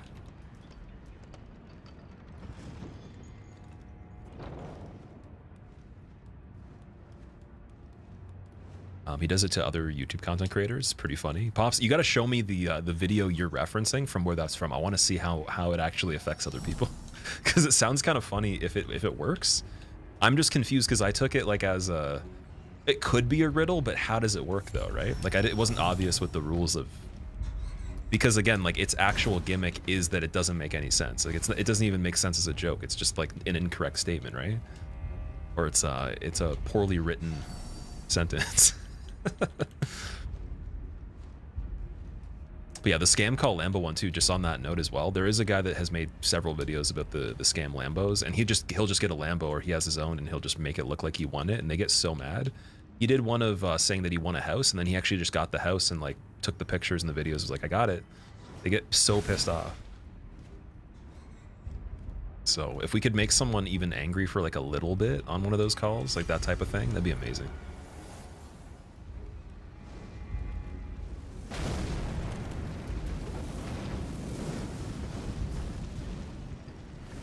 My Jim Browning arc? Oh yeah, for sure. Oh, Jim Browning's amazing. I love that guy. The call center dismantles and all that. Oh man, it's that was his, like him. He's like a whole nother standard. When I was like diving into some of that stuff, like he was really good.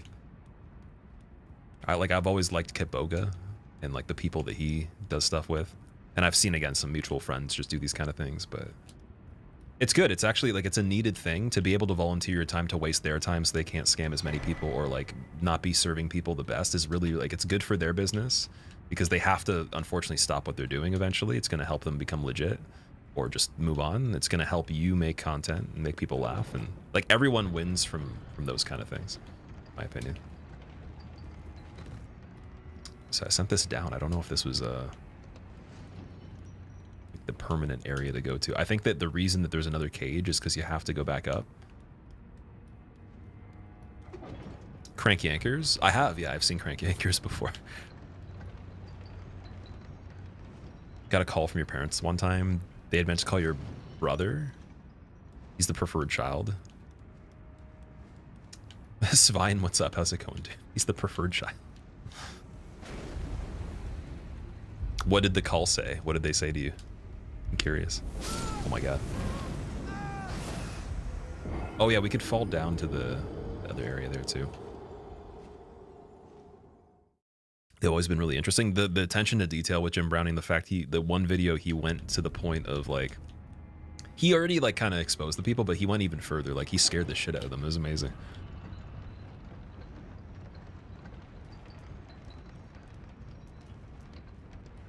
Yeah, anyways, like if I can get a run at the same time as doing that, that's good for gameplay, good for conversation purposes. We can edit out any part of it we don't want to in a cut up version of the run, and then the long form gets some funny things.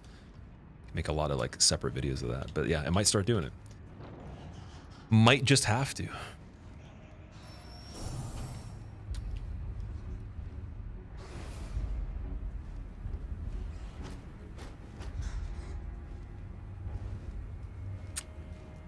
Okay, so once we're over here, we got that part. It's on this side. That's where we want to fall down to, right?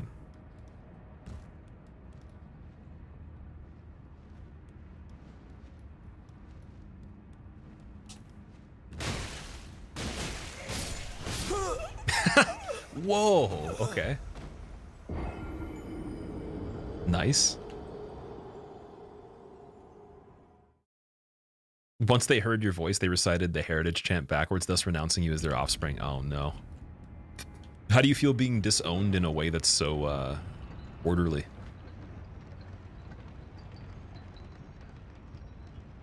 feel like it'd be like a lighter letdown. It's like at least they like put effort into like the disowning. It's like they didn't just say like, ah, you're just gone.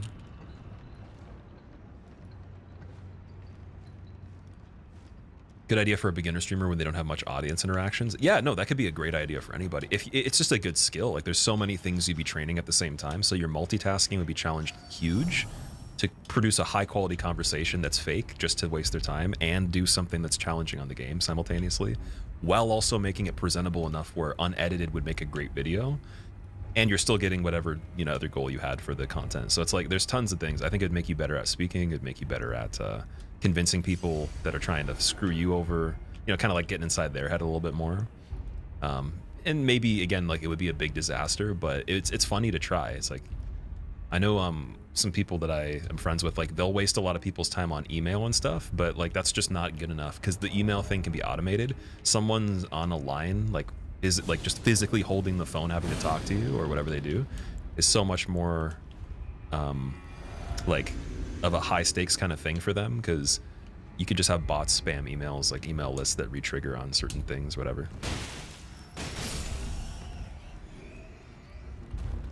You really need to get one of the people from whatever operation busy so they can't screw someone else over as soon. And eventually there'll probably be like artificial intelligence doing this kind of stuff. I'm sure people have already developed like plans where they can have some sort of bot or whatever waste a lot of time. And then people don't have to be present to do it. Oh, there's the halfway up ledge too. I forgot about that. Saw that right now. Train the AI to act like fake victims. Exactly, yeah. And then the good thing too is that even if they want to scam, they have to like still get better at it. So it's like it forces something, and then like it's probably going to still be like really frustrating to get better at improving your system, and you still have people doing it too. But not everyone has time to do that. So it's like if you can multitask it, perfect.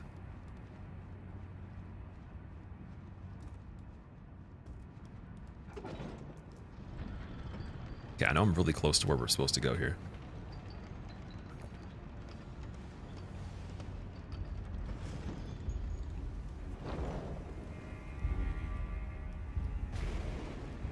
Item right there that we didn't get, so we're gonna go down to go to there to go.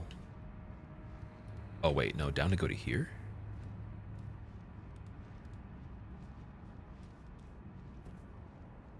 It's like a very confusing version of the research hall in Bloodborne.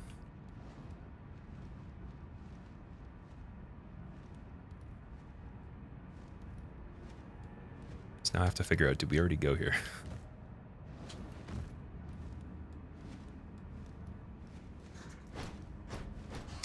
I think that's what we want.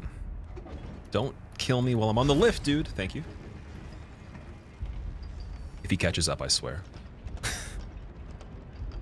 This is correct? Okay, good. I'm glad I actually figured this out, because it's a lot to remember from the first playthrough. Like all these little tiny ways of going around. Like the way they built progression through here is genius. Then that door is a shortcut from the inside.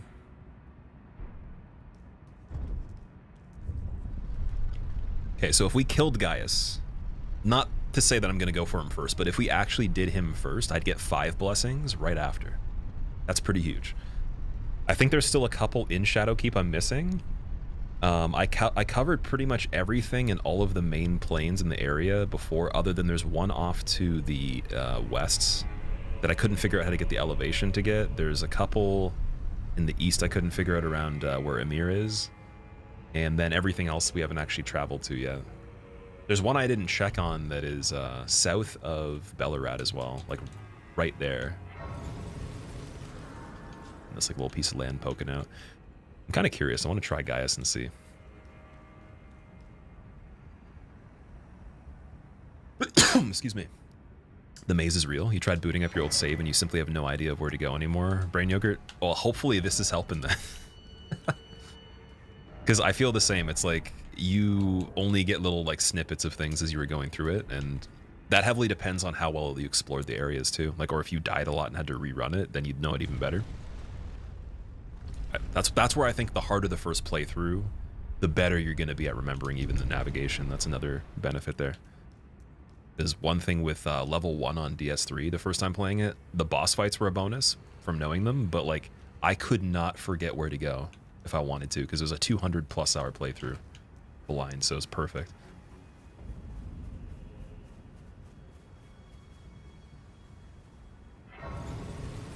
We got that.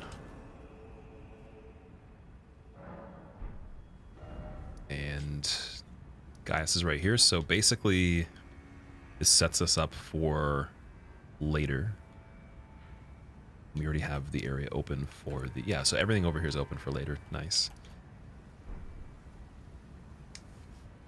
Again, I want to try to take a crack at guys. I don't know if that's the best thing to do right away now. Got 6. Oh, 7. Damn. 8! How many do we... Dude! Got 8 blessings already? Crazy. Okay, we only need, I guess we need 4 more. And then in this area that we just unlocked, is there any we can get from this map? Let me see. None. None in this area up here. It's all to the west. And then the south right now. Other than the progression ones, like the ones you actually need to beat something for, so... I mean, we've been streaming for a long time. Let's take a crack at the lion with 8 and see how it goes. Just to do it. Because we're going to get more after beating him too, right? There's this area still. This one right here that has another one. So really quickly... I just want to take a look and see how you would get over there. But we're going to go to the lion. Why Iron Balls and not Starfist, Justin? So this file that I used for this was borrowed from somebody that used it for a bounty run. So it had the character speedran to the DLC with nothing acquired other than just some talismans that were good. There's no weapons on the character folder other than glintstone staff. And there was just some other basic items like upgrade materials, but the main game has not been played fully on this character. And what I plan to do, I didn't know that when I had actually opened the file. I plan to go and get the Starfists. Like, I have everything to upgrade it. I have all the stuff we need. I'm going to get some more Ashes of War too if we need it, but for now we're just going to do the balls and see.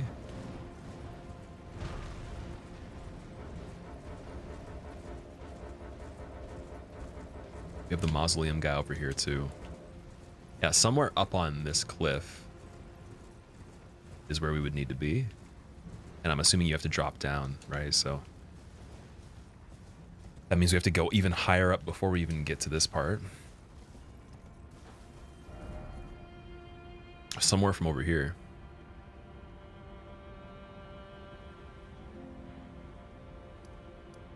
Let's check out the other side. Can we set up channel points so that we can gamble our fake currency away? Yeah, I had channel points set up originally, but then it was taking up a lot of the chat, I remember, because the alert boxes were so big. But yeah, we can set it up. Got some good ideas. How does one play Elden Ring? Is there some sort of guide or advice you could give me? The best advice, just explore as much as you can, because you're not really locked into doing a particular thing first. There's a lot of options, so just weigh the options against each other as you explore. Pick up every item you can find, read every description, and figure out what they do.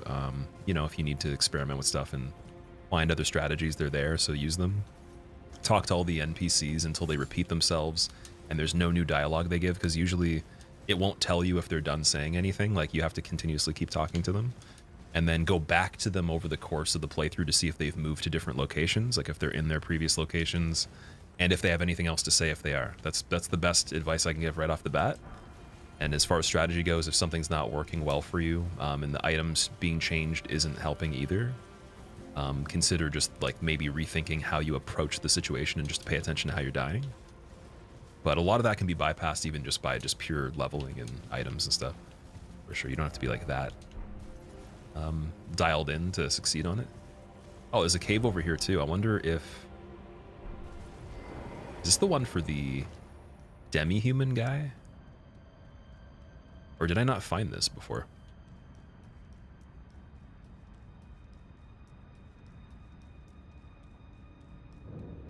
Yeah, I think this is demi-human territory, so I'm gonna grab that. We'll figure out the the way to get that other fragment soon, because I'm gonna be only streaming for another like 20 minutes or something. The setup was pretty beefy. I'm glad we did it though. Like, the map is open. First time seeing your face, matches your voice well. Kind of Chad, KV. Thank you, dude. It's funny, you're the only person that's ever said that. Everyone else says it doesn't match, and then I've had some comments that are actually kind of out of pocket before, where it made me think that there's people that have a predetermined like visual to certain sounds, like that's very, very limited, like very one-dimensional. And I was thinking, like, if you were to assume that this is like, it's just almost second nature to the person to be like, oh, like I just thought this because of this. And I'm like, how do you even get to the conclusion of deriving like this detail and linking it to this thing? So it showed me some interesting things about how people think about stuff. But yeah, that's a really nice statement. Thank you.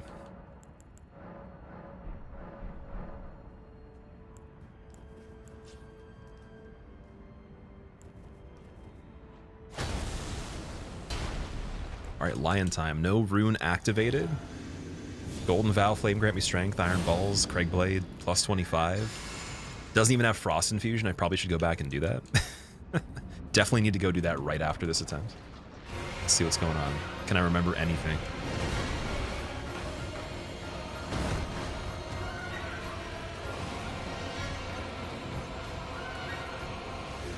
Let strength be granted so the world might be mended. So the world might be mended. Hey gamers. Poopus, thank you for the 38 months. Welcome back, man. I appreciate it. Okay, let's go get the Frost Infusion. Or, wait a second, we could do it here, can't we? Unless I need the Whetstone for it. You know what? Wait. Maybe that's why I can't get Frost, because I haven't gotten the right Whetstone yet. Is that in Zamor Ruins? Is that like Mountaintop of Giants for that one? Or something around that area? Oh, also, wait, let's change the physic flask too. How do you set up the controller view? Gamepadviewer.com is the website, I believe. And then you just copy the URL into a browser source on OBS and activate it from there.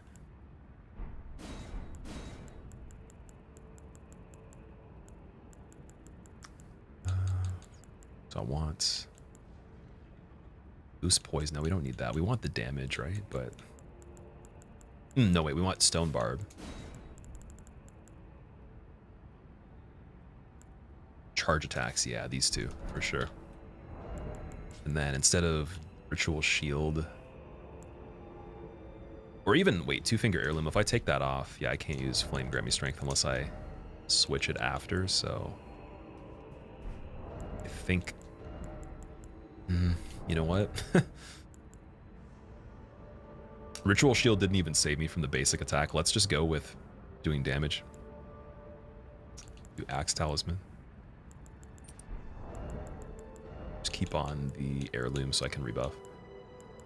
Now.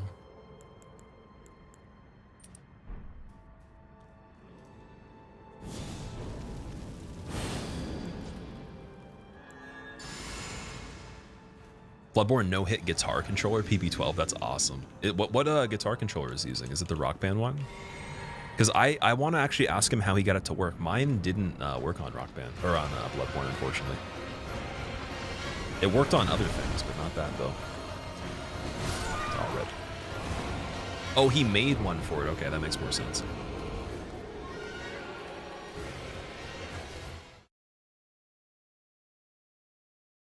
Gets the old controllers and mods them.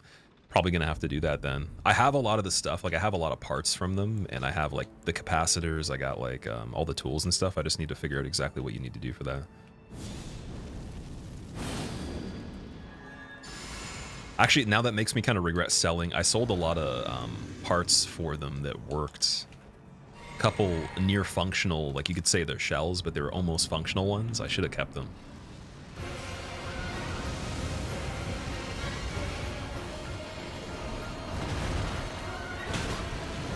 Bad damage. Okay, 1, 2, 3,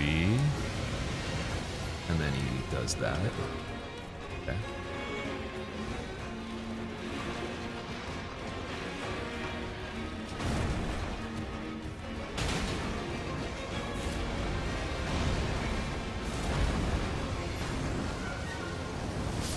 And then when he digs out of the ground, he goes back into that. Okay. He's going to be making you a pink guitar that you're excited for. That's amazing. Does he ever stream Clone Hero? Or anything like with them, like the actual music games? I have a feeling Prof would be really good at Clone Hero. He probably already is, like, because he plays guitar pretty well, from what I understand. He does? Oh, I need to see that. Been trying to get a stream setup put together. You really understand how difficult it would be to set up. Poop is for like doing it the first time. There is quite a few things. I don't know, like I've always been curious of how other people do theirs. And I've seen a few streamers behind the scenes, like how they do it. And it's interesting how there's some similarities, but there's some differences for sure. There's no setup I've ever seen anybody do that does like serious streams that is easy though. Like, unless again, or maybe easy's a weird word to use, but like very minimal. There's no minimal setup I've seen.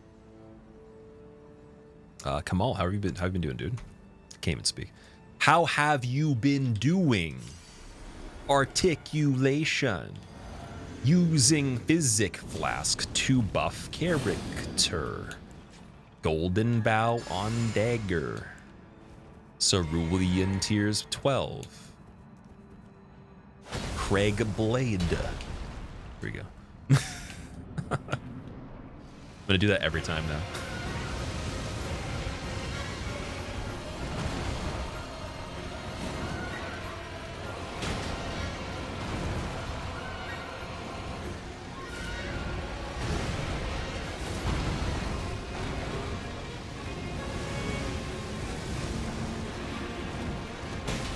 Perfect. Nice. Ooh, a little bit sooner than I thought. Okay. I'm liking the damage, and the stagger is going to be nuts. Like, we're going to get quite a bit on that, even without frostbite or anything. I'm surprised that the iron balls are as good as this.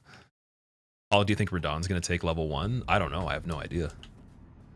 I don't really have an expectation for time frame on this in total. It's more so that I was trying to figure out how much it would be to get all the fragments that we need before we start doing this. And I still haven't gotten all of them, obviously. But I got quite a few. I think we're good to start off. I feel like I was like level 3 or something like that on the lion with the leveled character.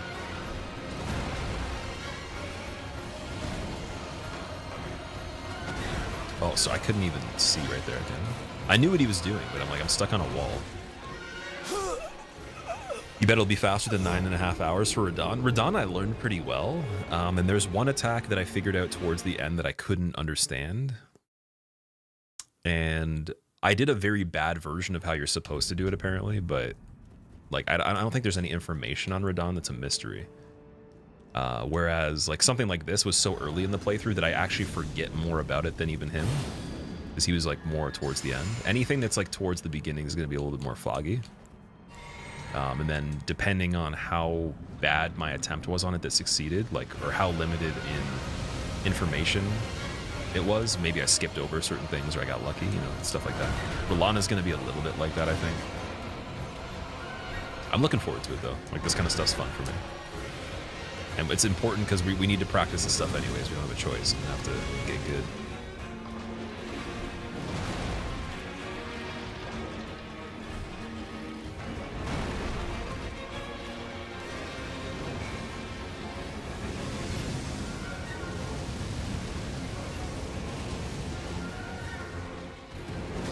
By the way, if you guys have any suggestions on good methods on this, let me know.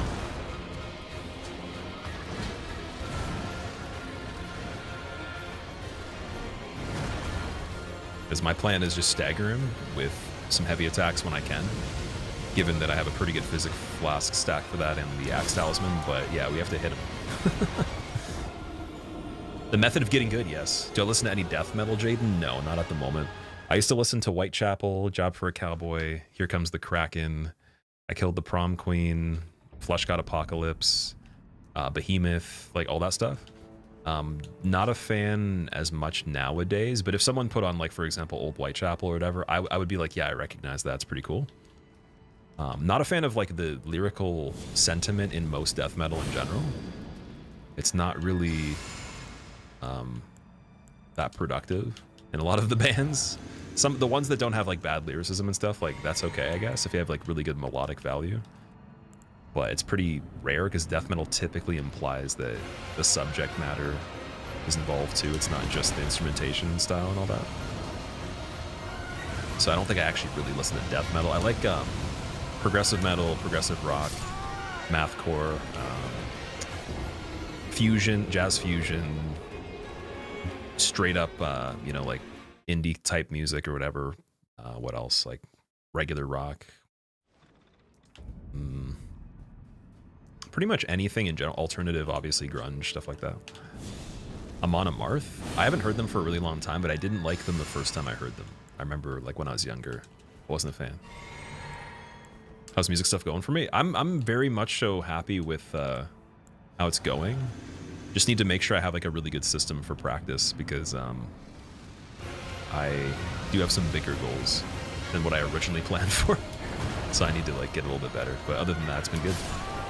I'm looking forward to the day where we've completed every single drum playthrough of all the guitar videos that are worth doing. Like that's the back, like the bigger target in the background of things. But like I want to do it right though. I don't want to do it like not the greatest, and I do want it to be my interpretation and not like original material one for one, because that's not the goal. But I want my interpretation to be pretty cool. So when that's achieved, we've only knocked out, I think, I want to say 2 of them so far. No, was it 2 or 3? I've knocked out 2 videos at least of like time travel. No, 3 of them. I've knocked out 3 of the time travel videos. 1 was a collab as well. There's still probably like a good like 10 to 15 to go. Next one is being practiced right now and should be ready to throw together in a week or 2 minimum. So,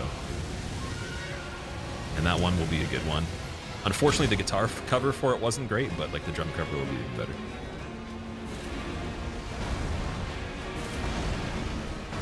Ooh. Oh yeah, he starts with that, I forgot. Jason Richardson. I like his solo music quite a bit, for sure. I wouldn't say it's my favorite, but it's cool. It's definitely really cool. Would I play in a band? At this point, I would be up for doing a project online with some people at our own paces, like depending on the schedule, but I would never play with a band full time right now. No, definitely not. It's not a good enough time investment, but if people wanted to like fit in their schedules of like putting clips in a clip dump thing in Discord or whatever, we have like a drive that we just submit things to make ideas, and someone is like the master engineer of it. And we fulfill all the roles necessary to make a digital project. I would be down for that at any point in time, because I could just redirect some of the time I'm already going to spend into that anyways.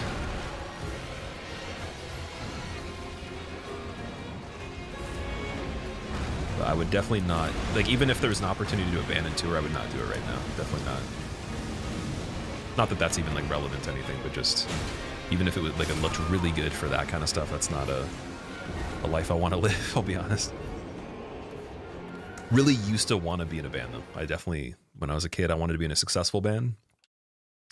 But like then you realize the reality of like that's not really good. It's better to be an artist that's represented by yourself, that hires people to play with you, and you just build the music into a business. You don't have a label representing you. You represent yourself. You run it like a business. Digital music sales, your peak when it comes to like revenue, and then you forego the tours and the merch more than you do the digital music, and you just get marketing and social media down, and you're good. And then you just partner with brands that have devices that people will like, and put your signature models out there, make sales from that. Teach online lessons on tour, or even in person. Whole business model right there.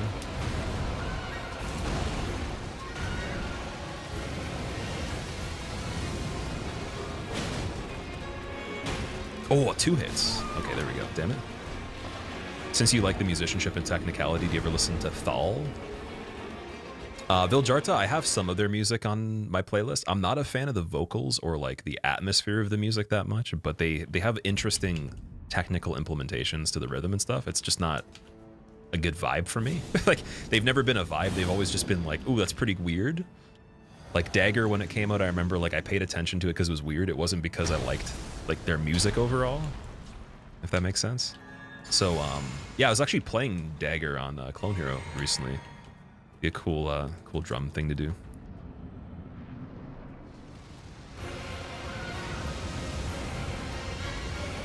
But yeah, Thal I'm not familiar with. Are they very similar to Viljarta?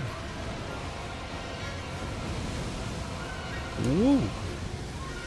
Ooh.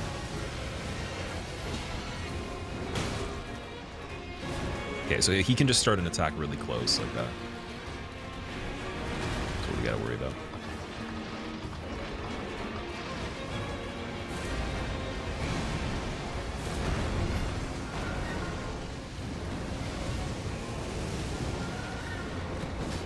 That would have been a nice hit right there. It's that one where he like kind of leans and then he bites. I was never good at that in the first playthrough.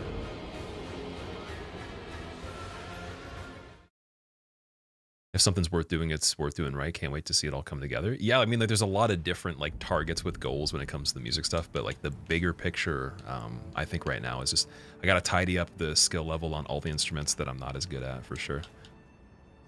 Gotta get everything to a relatively good level. Like simultaneously, I think is the goal at the moment.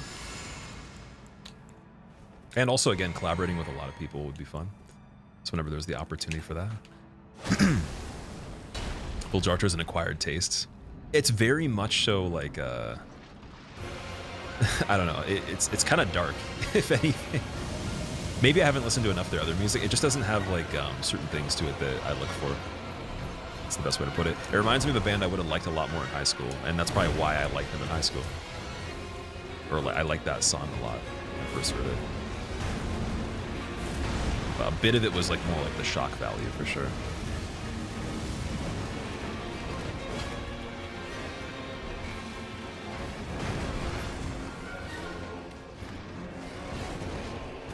Can't see. Dead? Not dead. Whoa, it hit the ground instead of going right for me. What? What's going on there?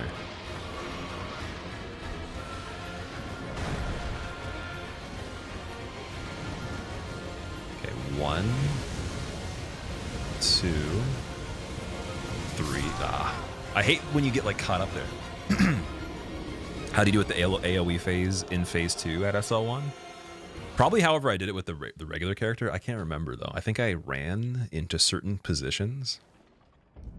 But you should be able to, I think you can survive him in phase 2 infinitely. Like there's no guaranteed damage you have to take on this. You just have to place yourself really well.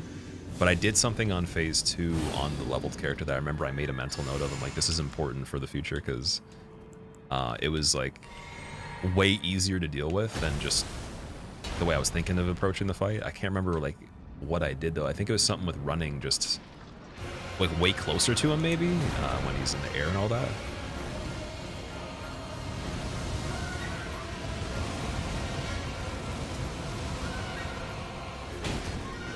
What's going on here? Can't see. Okay, the head definitely takes way more damage too. That's one thing for certain.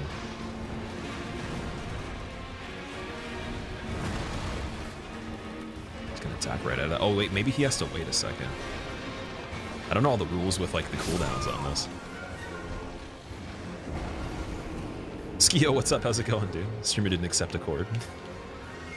You know, it's actually funny, dude. I loaded in this file not knowing a lot about it because I was given the save file, and I actually thought there's a chance that torrent wasn't even achieved on this. I was like, did they run to Moog? Like, I was looking for the whistle, being like, maybe we didn't even talk to Melina.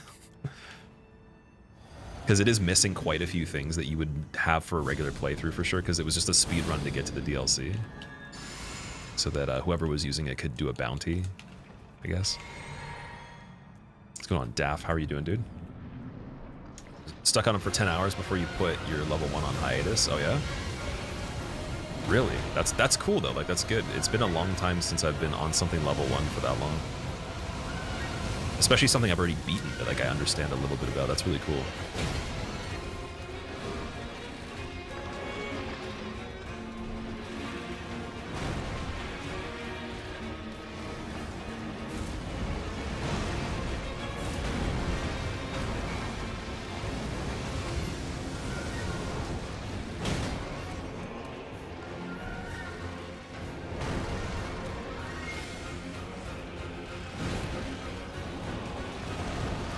Yeah, like when I go forward on that, I think I can punish out of it. It's just that bite is weird for me. I feel like there was at least like 5 to 6 opportunities to hit him already, and I missed some of them, for sure. Okay, standing there was nice and safe.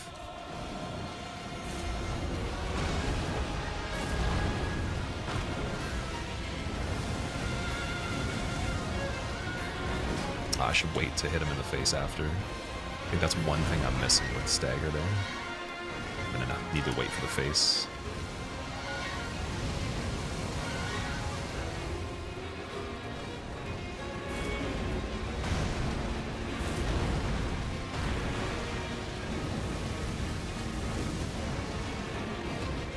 Oh, there we go. Clock him.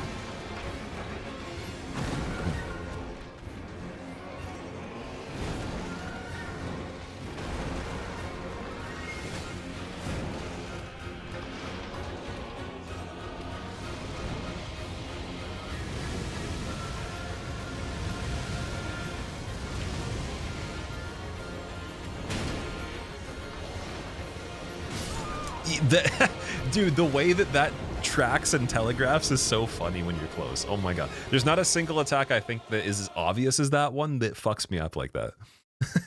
Because I've seen it probably 100 and something times. And I'm only just starting to like be like, yeah, the close range, you got to go immediately. Like that's such a funny one. It doesn't seem like the attack you would actually have a problem with on this guy. It's like there's other ones that are definitely worse. Maybe it's a common thing though. I don't know. That's funny.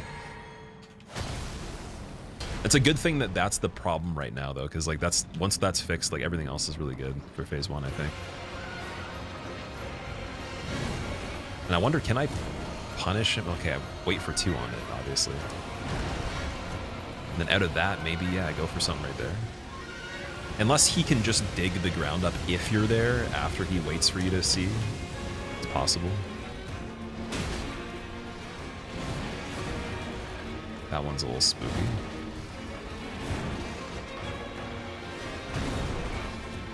And then like I was pretty close there and he didn't dig up the ground, so I don't know if there's a rule to that.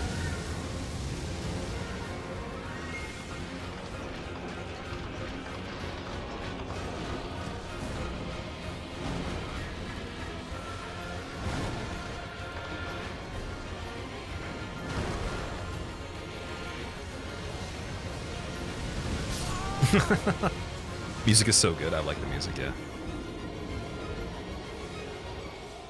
I'm actually going to be making a video diving into the music a little bit deeper, so if you guys like that kind of stuff, from the perspective of someone that is like, you know, an enthusiast of music and stuff, I definitely would love to rank that as a separate aspect and kind of just dissect it a little bit. Just on a basic level even. Did All Remembrances level 1 earlier this year and you're already burned out? Oh yeah? Damn. So wait, like in previous games, did you do the same run, or was this the first game you ever did a run like that in? Because I know this one definitely is the hardest game for level 1, in my opinion. Like next to the ADP that you get in Dark Souls 2, but the bosses obviously are nowhere near the level, so... I think Millennia alone, if it's included, makes level 1 the hardest, but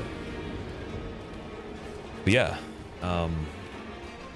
For me, I remember Bloodborne level 4, like Ebrietas took what, like 14 hours or something like that, and that's not even that hard of a fight. Like just based on the pure fact that I had only played the game, I think like once or twice before that.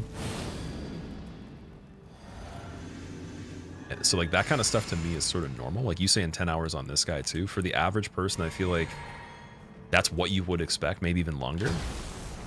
If you haven't like done a crazy amount of like just insane runs and you maybe learn faster. I don't know, it seems pretty decent. Obviously depends on what you remember from playthrough 1.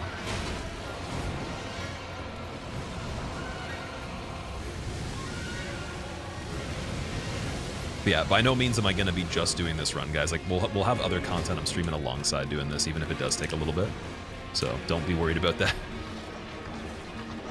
I do plan to get it done as quick as possible, but like yeah, we'll do Silent Hill alongside it, and even probably like a randomizer or some other type of challenge on the DLC separately, just on another file.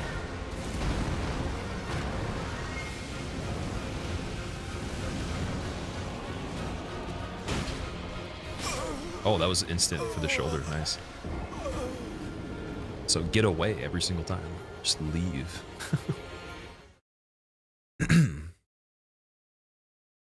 It's impressive how they have the whole choirs for their soundtracks. Yeah, that was like the big game changer. Originally, they didn't have all that stuff that they were implementing.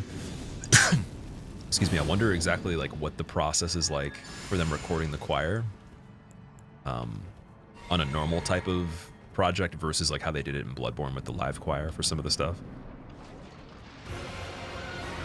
Assuming like the studio that records it sends like the separate parts to them and stuff, and then they just arrange it. But I'd love to see like a behind the scenes on that, on their standard soundtrack construction or orchestration, whatever you want to say.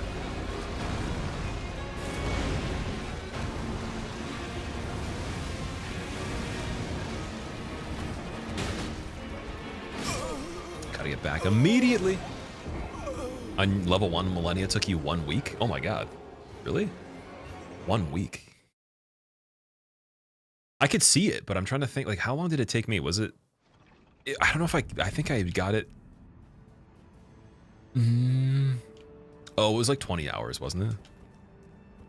Yeah, so I guess that could have been about a week. It was about, like, I was parrying her though. I beat her with parries.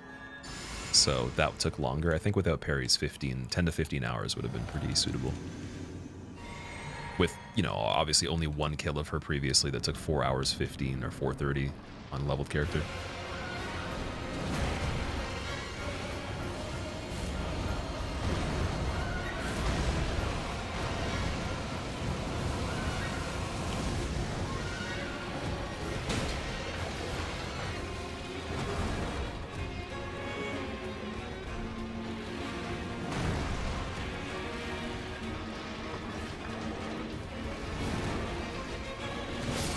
Don't roll right away on that anyways.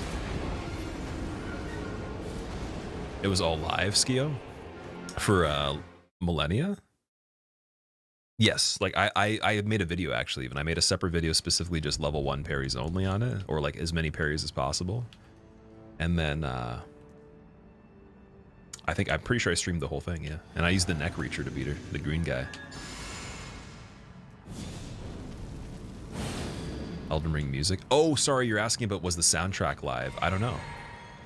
I don't think they needed to do it live for this one, but like for Bloodborne, they did do a live choir. And they showed that. You probably saw that.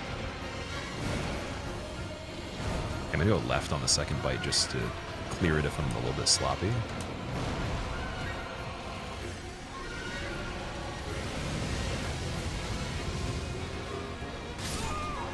Damn it. Mix of orchestrated and samples. It could be. Like, they could definitely use samples too. I don't know if they would re-record the choir voices every time or if they just have access to, you know, sourcing it from samples. It would make way more sense because that's how it sounded like they recorded the earlier stuff.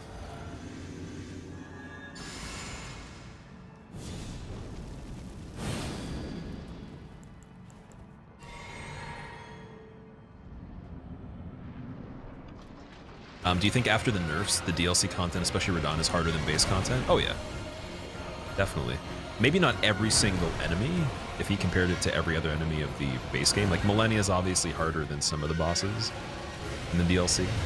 But then once you get out of that range of difficulty, I think that like most of the stuff in the DLC is fairly high ranking for me so far. Again, I've only played it once, so it's hard to judge based on that. I'm kind of curious that the Lion's Song is really loud by default. Should I turn down the music volume for this run, do you guys think? Because everything else for the areas is fine. So far, it's pretty low. Should I crank it down 1?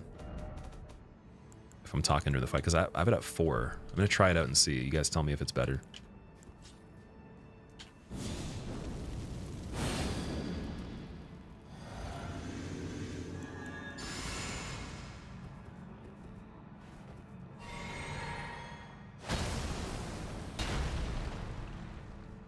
Most of Bloodborne sounds authentic, if you remember correctly. It definitely makes a difference, even for that opening soundtrack. Damn. Vocals on it are so good.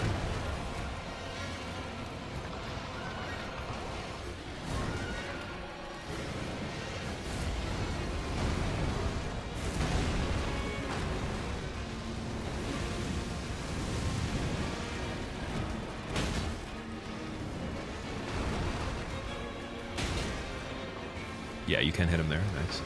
So I could probably do a charge attack there.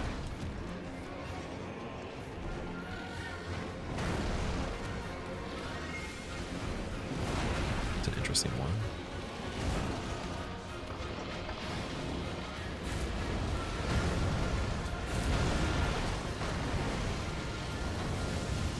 I feel like the walls could be scary in this fight at a certain point.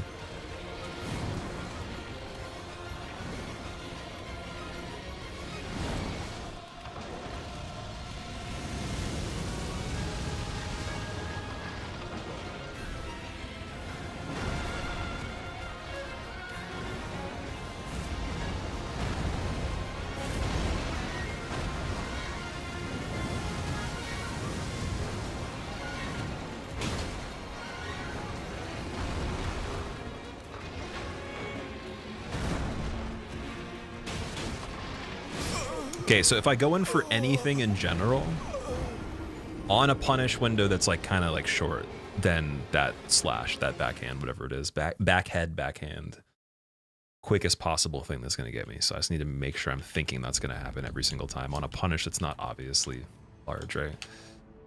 I didn't think it could happen even in that situation, but it's going to be the priority now. Try a few more times at least. I know, again, this is a much later stream, guys. It might seem like we didn't get to do much because a lot of this was set up in the DLC of getting the fragments, and there's still a lot more to do of that as we go. But we'll be back again doing more of this ASAP. We should be able to tomorrow. I don't see a problem with doing quite a bit of it tomorrow. But I'll let you guys know on Twitter, obviously. Oh, God.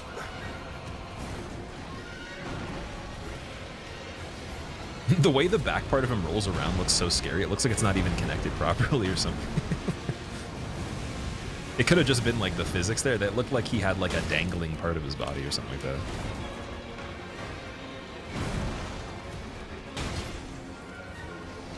Yeah, like just get out of that. Run to the side maybe to make him miss. Be a good idea.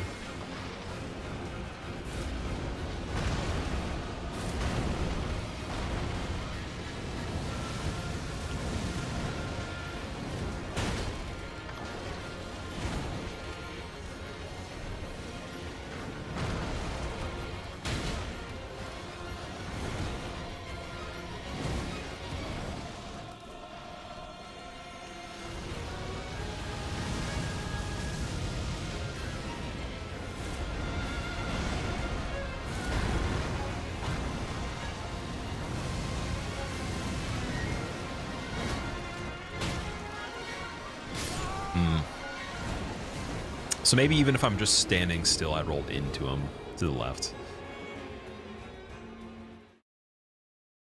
Struggling with Radahn as a giant crusher build. Millennia was hard too, though. Dane, how many blessings do you have on the character, and then what's the level and everything? I'm curious. Because you're on Radahn right now at the moment. This boss and Rolana you avoided at level 1 until your Shadow Blessing was 20. Oh yeah?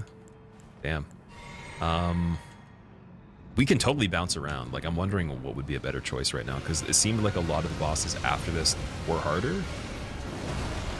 Not all of them, but some of them. Like, the ones we unlocked already, like the flower, or sorry, the avatar, and Gaius, like, they seem like they'd be harder choices, even though I'd get quite a bit of benefit of being Gaius with the 5 blessings. I can't speak. Ugh. Can't see anything.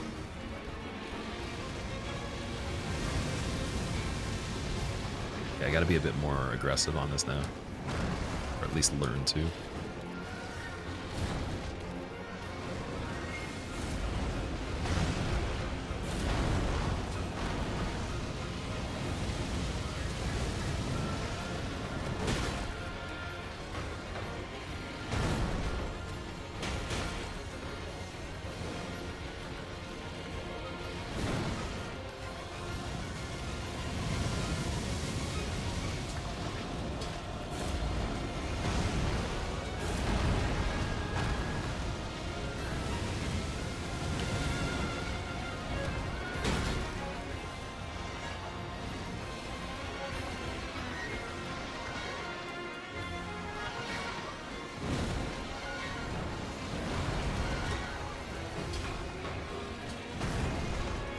That bite is a good one to go for. Ooh.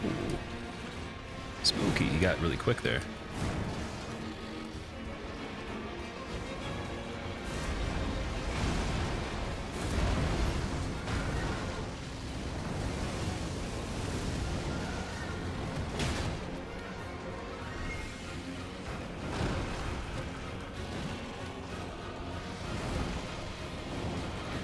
Couldn't see. Survived though. So this one's not going to be the attempt, even if I do make it, because I'm going to have to kill myself on it. To be a true damageless on this one. But we haven't really learned much, so let me hold that thought until we see what happens.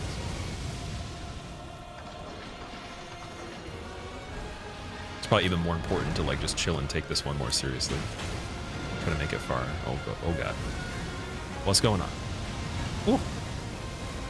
Ooh. Beautiful phase 2 yet, no?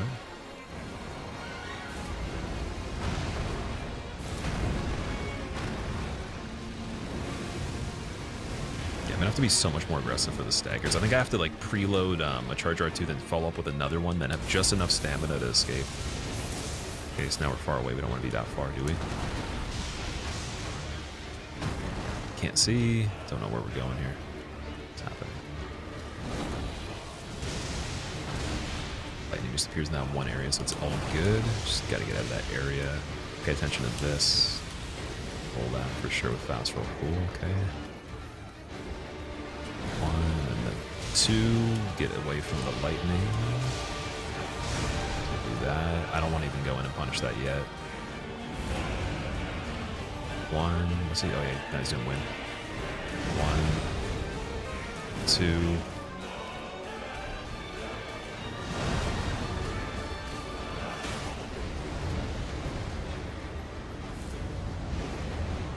That just kind of gets sent at you. It's whatever. Big deal right now. Dodge, cool.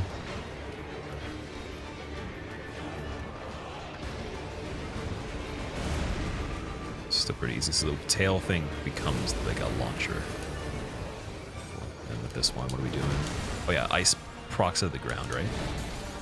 Yeah, and does it explode on a delay? I'm trying to remember how that works. Oh yeah, he does this, and then that explodes on a delay.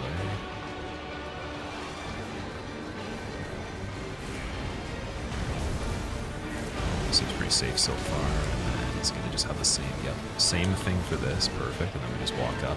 Oh, see ya. So we learned a lot here, nice. 1, oh wait, he's not even gonna attack.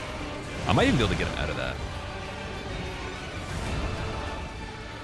I think we're sorted out for this one.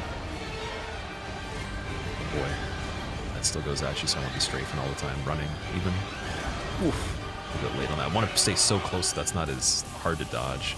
Then the lightning part, okay, so he can do that too. If I see lightning in his hand, dodge immediately. That's not bad. I think we learned most of what we need to know. But doesn't he start combining? Does he overlap any of these, or is it all like singular? To answer your question today, you've been sleeping okay. Only late night you had was finishing the edit on the supercut of the first run.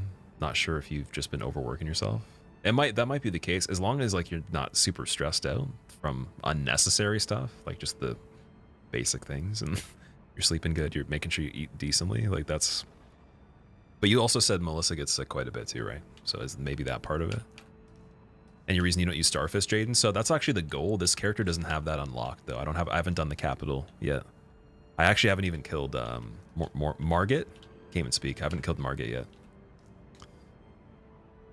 So I'm gonna have to actually take some time outside of attempts on like these bosses or anything, and whether it's streamed or not, and then go and run through the main game to get the Starfist, which will take probably over an hour or something like that. But yeah, we can definitely do that. We can do that tomorrow if there's extra time, maybe even at the end. So I have all the upgrade materials for it. I think I need to get some of the whetstones, right? Or the wet knives, whatever they're called.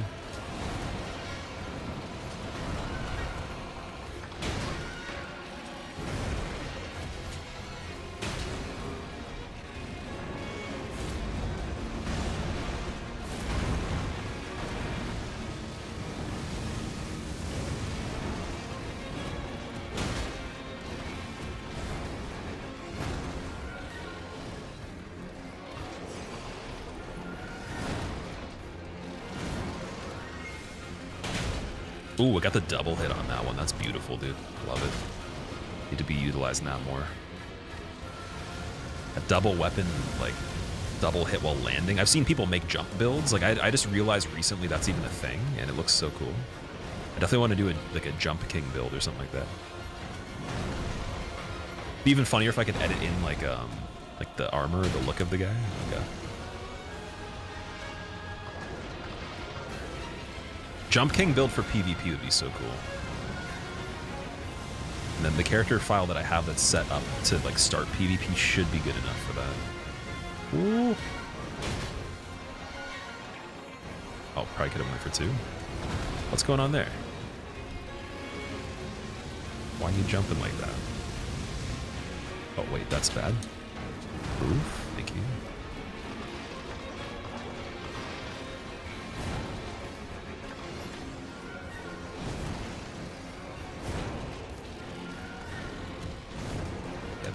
pipe, just run away from that.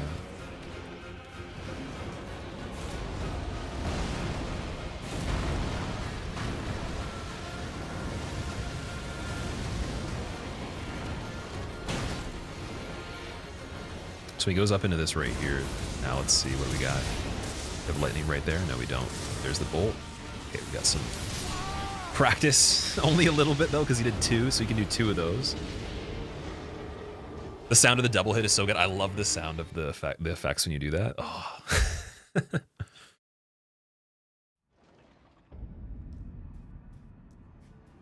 This boss likes to vape and get concussions. What? Oh boy. Okay, we're gonna take one more solid attempt into phase 2, and then I'm gonna leave it at this for today. I think we did very good on this fight so far, in my opinion. I actually am very glad with the progression. It's just mainly like being on top of things. I don't think there's information I'm missing now from it. It's just like executing it, which is really good. I thought I'd have to be in the information phase for like a day or 2 on this guy, but he's not that bad. I might be wrong. Maybe I'm like, oh, like I'm just getting ahead of myself here, but I think that it's just execution. Obviously, like, stay away from all those really quick melee attacks still, and then expect a double lightning throw when he throws it. It's like the only thing I think I'm keeping in mind now. And then we got to figure out how to capitalize and get a bit more aggressive here. Like, right here is good.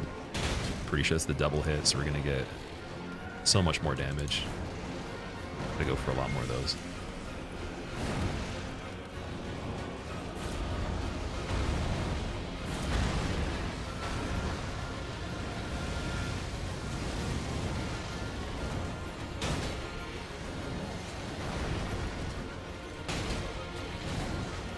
Perfect. Let's keep it going for a little bit. Jump in and attack right away on this one. So a bit lazy on that. Can't see. Works. Okay. Cool. And then this again. Don't know if I can double hit this one. Oh, there's the stagger. Beautiful. Get 2 and then go for it. Oh, greedy. It's okay.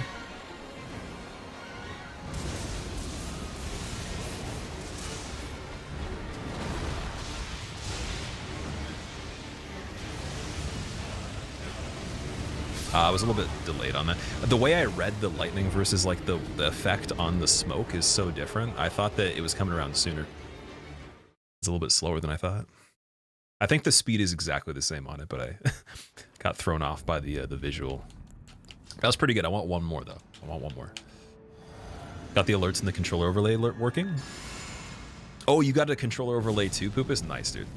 It's a really good thing to start off with. Like, I think that, again, it helps you more than it helps other people because you can go back and check anything. There's so many situations where I thought, like, I was actually making a mistake when I failed a run, and it was not even close. It was literally the game just dropped the input completely. So if you ever think there's something weird that happens, you can always replay it.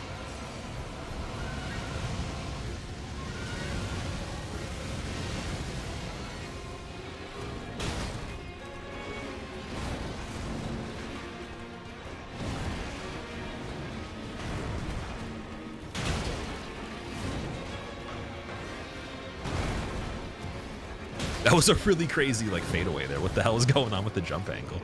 I didn't even push that direction. That was perfect. Oh my god. That was a happy accident, Bob Ross would say. Holy shit, that was so funny. Okay, we do regular R2 out of that, and then, yeah, I don't have time. I have to do charge into regular immediately.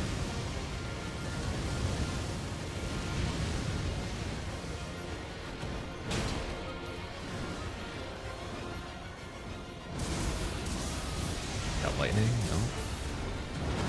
Okay, get away from that. 1.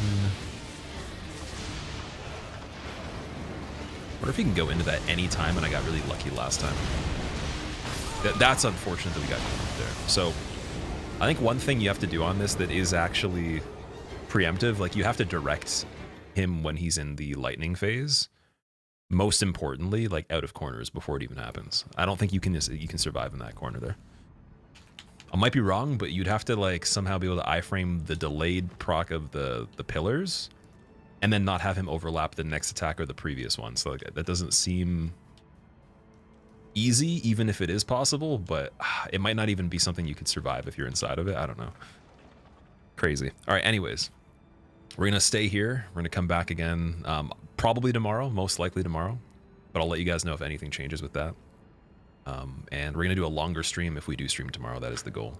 So we should be able to just kick this dude's ass, move on, and maybe even crack into some other stuff. Oh, with that being said, thank you so much for watching, guys. The first part of the playthrough, of my first playthrough of the DLC, is on the second channel now. So if you guys want to go see that, it's literally just the most recent upload on channel 2. That is linked in the command right here, along with the other channels. The supercut, or the edited version of my first playthroughs on the main channel. And then we got some stuff coming up for the music channel soon too that I just finished today. So that's going to be hopefully up in a couple days. And then, yeah, just be ready for more stuff with this as well.